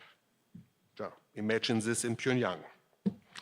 The price that the social democratic side had to pay was no longer devaluing the other side as illegitimate and undemocratic from the outset, but however recognized their honest side efforts to concede peace, freedom, and justice, even if the criticism of the communist understanding of these terms and the realization of these goals in the Eastern Bloc persisted. From the beginning of the 1980s, starting with the GER, a gradual slight emancipation of the Central European Communist Party leadership from the headquarters in Moscow could be observed in questions of détente policy, which should not be confused with ideological softening. Nevertheless, all these contracts and papers raised another question that goes to the core of Brandt's strategy and its implementation by the SPD and SI. Where are the Eastern European civil rights movements in this concept? Fact is, peacekeeping was paramount. The civil rights movement in Eastern Europe were basically ignored. On the other hand, after General Secretary Erich Honecker's reception with the red carpet in Bonn in '87, many more West German politicians of all color lost their last reluctance to seek personal contacts with the SED in East Berlin. At best, a Gorbachev-style reform communism seemed possible in 1987, but not the end of communism altogether. That was also the view of the Christian Democrats under the leadership of Chancellor Helmut Kohl. Janusz Reiter, Polish ambassador in Bonn from 1990 to 95, wrote critically, "One could have said to Solidarność and the other civil rights movements in Eastern Europe, quote, there is not much we can do for you. There are limits to what is feasible. There are limits to Realpolitik, let's call it that. But we are on your side and there will be no doubt about that," end of quote. This is exactly what the SPD, Willy Brandt's party, and others did not do. So how important was Willy Brandt for international politics in the 1980s? Ronald Reagan and Margaret Thatcher would simply ignore the former German chancellor in their memoirs. President François Mitterrand, a socialist, met with Brandt on several occasions, but there was no substantive agreement on security policy issues.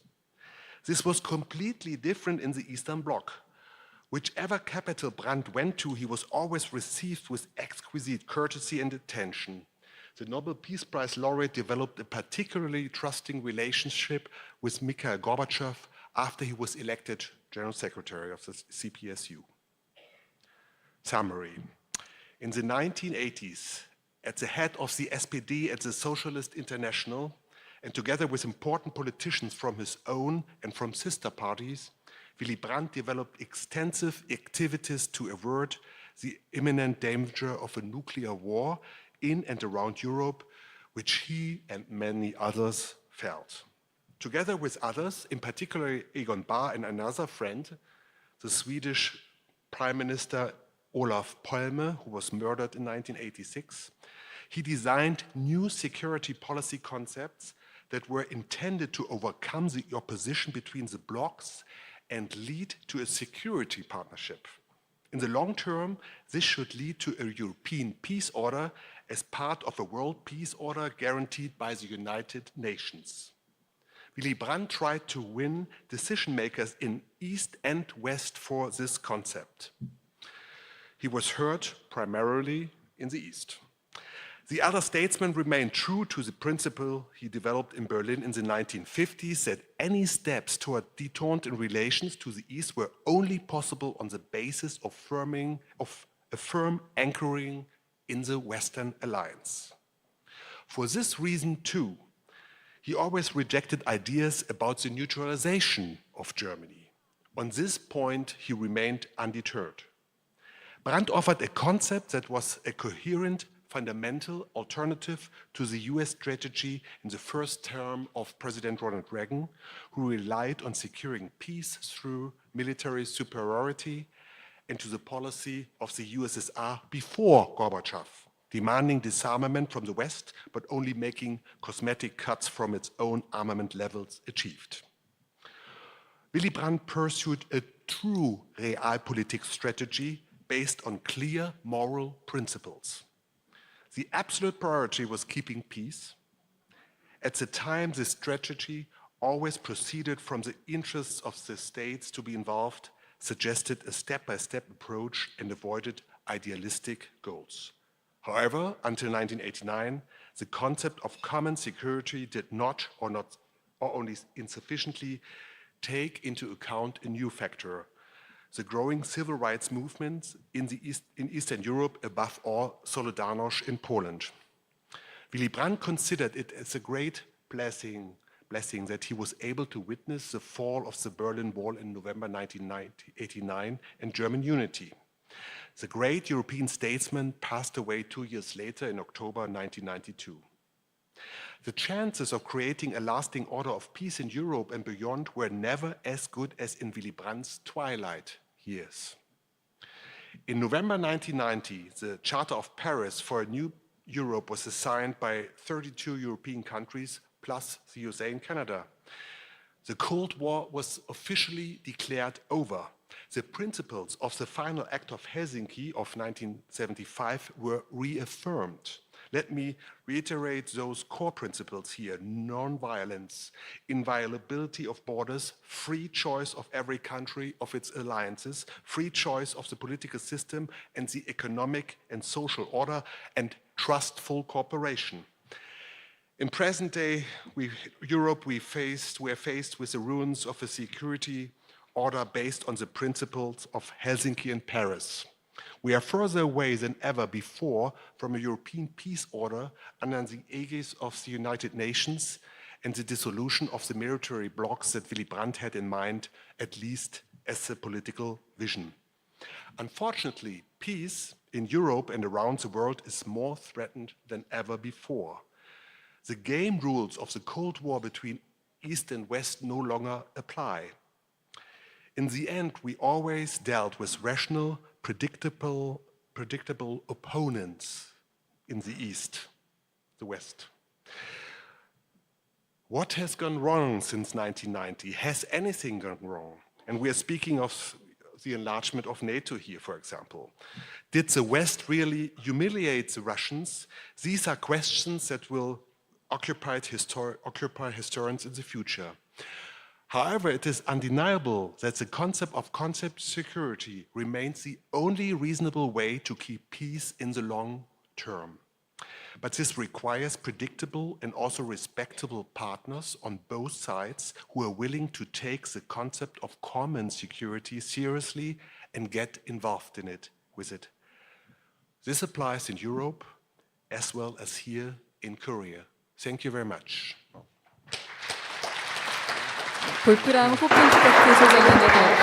Thank you for the presentation. Lastly, we have a presentation from Dr. Wolfgang Hoyer, professor at the Free University of Berlin. Professor Hoyer is an international authority on global politics and Hannah Arendt studies. His research focuses on political philosophy of Hannah Arendt and includes ethics of responsibility, federalist principle, community responsibility in the age of globalization. The title of the presentation is Virtue of the statesman Willy Brandt and Overcoming the Cold War. Ladies and gentlemen, please welcome him to the stage. So, good afternoon. I'm very pleased by the invitation by Dr. Park, and it's a pleasure to be here with this big audience of excellent persons. I would like to come back to the quality of the personality of Willy Brandt, asking what is good leadership. We need people, we heard already from Professor Pfennig, the change of politics with Trump and others trespassing the limits of moral, normal behavior and in politics. And I think we need more people of good personalities. Therefore, I ask, what are the elements of good leadership in Brandt? What distinguished Willy Brandt's policy was his great skill in peacefully changing the situation in Europe, as we already heard, which seemed to be unchangeable. He thus brought the Cold War to a relaxed end, which seemed like the impossible realization of a utopia. What enabled Brandt to do this? I would like to take a closer look at three aspects. First, his image of man in society. Second, his leadership qualities. And third, his peace policy. After that, I will briefly mention the question of transferability today. So first, Brandt's image of man in society. It is known that Willy Brandt, still under the birth name Herbert Frahm, as a young man at the end of the Weimar Republic, joined the small Socialist Workers' Party, a left-wing split from the Social Democratic and the Stalinist Communist Party. With the Nazi seizure of power in 1933, Brandt fled to Norway, worked for the Socialist Workers' Party there, lost his German citizenship, became a Norwegian citizen, traveled incognito to Berlin and Paris, and fled to Sweden after German troops invaded Norway. There he joined the Social Democratic Party at the end of the war, along with other resistors. When he regained German citizenship, he kept the name he had made for himself as a journalist and politician, until then, Willy Brandt. These years of political socialization, of socialist and illegal work, profoundly shaped Willy Brandt as an undogmatic leftist whose core values throughout his life were freedom, justice, and solidarity, and as a resistor who was still defamed as a traitor by the conservative majority in Germany in election campaigns 20 and 30 years after the end of the war. The fact that he was born out of wedlock and came from humble beginnings was also used against him. Brandt was thus an outsider in every respect, who not only turned his gaze as a critic and as a nonconformist to the German and European situation after the war, but at the same time felt committed to politics and took responsibility for the past and the future of his country and the situation in Europe. Much later, when Brandt received the Nobel Peace Prize in 1971, after the first resounding successes of his peace policy, he enumerated the values he represented and the legacy he had inherited, which are the ethical and social orientation of Christianity, humanism, and Kant's idea of international law, as well as socialism in the form of social justice, and a foreign policy with moral integrity. Finally, Brandt professed the values of personal responsibility of the German resistance, of which he himself was a member: decency, justice, and freedom. It was not until Brandt was awarded the Nobel Peace Prize that he felt secure and recognized in Germany. Brandt's libertarian socialism had no place for utopian models of society. For him, people were not homogeneous, but different. It was not them who had to be changed, but the circumstances in which they lived. The progress of mankind was conceivable only through democratic unfolding, not through coercion, but through participation of the masses. In this he agreed throughout his life with the Polish-German social democrat Rosa Luxemburg, also with her statement that freedom is always also the freedom of the dissenter. Brandt was already a resolute European in exile. A good German, he declared in his speech in Oslo, cannot be a nationalist, because measured by peace, the nation is no longer the highest of all goods. Brandt was therefore a federalist and also a cosmopolitan. For him, peace was therefore more than the absence of war, a lasting and just peace order as a prerequisite for equal development of opportunities for all peoples. For Brandt, democracy consisted not only in the formal regulation of politics of majorities, but in the enabling of social and cultural justice. Freedom, he said, is not realized in our society as long as hundreds of thousands of children in our large cities and metropolitan areas are not able to develop, but languish in urban canyons. And justice is not enforced as long as we practice a tax system that favors the strongest. And solidarity will easily become a farce unless we learn to apply it in European and where possible worldwide. In his first government declaration in 1969, he advocated daring more democracy. This was based on the recognition that, as he said, people somehow want to bear a piece of responsibility. That means having to say, not only in big stories, but also in humane working conditions in a company, not just becoming an appendage of the assembly line, but one who helps decide whether some things can't be organized in a more sensible, more dignified way. The great conversation of society is the essential of democracy, he said.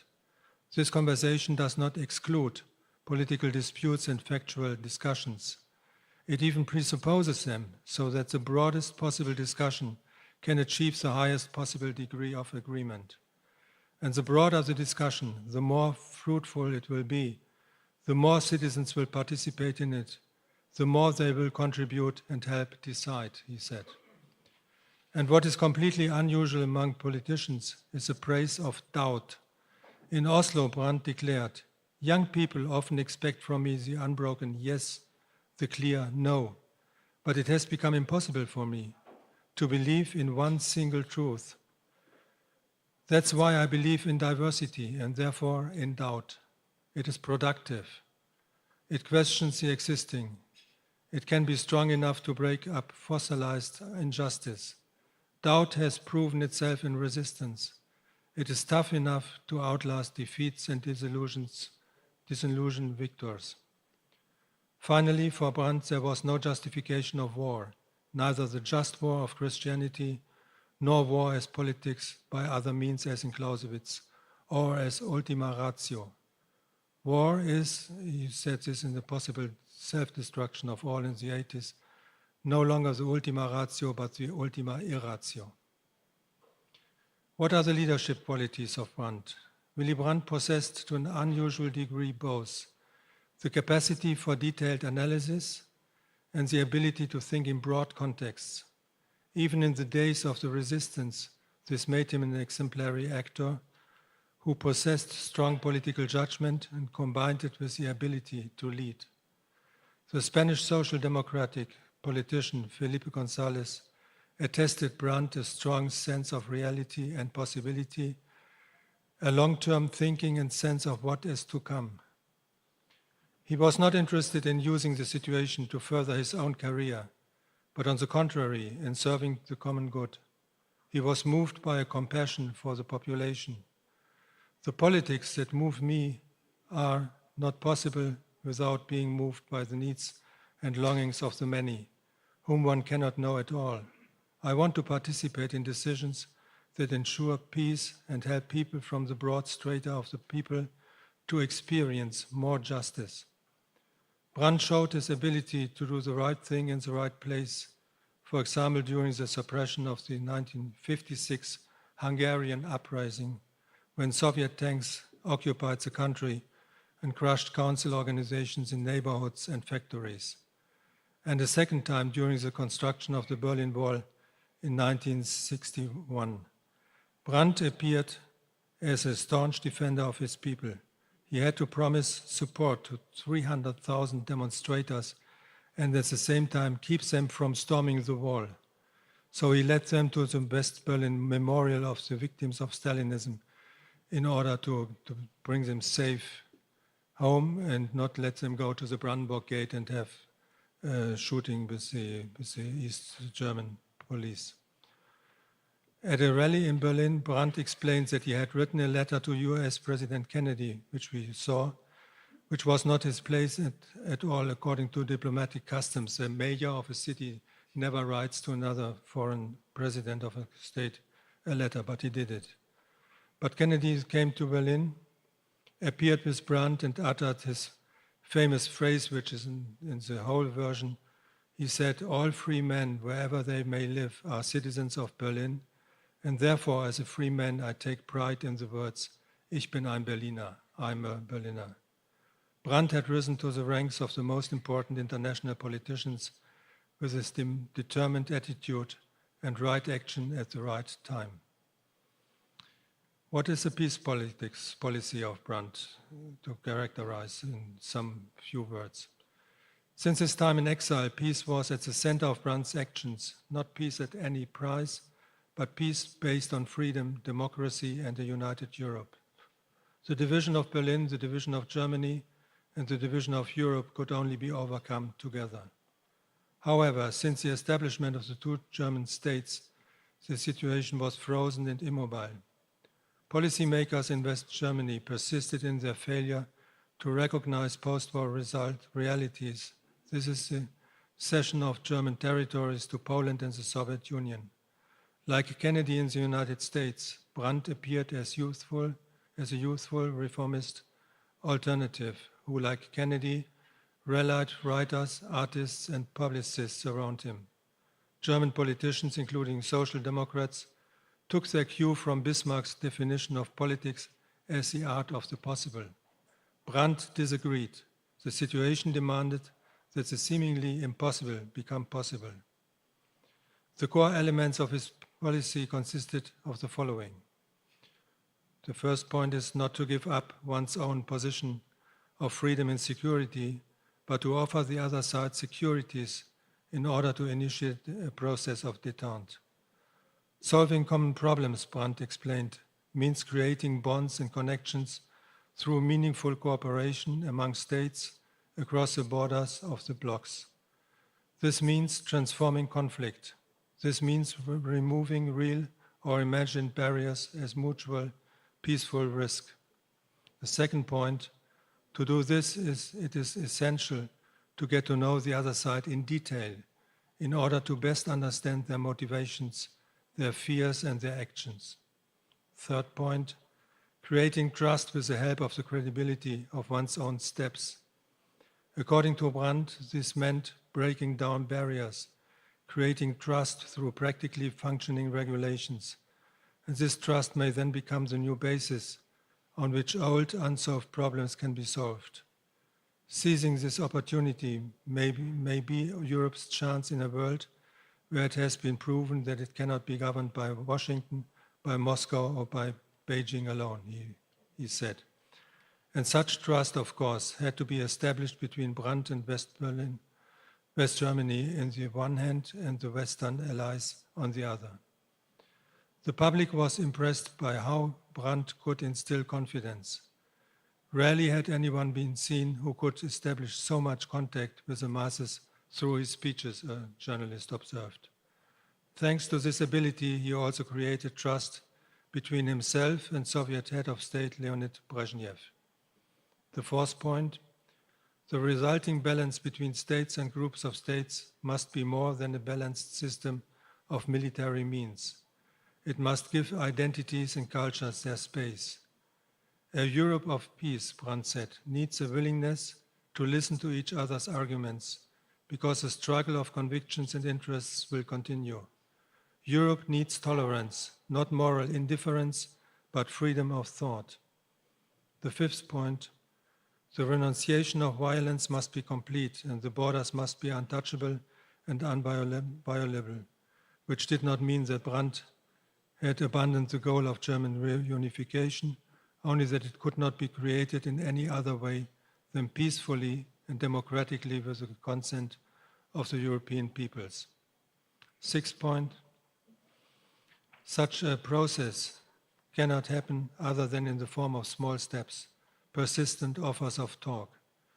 A journalist interpreted Brandt's attitude with the following words: if politics means dealing with public affairs in a way that makes them understandable, even in conflict, but nevertheless with a willingness to compromise, if politics is understood as a piece of enlightenment work, then it takes place in a process of dialogue. It is justified, explained, disputed, rejected. It is not enough to work it up in files. It requires the constant searching, groping, the readiness for new beginnings. And the last point, after all, only such a path, often a difficult one, leads to the goal. At the award of an honorary doctorate in 1965 at the New School in New York, Brandt declared, "In the life of the individual, as in the life of nations, all too often the comfortable, the easier paths are taken, although the comfortable paths are not always the right ones. It is good to take the uncomfortable road, especially if it is the right one." The stages of this path of détente are well known: the creation of opportunities for East and West Berliners to visit each other, the recognition of Poland's western border with Germany, the non-violence agreement with Moscow and Warsaw, the genuflection in Warsaw, the basic treaty with the GDR. These points we already heard. At this point, at the latest, however, the long-time collaborator, interlocutor, and architect of the concrete agreements and treaties must be mentioned, and was already mentioned and shown here, Egon Bahr. His 1963 speech, Change Through Rapprochement, took on programmatic significance. His political instincts were unique, and he was therefore compared to the diplomat Metternich, who played a decisive role in the reorganization of Europe after the fall of Napoleon. His abilities and views appealed to Brandt. They consisted in, as wrote a journalist, enduring the tensions between the concrete and the abstract, the gap between the ethic of responsibility and the ethic of conviction. The willingness to put attitude and ideals aside, because this was the only way to regain the ability to act politically, to allow the concrete to take the place of the abstract. To gain the difficult insight that the gradual change of the status quo demanded its prior recognition, the nakedness of the doer, the effort not to stray away from the pragmatic path to the opportunistic one. Brandt, as a politician, only developed his strengths with Egon Bahr. And this leads me to some critical points. I would like to briefly mention 3 points here. First, Brandt's and especially Bahr's disregard for the Eastern Central European civil movements, which was already mentioned. For their part, the gradual, still undeveloped emergence of East European civil societies created a potential for change. The Polish trade union movement Solidarność, with its representative Wałęsa, the Charter 77 civil movement in the Czechoslovak Republic, around the later first democratic president Václav Havel, the liberal currents in Hungary that had continued to exist since 1956, despite the suppression of the uprising, and finally the peace and democracy movement in socialist East Germany. These movements were inconvenient for Brandt's Ostpolitik because, unlike diplomacy, they were not limited in their actions to a few individuals with precisely defined steps. Moreover, Brandt and the Social Democrats avoided direct contact so as not to jeopardize good relations with those in power. Therefore, Bahr considered a general strike in Poland against price increases unacceptable because of the threatened intervention by Moscow, and welcomed the imposition of the martial law. In doing so, he considered an invasion by the Soviet Union to be its natural right. Contacts with Charter 77 also remained sparse. Also, this was a loose association of interests, not an organization. It was about publicizing grievances such as human rights violation, job discrimination, freedom of travel, environmental issues, and so on. At the same time, Václav Havel's strategy, as he called it, living in truth, was a wonderfully subversive cultural movement against an everyday demanded conformist submission to the power of dictatorship. Such a civic emancipatory practice was of great value for the strength of the democracy that was forming from it. So the civil society organizations have their own importance in the process of democratization at the end of the Cold War. With the crisis in Poland and the Soviet invasion in Afghanistan, Brandt's peace policy appeared to be in jeopardy, and Brandt and Bahr sought a second policy of détente. The second point concerns the changed geopolitical situation. While the Soviet Union was interested in maintaining the status quo of the post-war borders in Europe, Russia today is pursuing the warlike restoration of the Soviet Empire. China, in its development into the second superpower, is pursuing a policy of economic and political expansion and is using North Korea as a pawn. A strategy of change through rapprochement with Russia and China has proven to be an illusion. Dictatorship and market liberalism are quite compatible. Under these conditions, a strategy of détente seems impossible for the time being. Brandt would have also specified his categorical rejection of any warlike action in the case of Ukraine's self-defense. Finally, the third aspect concerns the phenomenon and political goal of peace. We are all aware of the fact that the question of peace cannot be about peace at any price. Even if Brandt and Bahr kept their distance from civil society and human rights groups, Brandt in particular, with his experience of the struggle for freedom during the Spanish Civil War and the resistance against Hitler, was clear that peace policy was always primarily about freedom. Therefore, the dictum of the Jewish philosopher and civil society theorist Hannah Arendt, "There are more important things than peace," means that we cannot accept the peace of cemetery silence. That is, that the value of peace does not lie in itself. In 1983, for example, the social conservative member of the West German parliament, Heiner Geisler, also declared during the debate in the parliament on rearmament, I cite, "The value of peace is not a fundamental value, but the result of the realization of fundamental values, such as freedom of opinion and religion, freedom of movement, and the freedom to unite. Only when these values are realized does a peace worthy of human beings come into being." In this sense, for Willy Brandt too, détente meant the goal of realizing peace and freedom, and therefore insisted on respect for human rights vis-à-vis the socialist countries. What remains is the example, are the unusual abilities of Willy Brandt's peaceful freedom policy. I conclude with a sentence of Brandt's farewell speech at the 1992 Congress of the Socialist International. "Nothing comes of itself, and only little is permanent. Therefore, remember your strengths, and that every time wants its own answers, and one has to be on its level if good is to be achieved." Thank you very much. 네, 볼프강 호이어 교수님의 발표였습니다. 진심으로 고맙습니다. Thank you very much. That was Professor Wolfgang Hoyer.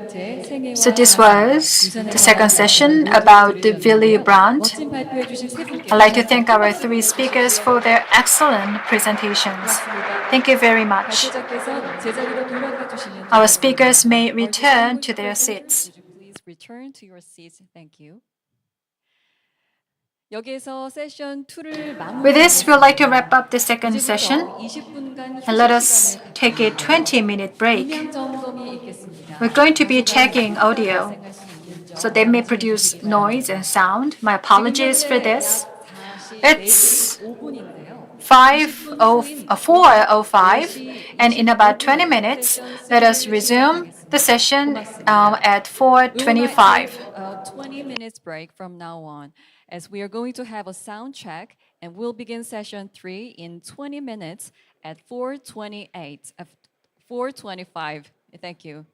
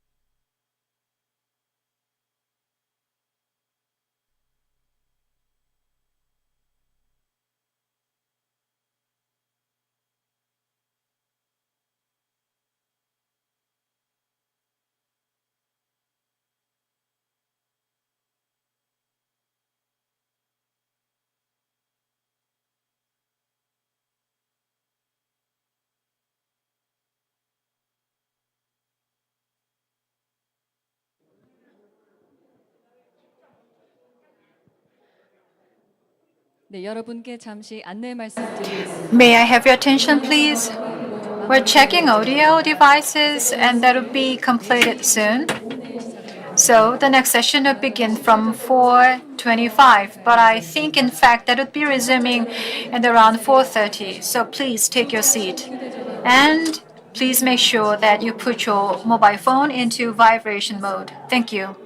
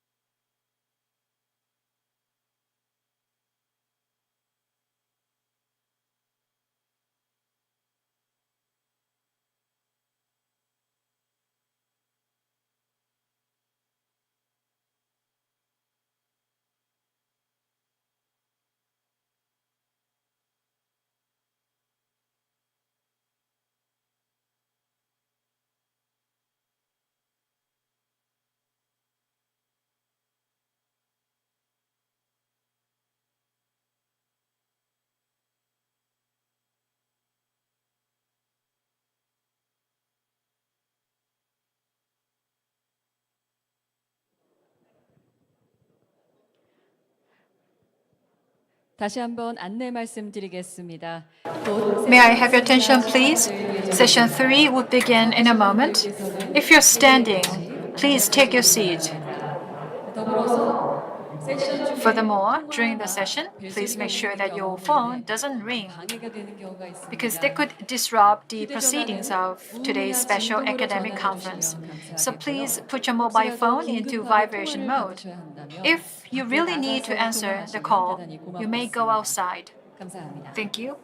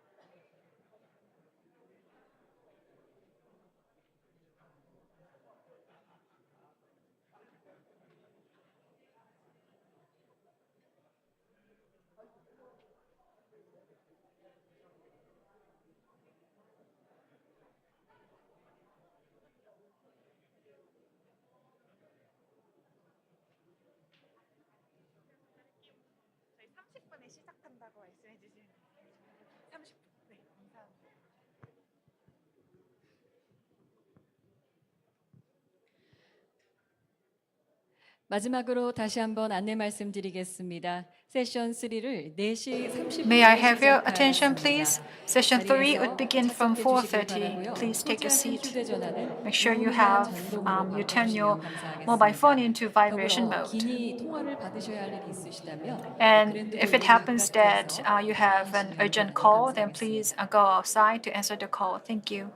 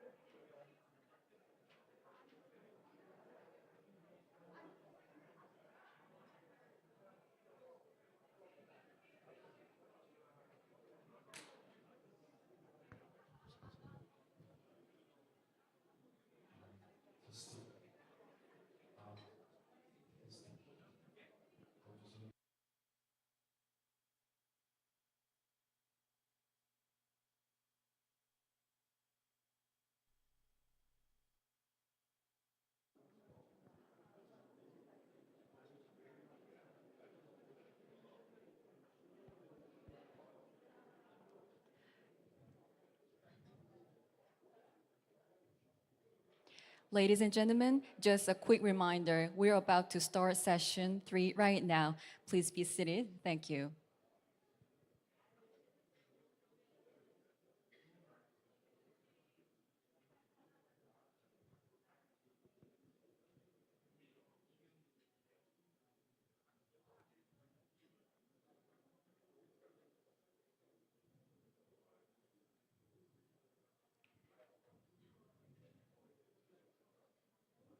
여러분, 이제 세션 3를 시작하겠습니다. Now we are going to start session 3. 넬슨 만델라, 빌리 브란트에 이어 마지막으로 김대중의 생애, 사상, Now 유산에 대해 we will roll into 살펴보겠습니다. the Kim Dae-jung 마찬가지로 영상을 session. 먼저 시청하실 First, we 텐데요. will watch the 화면을 video. 보시기 바랍니다. Please face the screen.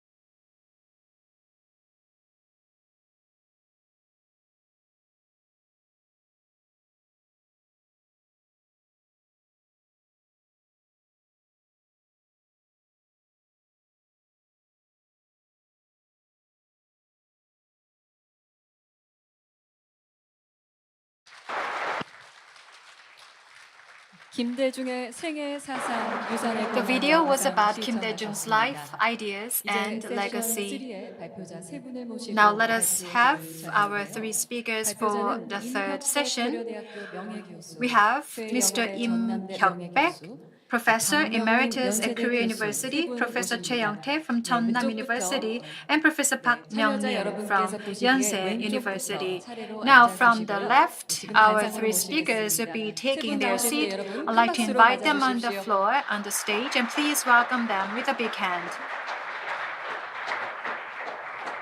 제가 발표를 시작하기 전 Before we 발표자에 대해 begin 먼저 the session, 소개를 I'd like to 해드리고 briefly 나서 introduce to you 발표자께서 our speaker, 발표를 and then our 시작해 speaker 주시면 may 되겠습니다. proceed.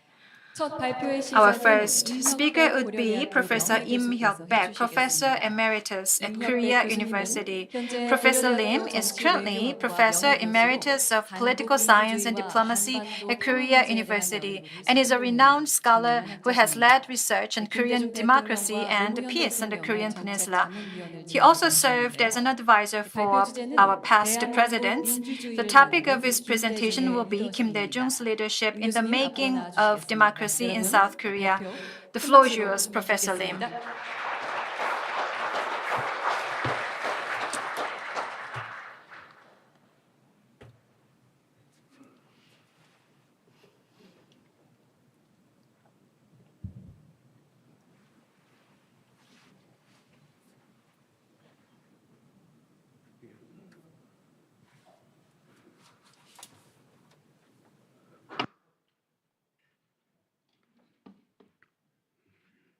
First, I would like to thank to Peace and Healing Center in Yonsei University for inviting me to present this very precious, very great, conference on Kim Dae-jung, Willy Brandt, and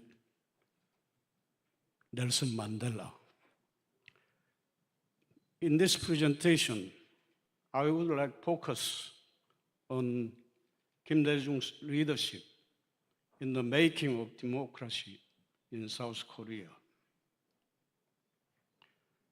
First, I would like to talk about briefly how DJ fights for democratic transition from 1961 to 1987.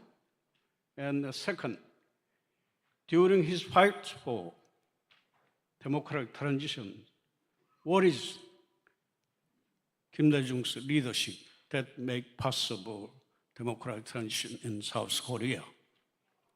And thirdly, I would like to talk about Kim Dae-jung's leadership for democratic consolidation after democratic transition in 1987. Now, let's talk in order.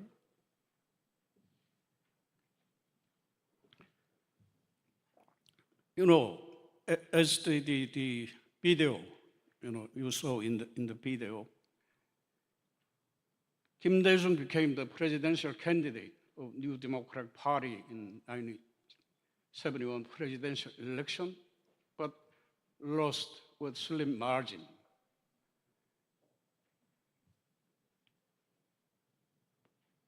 With less than 1 million votes.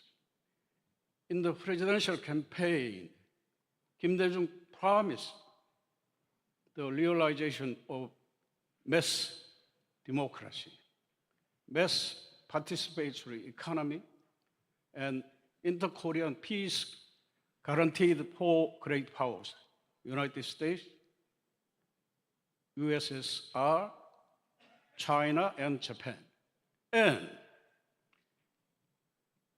Kim Dae-jung warned in his campaign speech in Jangchungdan Park, if Park Chung-hee be elected third term, he will get rid of democratic institutions and processes and launch a police coup to guarantee him a lifetime personal dictatorship without election. Really, after Yushin coup, the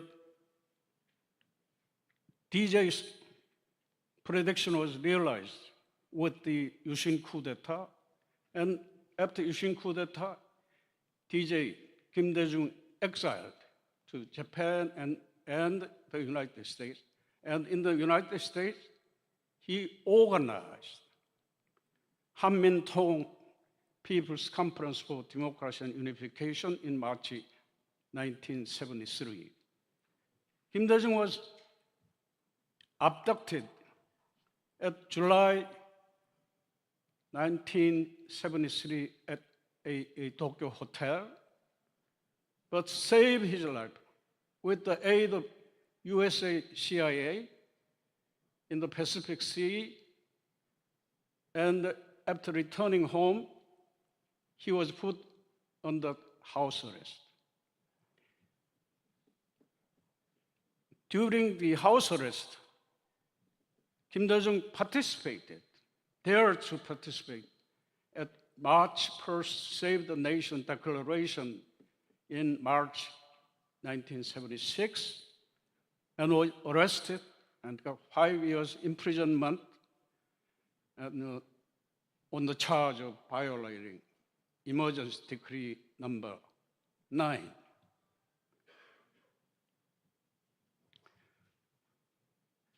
After Park Chung-hee was assassinated by KCI chief Kim Jae-gyu in October 1979, Kim Dae-jung was released from house arrest and fought for restoring democracy.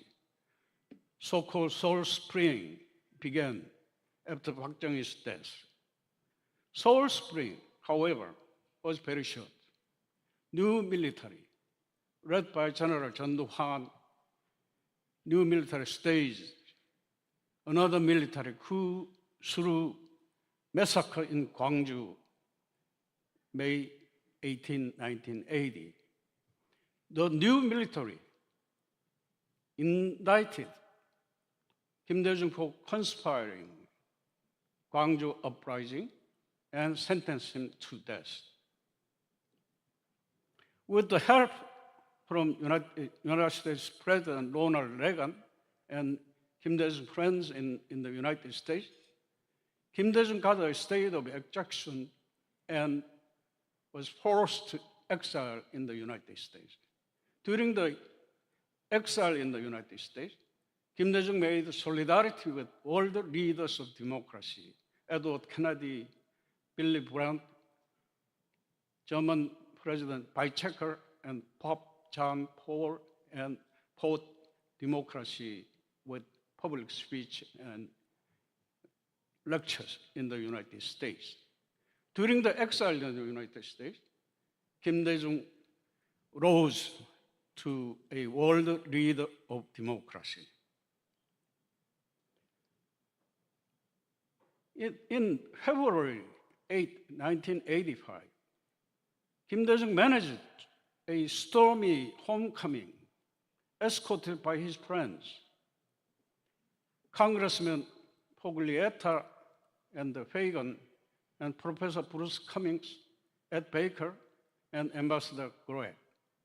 Kim Dae-jung and Kim Yong-sam organized Minchuhyop, Council for Democracy Promotion, and the two leaders supported and led the founding of New Korean Democratic Party, and the party swept major urban areas and in the National Assembly election in February 12, 1985 elections. With the electoral victory, NKDP became a feasible alternative to the people and made a balance of power between authoritarian regime and democratic opposition forces.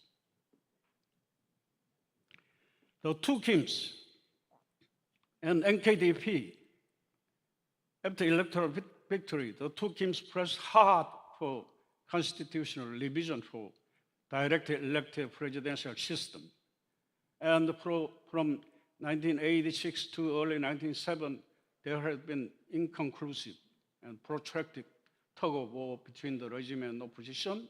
And on April 13, Chondoan unilaterally announced to stop dialogue and to continue 7 more years of military authoritarian rule. And angered with John's announcement, the massive protesting people nationwide outpoured to the street. So the situation was that the police forces cannot control the situations. So the last resort was the use of armed forces, but United States stopped the openly pressed the Chondoan regime not to use armed forces. That is one of the main reasons for 1987 revolutions. On June 1987, Roh-tae-woo, the leader of reformist faction within the regime, announced to concede to opposition demand for direct presidential election and constitutional revision for restoring democracy. So the historical democratic breakthrough was finally made in South Korea. This is a brief history that how Kim Dae-jung made, bring democracy from authoritarian rule. Then what are the Kim Dae-jung's leadership to bring democracy from authoritarian rule? First, I would like to, what Max Weber said, the Leidenschaft is passion or self-sacrifice. Kim Dae-jung mobilized people to democratization movement by sacrificing himself against military regime repression, such as terror, abduction, house arrest, and imprisonment. DJ Kim Dae-jung rose to a national leader of Korean democratization as well as global democracy through self-sacrifice. Second, mobilizational leadership. DJ mobilized 1 million people to Jangchungnan Park in 1971 presidential campaign. DJ can mobilize people through eloquent speech that was not without demagogic instigation, but logical and armed with feasible alternative and facts. And thirdly, risk-taking leadership. DJ had risk-taking leadership. Risk-taking leadership reduced the level of anxiety and uncertainty of the people who would like to take part in democratization movement, such as June 10th People's Struggle for Democracy in 1987. With risk-taking leadership, Kim Dae-jung can make a maximum democratic coalition among leaders of party, extra-institutional democratic leaders, JEA, student, white-collar workers, intellectuals, and finally enlisted great concession from the regime for democratizations. Now, what are the Kim Dae-jung's leadership to make new democracy stable and consolidated? We call Kim Dae-jung the founding father of Korean democracy. Kim Dae-jung made a first peaceful transfer of power through election in 1997, made breakthrough for democratic consolidation for the first time in Southeast Asia. Kim Dae-jung leadership was fit, I think, more to democratic consolidation than democratic transition. Second, Kim Dae-jung has, transformational leadership. Transformational leadership is the leadership that raises high level of morality and motivations. With a transformational leadership, DJ overcome East Asian financial crisis in short period of time. And the DJ, invented, very, very innovative, sunshine policy. With the sunshine policy, he achieved, reconciliation with North Korea and made historic inter-Korean summit meeting in June 15, 2000. And thirdly, communicating leadership. DJ Kim Dae-jung talked, listened, and communicated with people. DJ opened nationwide dialogue with the people, and through communicating and listening, DJ shared with the people the visions and values of democracy and peace.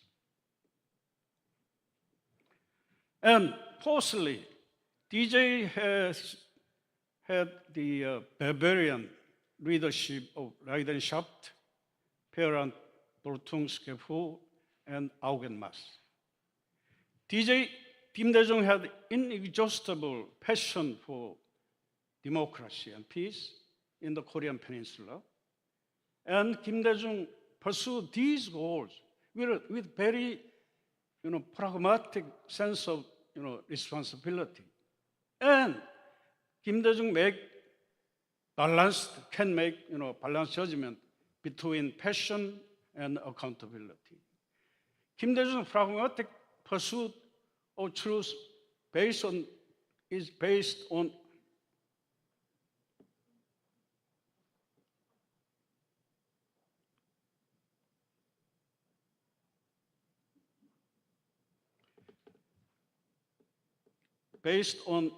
facts and ideas. DJ said, political leaders simultaneously have the critical mind of a Confucian scholar's idealism and a pragmatic realism of merchant. So he balanced, judgment between the idealism and realism was clearly shown in DJ's remarks. And DJ has, very transactional leadership. In 1988, DJ became the leader of a coalition of three opposition parties after the National Assembly election, and DJ took the lead of the opposition majority coalition, and the head of opposition coalition, DJ took up an image of radical reformist politicians and showed the people pragmatic leader that makes reform through transactions, negotiations, and compromise. As a result, in the period of three-party coalition, Kim Dae-jung can pass 90% of reform legislation in cooperation with opposition coalition partners. In pursuing sunshine policy, Kim Dae-jung led radical conservative people such as Kang In-deok and Lee Jong-chan in order to remove worries of conservatives about sunshine policy as selling out to North Korean communists. DJ was very pragmatic to overcome financial crisis in 1997. The so-called progressive politician DJ accepted IMF prescription of neoliberal flexible labor system. Kim Dae-jung did not pursue policies ideologically and morally, but talked, dialogue, and made compromise with opponents in domestic policies politics and with communist North Korea.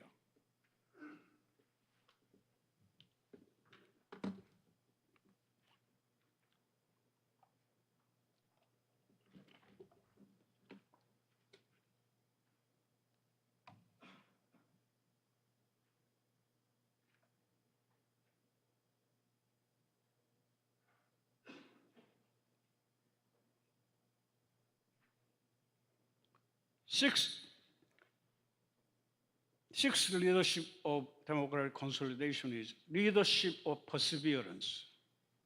Leadership is called leadership of honeysuckle in Dongcho. Honeysuckle is the DJ's nickname. Kim Dae-jung was elected president in his first bid for power. Kim Dae-jung worked and studied very hard in prison, National Assembly, and outside of institutional political space. In every bid of president, Kim Dae-jung was known as the most well-prepared candidate. Kim Dae-jung persevered to be respected and to be loved from the people and to be elected by the people. And seventh, the compassionate leadership.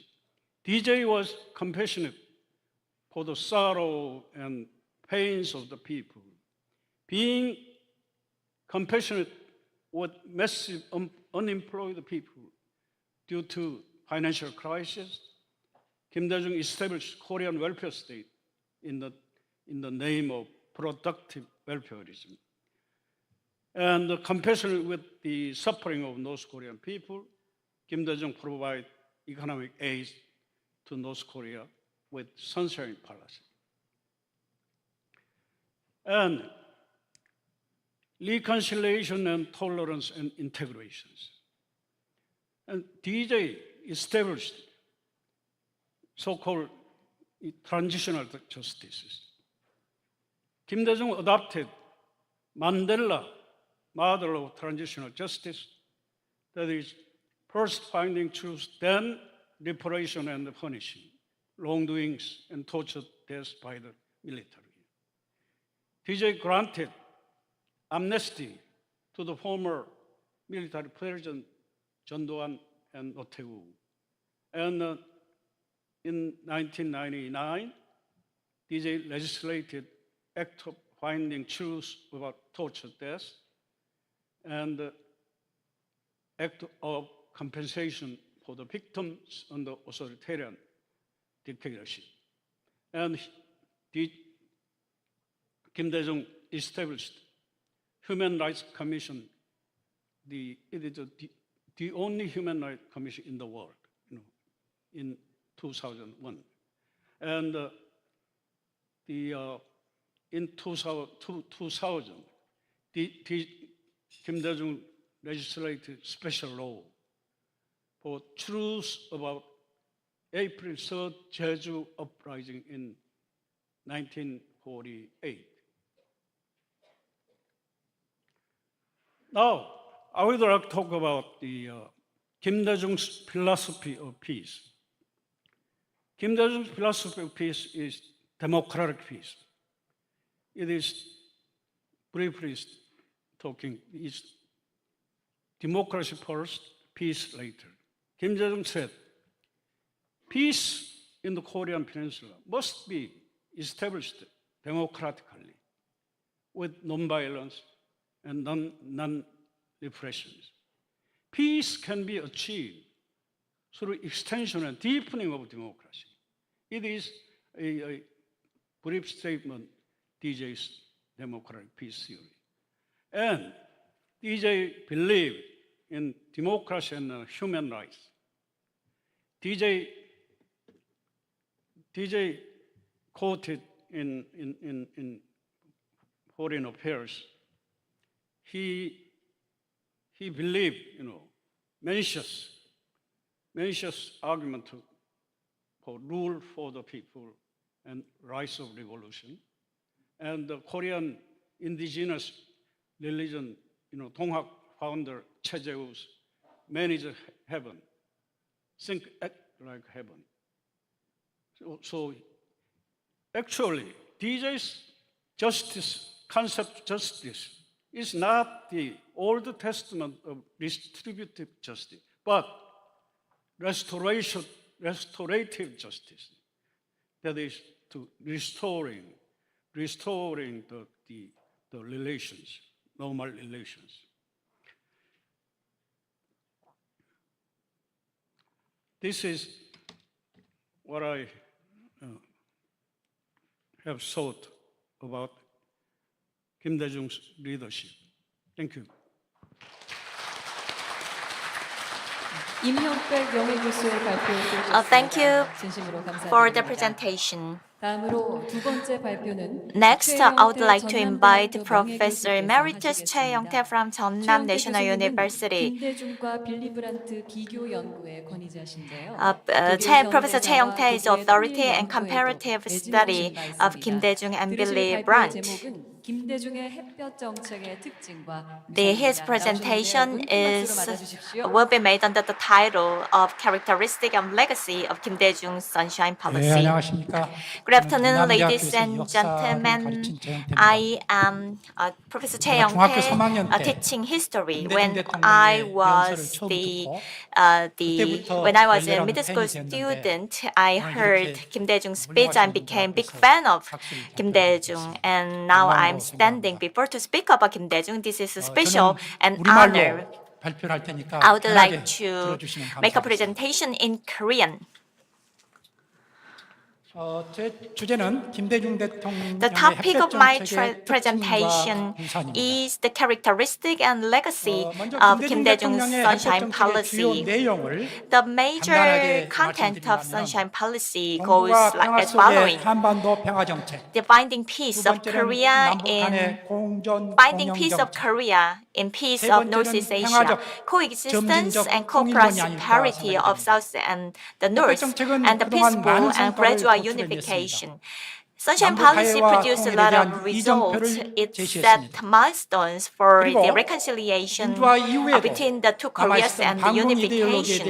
And also the anti-communism ideology has been challenged by the Sunshine Policy, and it became the turning point to expand the ideological horizon of our society. The Sunshine Policy is characterized by these couple of things.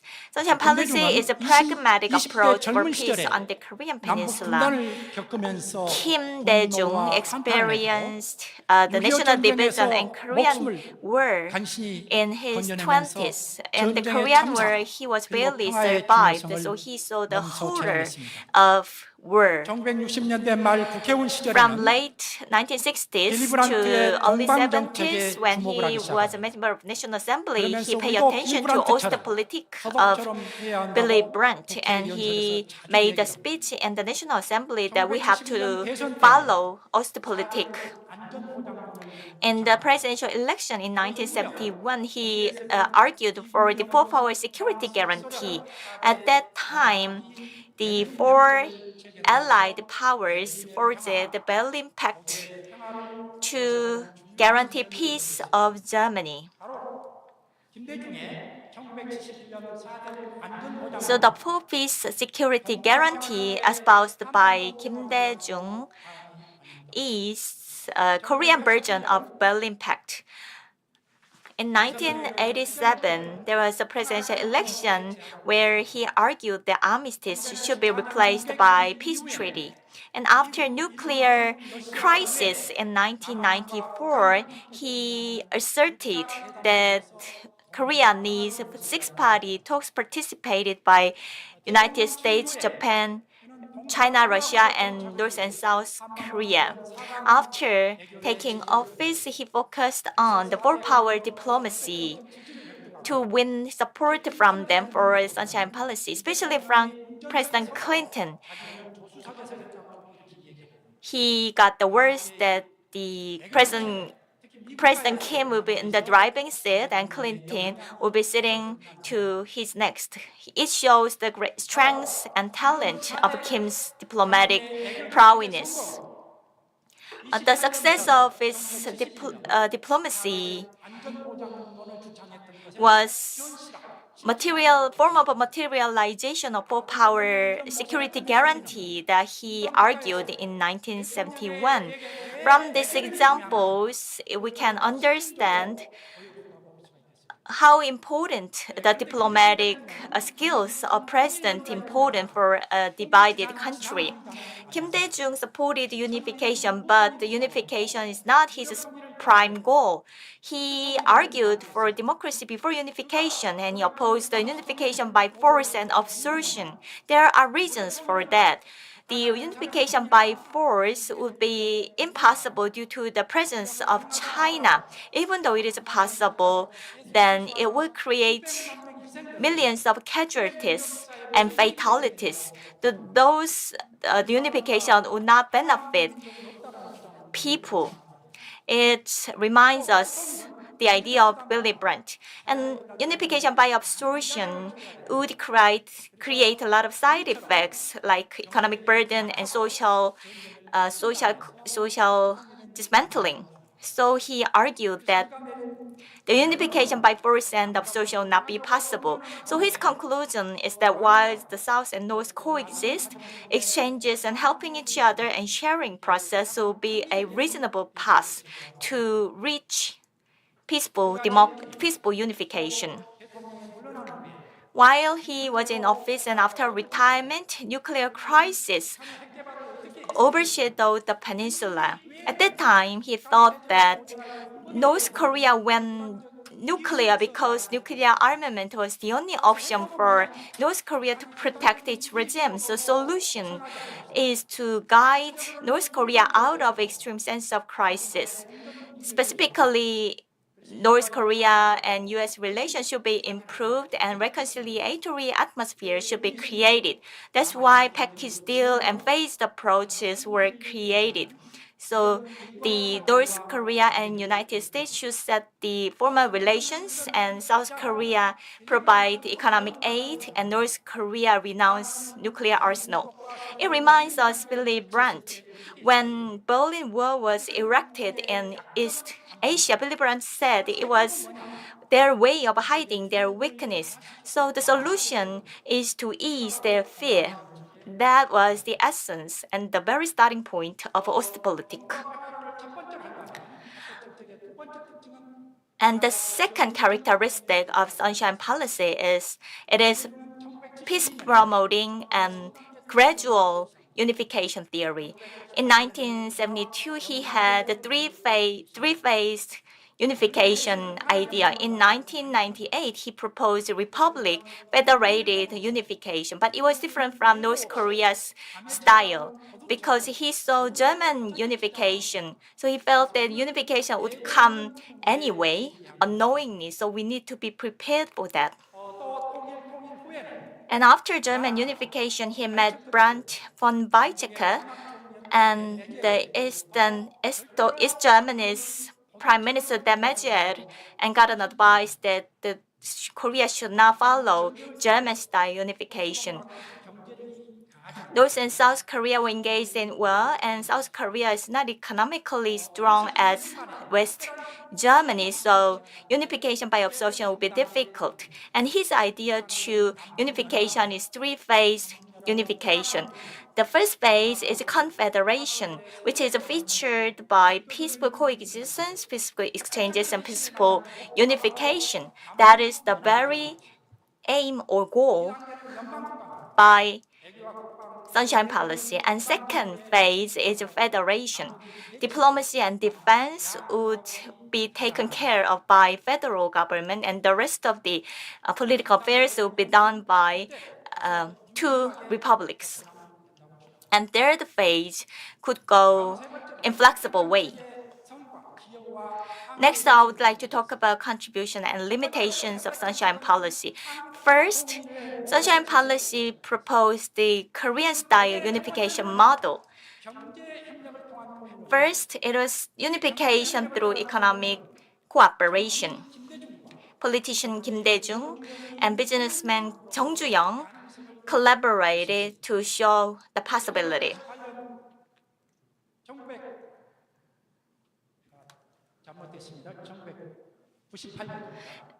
April 1998, the government announced the Inter-Korean Economic Facilitation Measures. So politics will be separated from business, and equipment and machines could be exported to North Korea, and the investment cap in North Korea was removed. And November 18 was the day when Kumgangsan tourism project started. And Jangjeon port construction was invested by Hyundai at the expense of $150 million. Previously, the investment cap was $5 million. This cap was removed, so Jangjeon port could be constructed, and Hyundai's North Korean business took off.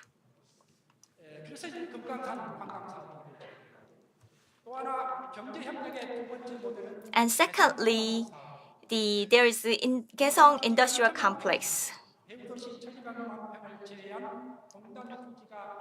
It was a huge land developed. If this land is developed, then 2,000 companies could be housed. And Jung Ju-young said he got promised to build industrial complex in Kaesong. And the Prime Minister Kim Dong-won asked, is it really possible? And Minister Im said that the Kaesong is a militarily sensitive area, so he thought that North Korea would not offer that land for industrial complex. But it was. When Jung Ju-young explained the project, how can provide the labor? At that time, Kaesong population was 300,000 in population. So Jung Ju-young was in question whether he could be provided with enough labor. And Kim Jong-il said, once complex is completed, 8 years later, then the North Korea and South Korea would reduce armament. Then soldiers would be turned into laborers for the complex. That means Chairman Kim Jong-il has very hopeful and positive view into the possibility of Kaesong Industrial Complex. The Egon Bahr, who is the architect of Ostpolitik, he is like unification minister of Korea. Hearing the news of constructing industrial complex in Kaesong, he said it was a great idea. When we play out Ostpolitik, we never thought about building industrial complex in East Germany. So once the Kaesong industrial complex is in operation, then economic unification will come. It will lead to political unification. That was the Korean style and Kim Dae-jung style unification.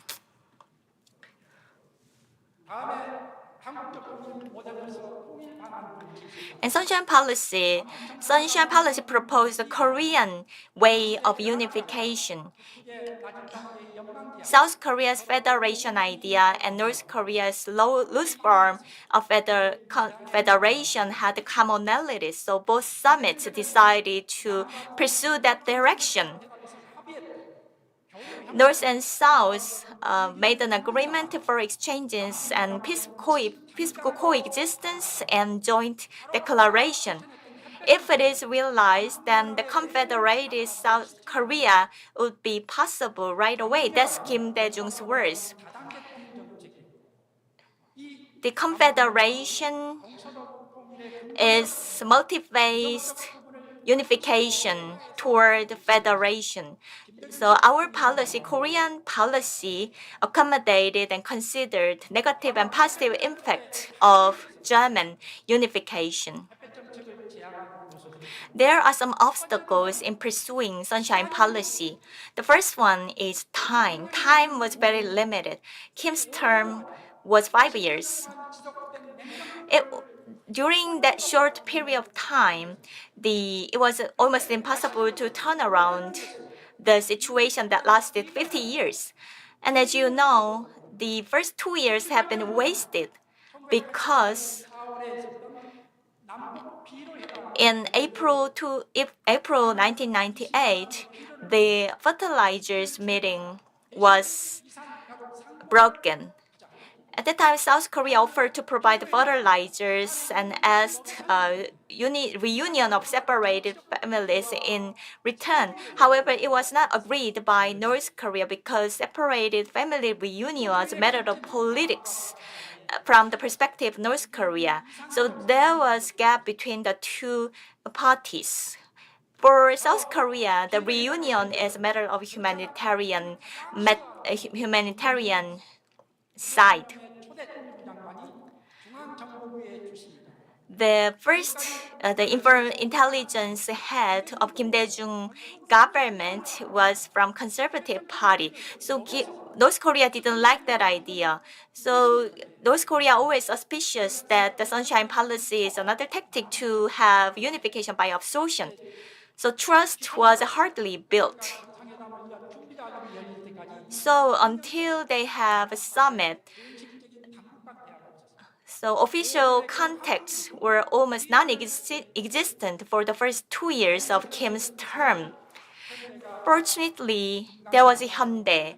Hyundai initiated the Kumgangsan tourism project. So early in 2000, the preparation meeting for the summit was held between the two Koreas. In order to have healthy relations between the two Koreas, the North and American relations should be healthy. That was the belief of Kim Dae-jung. During his term, he paid a lot of efforts to improve the relation between North Korea and the United States.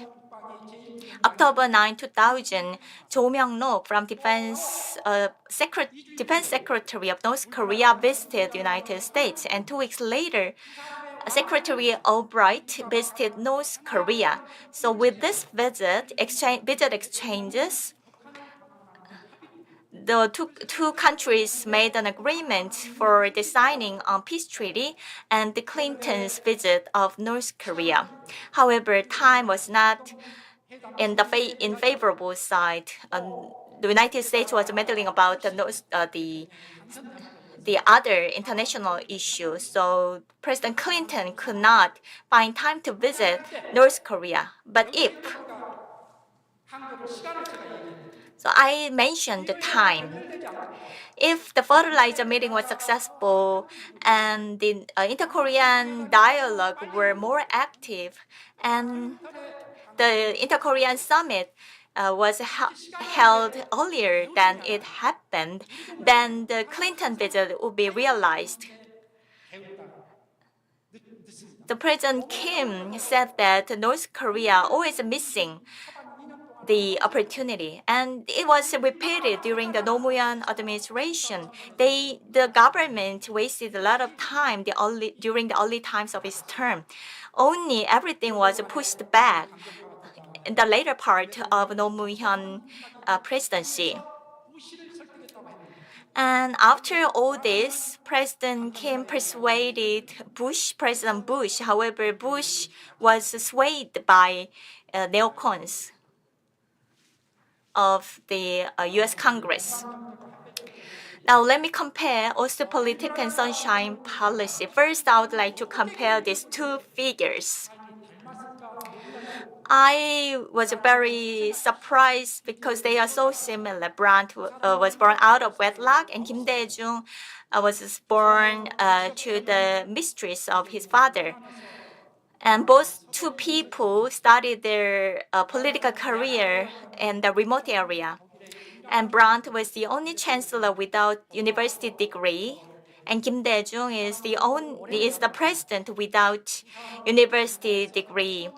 And both people led opposition parties, and Brandt was also branded as communist. Kim Dae-jung also branded as commie. And under the Hitler, Brandt was oppressed and made an exile in Norway for 12 years. Kim Dae-jung was dissident, and he went through exile, incarceration, kidnapping, and house arrest. After 3 bids, Brandt became chancellor, and after 4 bids, Kim Dae-jung became president. They had Ostpolitik and Sunshine Policy and made a success for national unity, and both people won Nobel Peace Treaty. Willy Brandt made great support to President Kim. And he was the person, he tried to save Kim Dae-jung when his life was at risk, and he also made the recommendation to nominate Kim Dae-jung for Nobel Peace Prize. As you see in this photo, it was when this photo was taken when Kim Dae-jung held the frames with a lot of letters that he wrote to Willy Brandt. Ostpolitik has been repeatedly mentioned today's conference, so I will skip. The Ostpolitik is a role model for Sunshine Policy formation.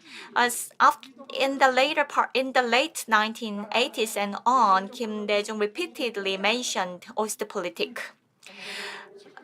Seemingly, Germany seems to renounce the goal of unification. However, President Kim knew that Germany always pursued unification, and later Kim Dae-jung advocated for power security guarantee and other policies that were inspired by Ostpolitik.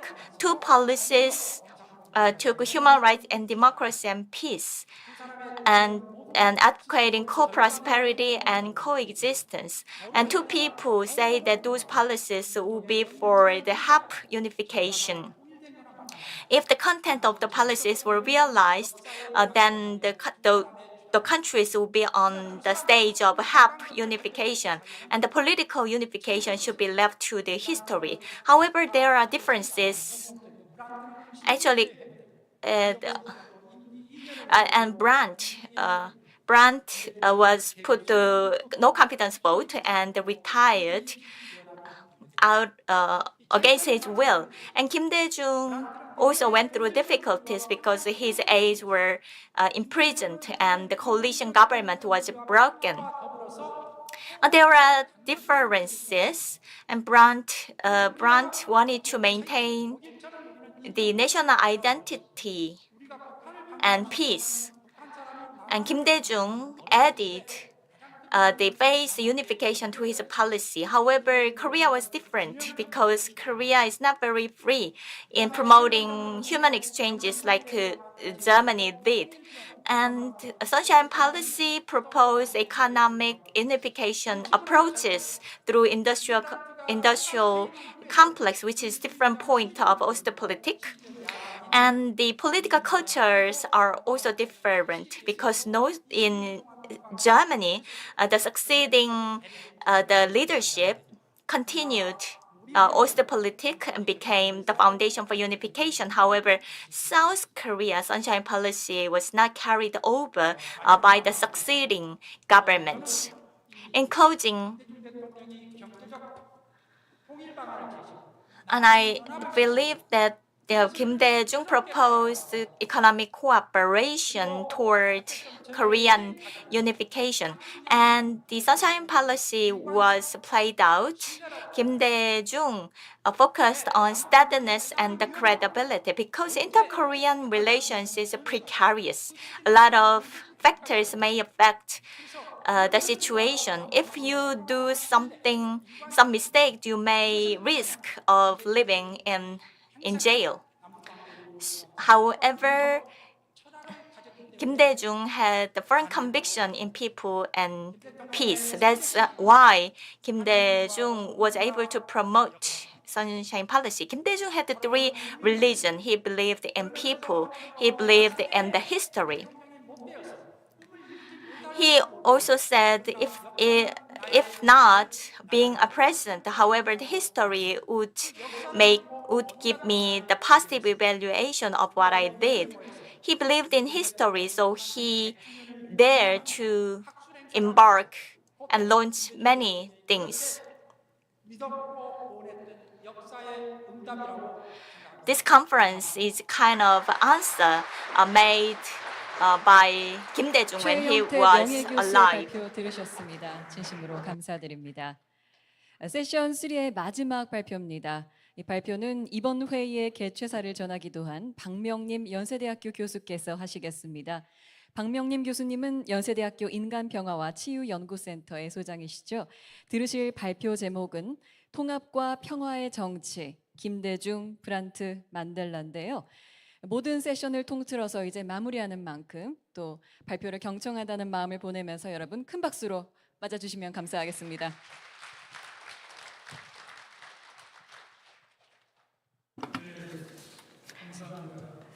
Good afternoon, ladies and gentlemen. Thank you very much. Rather than my presentation, I think Chosumi's performance would be something that you would be expecting. And we already had many presentations, so let me make mine brief. Yesterday, with Harris and with the executive director, we engaged in dialogue, and our focus was in today's horrible political landscape, how these three leaders inspired us, and through their personal life, they also answered the call of their society while also fulfilling their mission. How was it possible? This was the topic that we delved into with Harris, with Heppenster, and I myself engaged in dialogue with journalists. When I look at the lives of these three great people, I think they symbolize the victory of people. Let's think of forgiveness. We think of forgiveness as something which comes easily and handy. But forgiveness is difficult even among family members. And if you scale this up to national or even racial groups, I cannot imagine how difficult that would be. But they were able to do it. And I think the most important philosophy for humanity would be to realize the fact that I have been forgiven relentlessly by the people, by God, and by people around me. I am a person who have been forgiven so much. So it's not really proactive, but I think it's something that we go through. And I think this is the philosophy that drove their life. So, practicing forgiveness, and as a channel to do this, as a medium to do this, I think they pursued reconciliation. Now we have Vern Harris, and through his long dialogue with Nelson Mandela, then you also have a book summarizing his manuscript and efforts. And I would experience that I would collapse when I am reading the book on Nelson Mandela. So I'm a person who's capable of being angry. But after all these years of imprisonment, then people may recognize me as a saint. But that's not the person that I see in myself.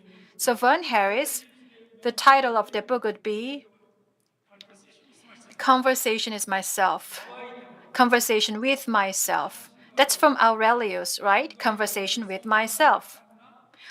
I have goodness, and I also have evil. I have novelty. So I have different selves within myself. Now, making conversation with all these different identities and then reconciling with myself. And then building solidarity and then having a joint journey. I think that was the method adopted by these leaders. Method. Without going together, we achieve nothing. In enabling the Great Coalition, Willy Brandt turned back and he didn't know what to do. And he said, I didn't know that we had so many Nazis in our country, my comrades. And are we going to maintain this coalition? That was the call from his colleagues, but Willy Brandt persuaded his colleagues. Politics is not about confirming whether I'm right. Politics is about making this joint journey very impressive. So the goal of politics for these leaders was to ensure individual peace, societal peace, national peace, and then global peace. So for them, politics is about a tool to use their capabilities to serve others. According to Goethe suffered. It was because someone invaded his country, and he had to be positive about Napoleon, who was an invader. But universal values of freedom and human rights, there was to be accepted anyway, and which was given by Napoleon, ironically. And Goethe now thinks that he should go beyond his national boundary. Before the death of Nelson Mandela, I was rather forced to write the column. I thought Nelson Mandela is a person who should have lived longer than that. In South Africa, in Germany, and in Korea, they all go beyond. It's not confined to Africa, Europe, or Korea. The momentum builds up across geographical boundaries. And then this momentum elevates into something universal. And the value is embodied by these people and leaders. And how did they do it? Many speakers mentioned about the birth of these leaders, and you would say they were never in good conditions in terms of birthplace, their race, and background. But they never dwell on that. They accepted and tolerated different backgrounds. I still vividly remember when I talked with President Kim Dae-jung, the most difficult thing in opening our cultural borders to Japan was to persuade people in the cultural industry, and water flows from high to low levels. And is it because you're not so confident about Korean culture? Is that why you're opposing the opening of our cultural market? That was part of my conversation with President Kim Dae-jung. When you put yourself in a low position, you become a servant. And I think these people became great leaders. It was because consciously they put themselves in a low position and they try to go together with people in low positions. And sometimes there were static moments, I would say. But these moments gave us inspiration. So the memoirs from the younger years of Willy Brandt and Nelson Mandela as well, different languages, but the content was the same. So these leaders had challenges and obstacles, but they were able to overcome them. They lowered themselves. But it's not simply about lowering ourselves. It was because the circumstances surrounding them made them lower themselves. It was because there were people who were suffering even more. There were so many people who were oppressed and who were killed. And watching them, these leaders might have reached a level of overcoming challenges. And now they were crucified in a sense. And let me be brief because of time constraints. As I said before Nelson Mandela, there wasn't any black president. Before President Kim Dae-jung, in Korea, there was only exclusive region that generated presidents. And before Willy Brandt, no other national leaders pardoned their enemy. So conscious priority. I think consciously you need to lower yourself to truly serve others. Forgiveness. My apologies. About vengeance or retaliation, I think I have something to say about retaliation. Now, thinking of forgiveness, we often think of forgiving others. But visiting Auschwitz, Cambodia, Gwangju massacre, and Northern Ireland, and in Jeju where the Sasam occurred, I saw those people who were engaging in peace movement, working together with the very person who killed his father. Now we have this touching story coming. My father was killed, and without my forgiving him, then with my vengeance, I'll not be able to live a fulfilling life. Now forgiveness gives me a peace of mind, and forgiveness allows me to live my life. It was a way for me to restore. And when I saw the killer of my father collapsing before myself, I thought that I did the right thing. And this person has become an internationally renowned person today. During the Korean War, and we have war veterans. And I always said that we should give allowances to Korean war veterans. And also, I received grants from some Korean governments with this. But what's surprising is, regardless of political ideology, when a nation is at crisis, it's only natural that you volunteer to join a war. There was response from many political leaders. No other country has ever given allowances or countries offer reparations or compensation to war veterans. But Kim Dae-jung was the only political leader in Korea who understood the need for this. Even during the financial crisis, Kim Dae-jung was dared to offer allowances to Korean war veterans. That all started with Kim Dae-jung. Allegiance to one's country should be celebrated, and sacrifice for one's country is also included here. So Jeju Sasam, special law on Jeju Sasam was passed against this background, and this was such a touching experience for me. Today, we keep hearing about integration and solidarity, but let us go deeper into this topic. We often talk about Kim Dae-jung and Kim Jong-pil alliance, but what about Kim Dae-jung and Jae alliance and Kim Dae-jung and Christian alliance? Especially, Kim Dae-jung was the most important figure internationally at the time because he was the person receiving international support greatly. But also he tried not to lose sight of really important priorities. Democratic alliance with Kim Young-sam. There was an omnidirectional coalition.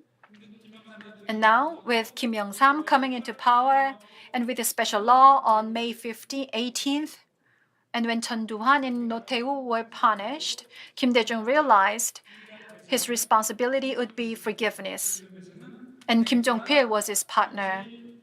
So in a way, Kim Dae-jung was reasonable enough and cool-headed enough to make the right decision.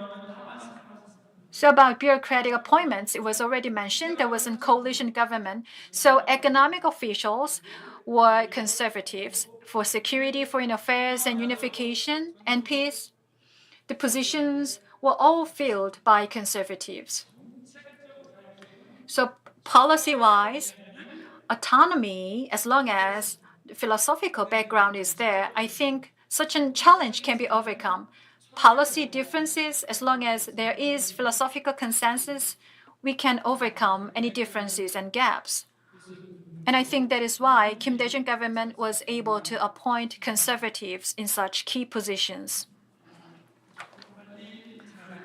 Let me expedite. Let me speed up. When I look at Willy Brandt and Nelson Mandela, one of the most important reasons why they were able to change their country was international solidarity. Now, Nelson Mandela was the most important public good for South Africa, and Korea's most important international public good was Kim Dae-jung at the time. The death and life of Kim Dae-jung was such a critical matter for people working for democracy across the globe, especially for human rights activists. So he served as an international public good, and this is something that we should not forget. Now, many people often talk about the grounds for peace policy, but I don't think peace as a policy, peace is the result. With your closest people and with your opposition, whether it's conservative or progressive, you join hands and you achieve peace, and without it, you would never be able to build peace with Japan or North Korea. And that's fake. That's fundamentally impossible. So this is something that appears again and again in the diary of Nelson Mandela. Kim Dae-jung's peace policy begins with building a coalition government internally. So his policy was the result of internal peace. It was not the end itself, peace policy. So here, as you can see, Kim Dae-jung thought about peace on the Korean Peninsula, and his challenges went further beyond. Now we have so many challenges, normalizing relationships with Japan, with Russia, and with other countries. So Inter-Korean Summit, that was one of the most fundamental components. So from the alliance with the US, now with China as well. So this is how Kim Dae-jung's policy extended its scope. Let me skip these slides.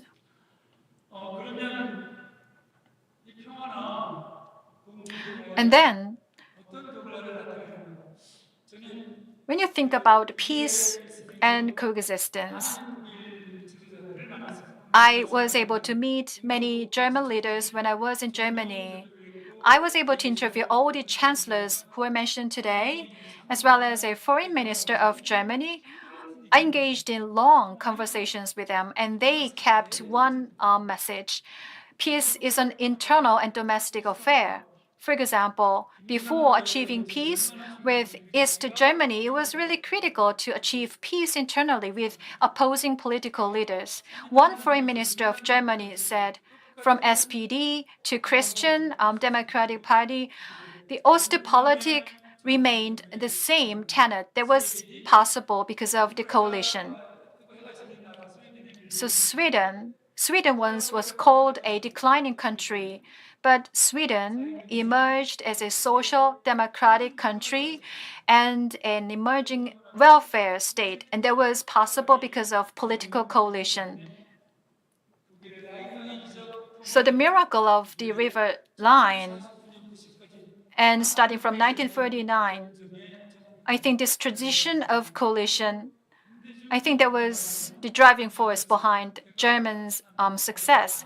But ever since Kim Dae-jung's coalition government, we didn't have such a coalition. What is the most difficult reconciliation that we are to achieve in Korea? Inter-Korean reconciliation, reconciliation between Korea, Japan, and reconciliation between progressives and conservatives. But all these coalitions were possible during the years of Kim Dae-jung. So these great leaders made political errors, mistakes, and also they were not perfect as a human being. But still, the legacy and ideas they left behind is, let's go together. And it's surprising when we see how these three great leaders were able to achieve, make such achievements through coalition. Now, if we leap forward and we leave a great legacy behind, who's going to write a new chapter, a new edition for Willy Brandt's or Nelson Mandela or Kim Dae-jung's legacy? Who's going to be in the 2023 edition of Mandela's philosophy or legacy? So, behind the 2023 edition of Nelson Mandela's legacy and this long, long shadow, who's going to create this? I think people beside you who think differently, when you create coalition with those who think differently, that'll be possible. Coalition means co-nurturing, and co-nurturing leads to success.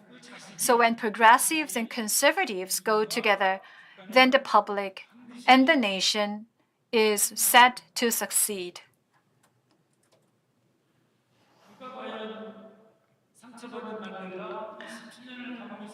Nelson Mandela was prisoned for 27 years.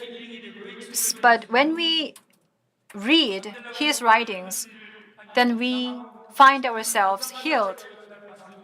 And when I saw I don't know why, I was tempted to write an article about Nelson Mandela when I heard the news about his death. I don't know why, but this is my key message. As long as we have these ancient Greek gods who created Hercules, never dying person. No arrow would be able to kill him. But there was this poison that would collapse him. And Hercules was given this. But this arrow that was shot by Heracles, but that aimed at Cairo. So to cure this poison, to cure himself from this poison, he would do his best just to survive. And the greatest doctors today are called the descendants of Kiran. Only the wounded would be able to become the great healers themselves. This experience of getting hurt would make someone a truly great healer. So the journal of Nelson Mandela touches our heart. It's because Mandela has this experience of getting hurt and being wounded. In politics, Plato once said, "Who's the greatest doctor? And who's going to be the person saving his country? Who's inherently weak person, a person who's been ill so much?" Such persons, for example, spending 10 years in exile, spending 27 years in prison, spending so many years in exile, they have suffered so much. And that is why they were able to heal themselves and heal their country. So for you to become a social doctor, a great doctor for your country, and if you are to become a social healer, then you've got to have this experience of being hurt. So are you crucified? Then there will be roses thriving and flourishing. So the roses of honor.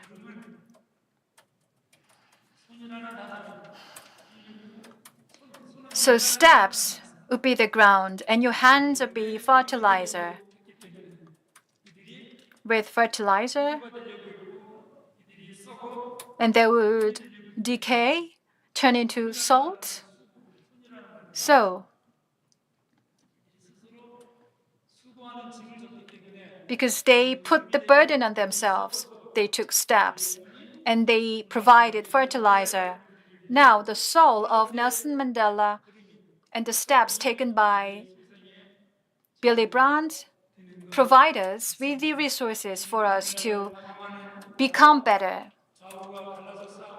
We have divided nation, we have country in chaos, and we have polarizing nation.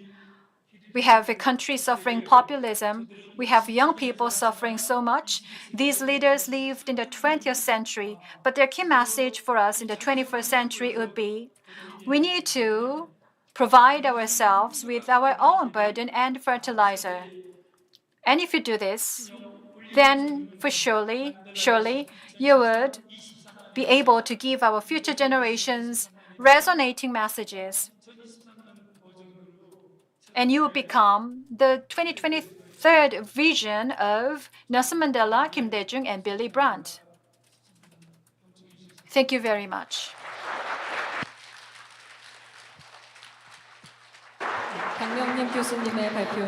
Thank you for the great presentation. This concludes the session 3. I would like to deliver my gratitude to our speakers and the audience. Let us close our whole sessions with our applause. 네, 안내 말씀드리겠습니다. This is a housekeeping announcement. We will take a 30-minute break. 휴식을 마치고 나면 After 특별 the 공연 및 break, 만찬이 이어지는데요. we will have a banquet with a special performance. So we need some time for preparation. 계신 물건을 또 그랜드 볼룸 바깥으로 For that matter, please bring your belongings out of this hall for our preparation work. 공연을 위해 다시 And then 저희가 자리 등록을 해드립니다. that we will register your name for on the table. So you spend your 30-minute break for your networking, and then you can be guided into this hall. Let's reconvene in 30 minutes, which is at 6:45. Thank you. We will now take a break for approximately about 30 minutes. After the break, there will be a gala dinner time with congratulatory remarks and performance. We'll resume at 6:45. We hope you enjoy this time of conversation and relaxation, and we'll see you back at 6:45. And for the grand volume to be fixed, again, for the gala dinner, please take your baggage out of the grand ballroom. Thank you. 이따가도 진행하시죠. 마이크 걸로.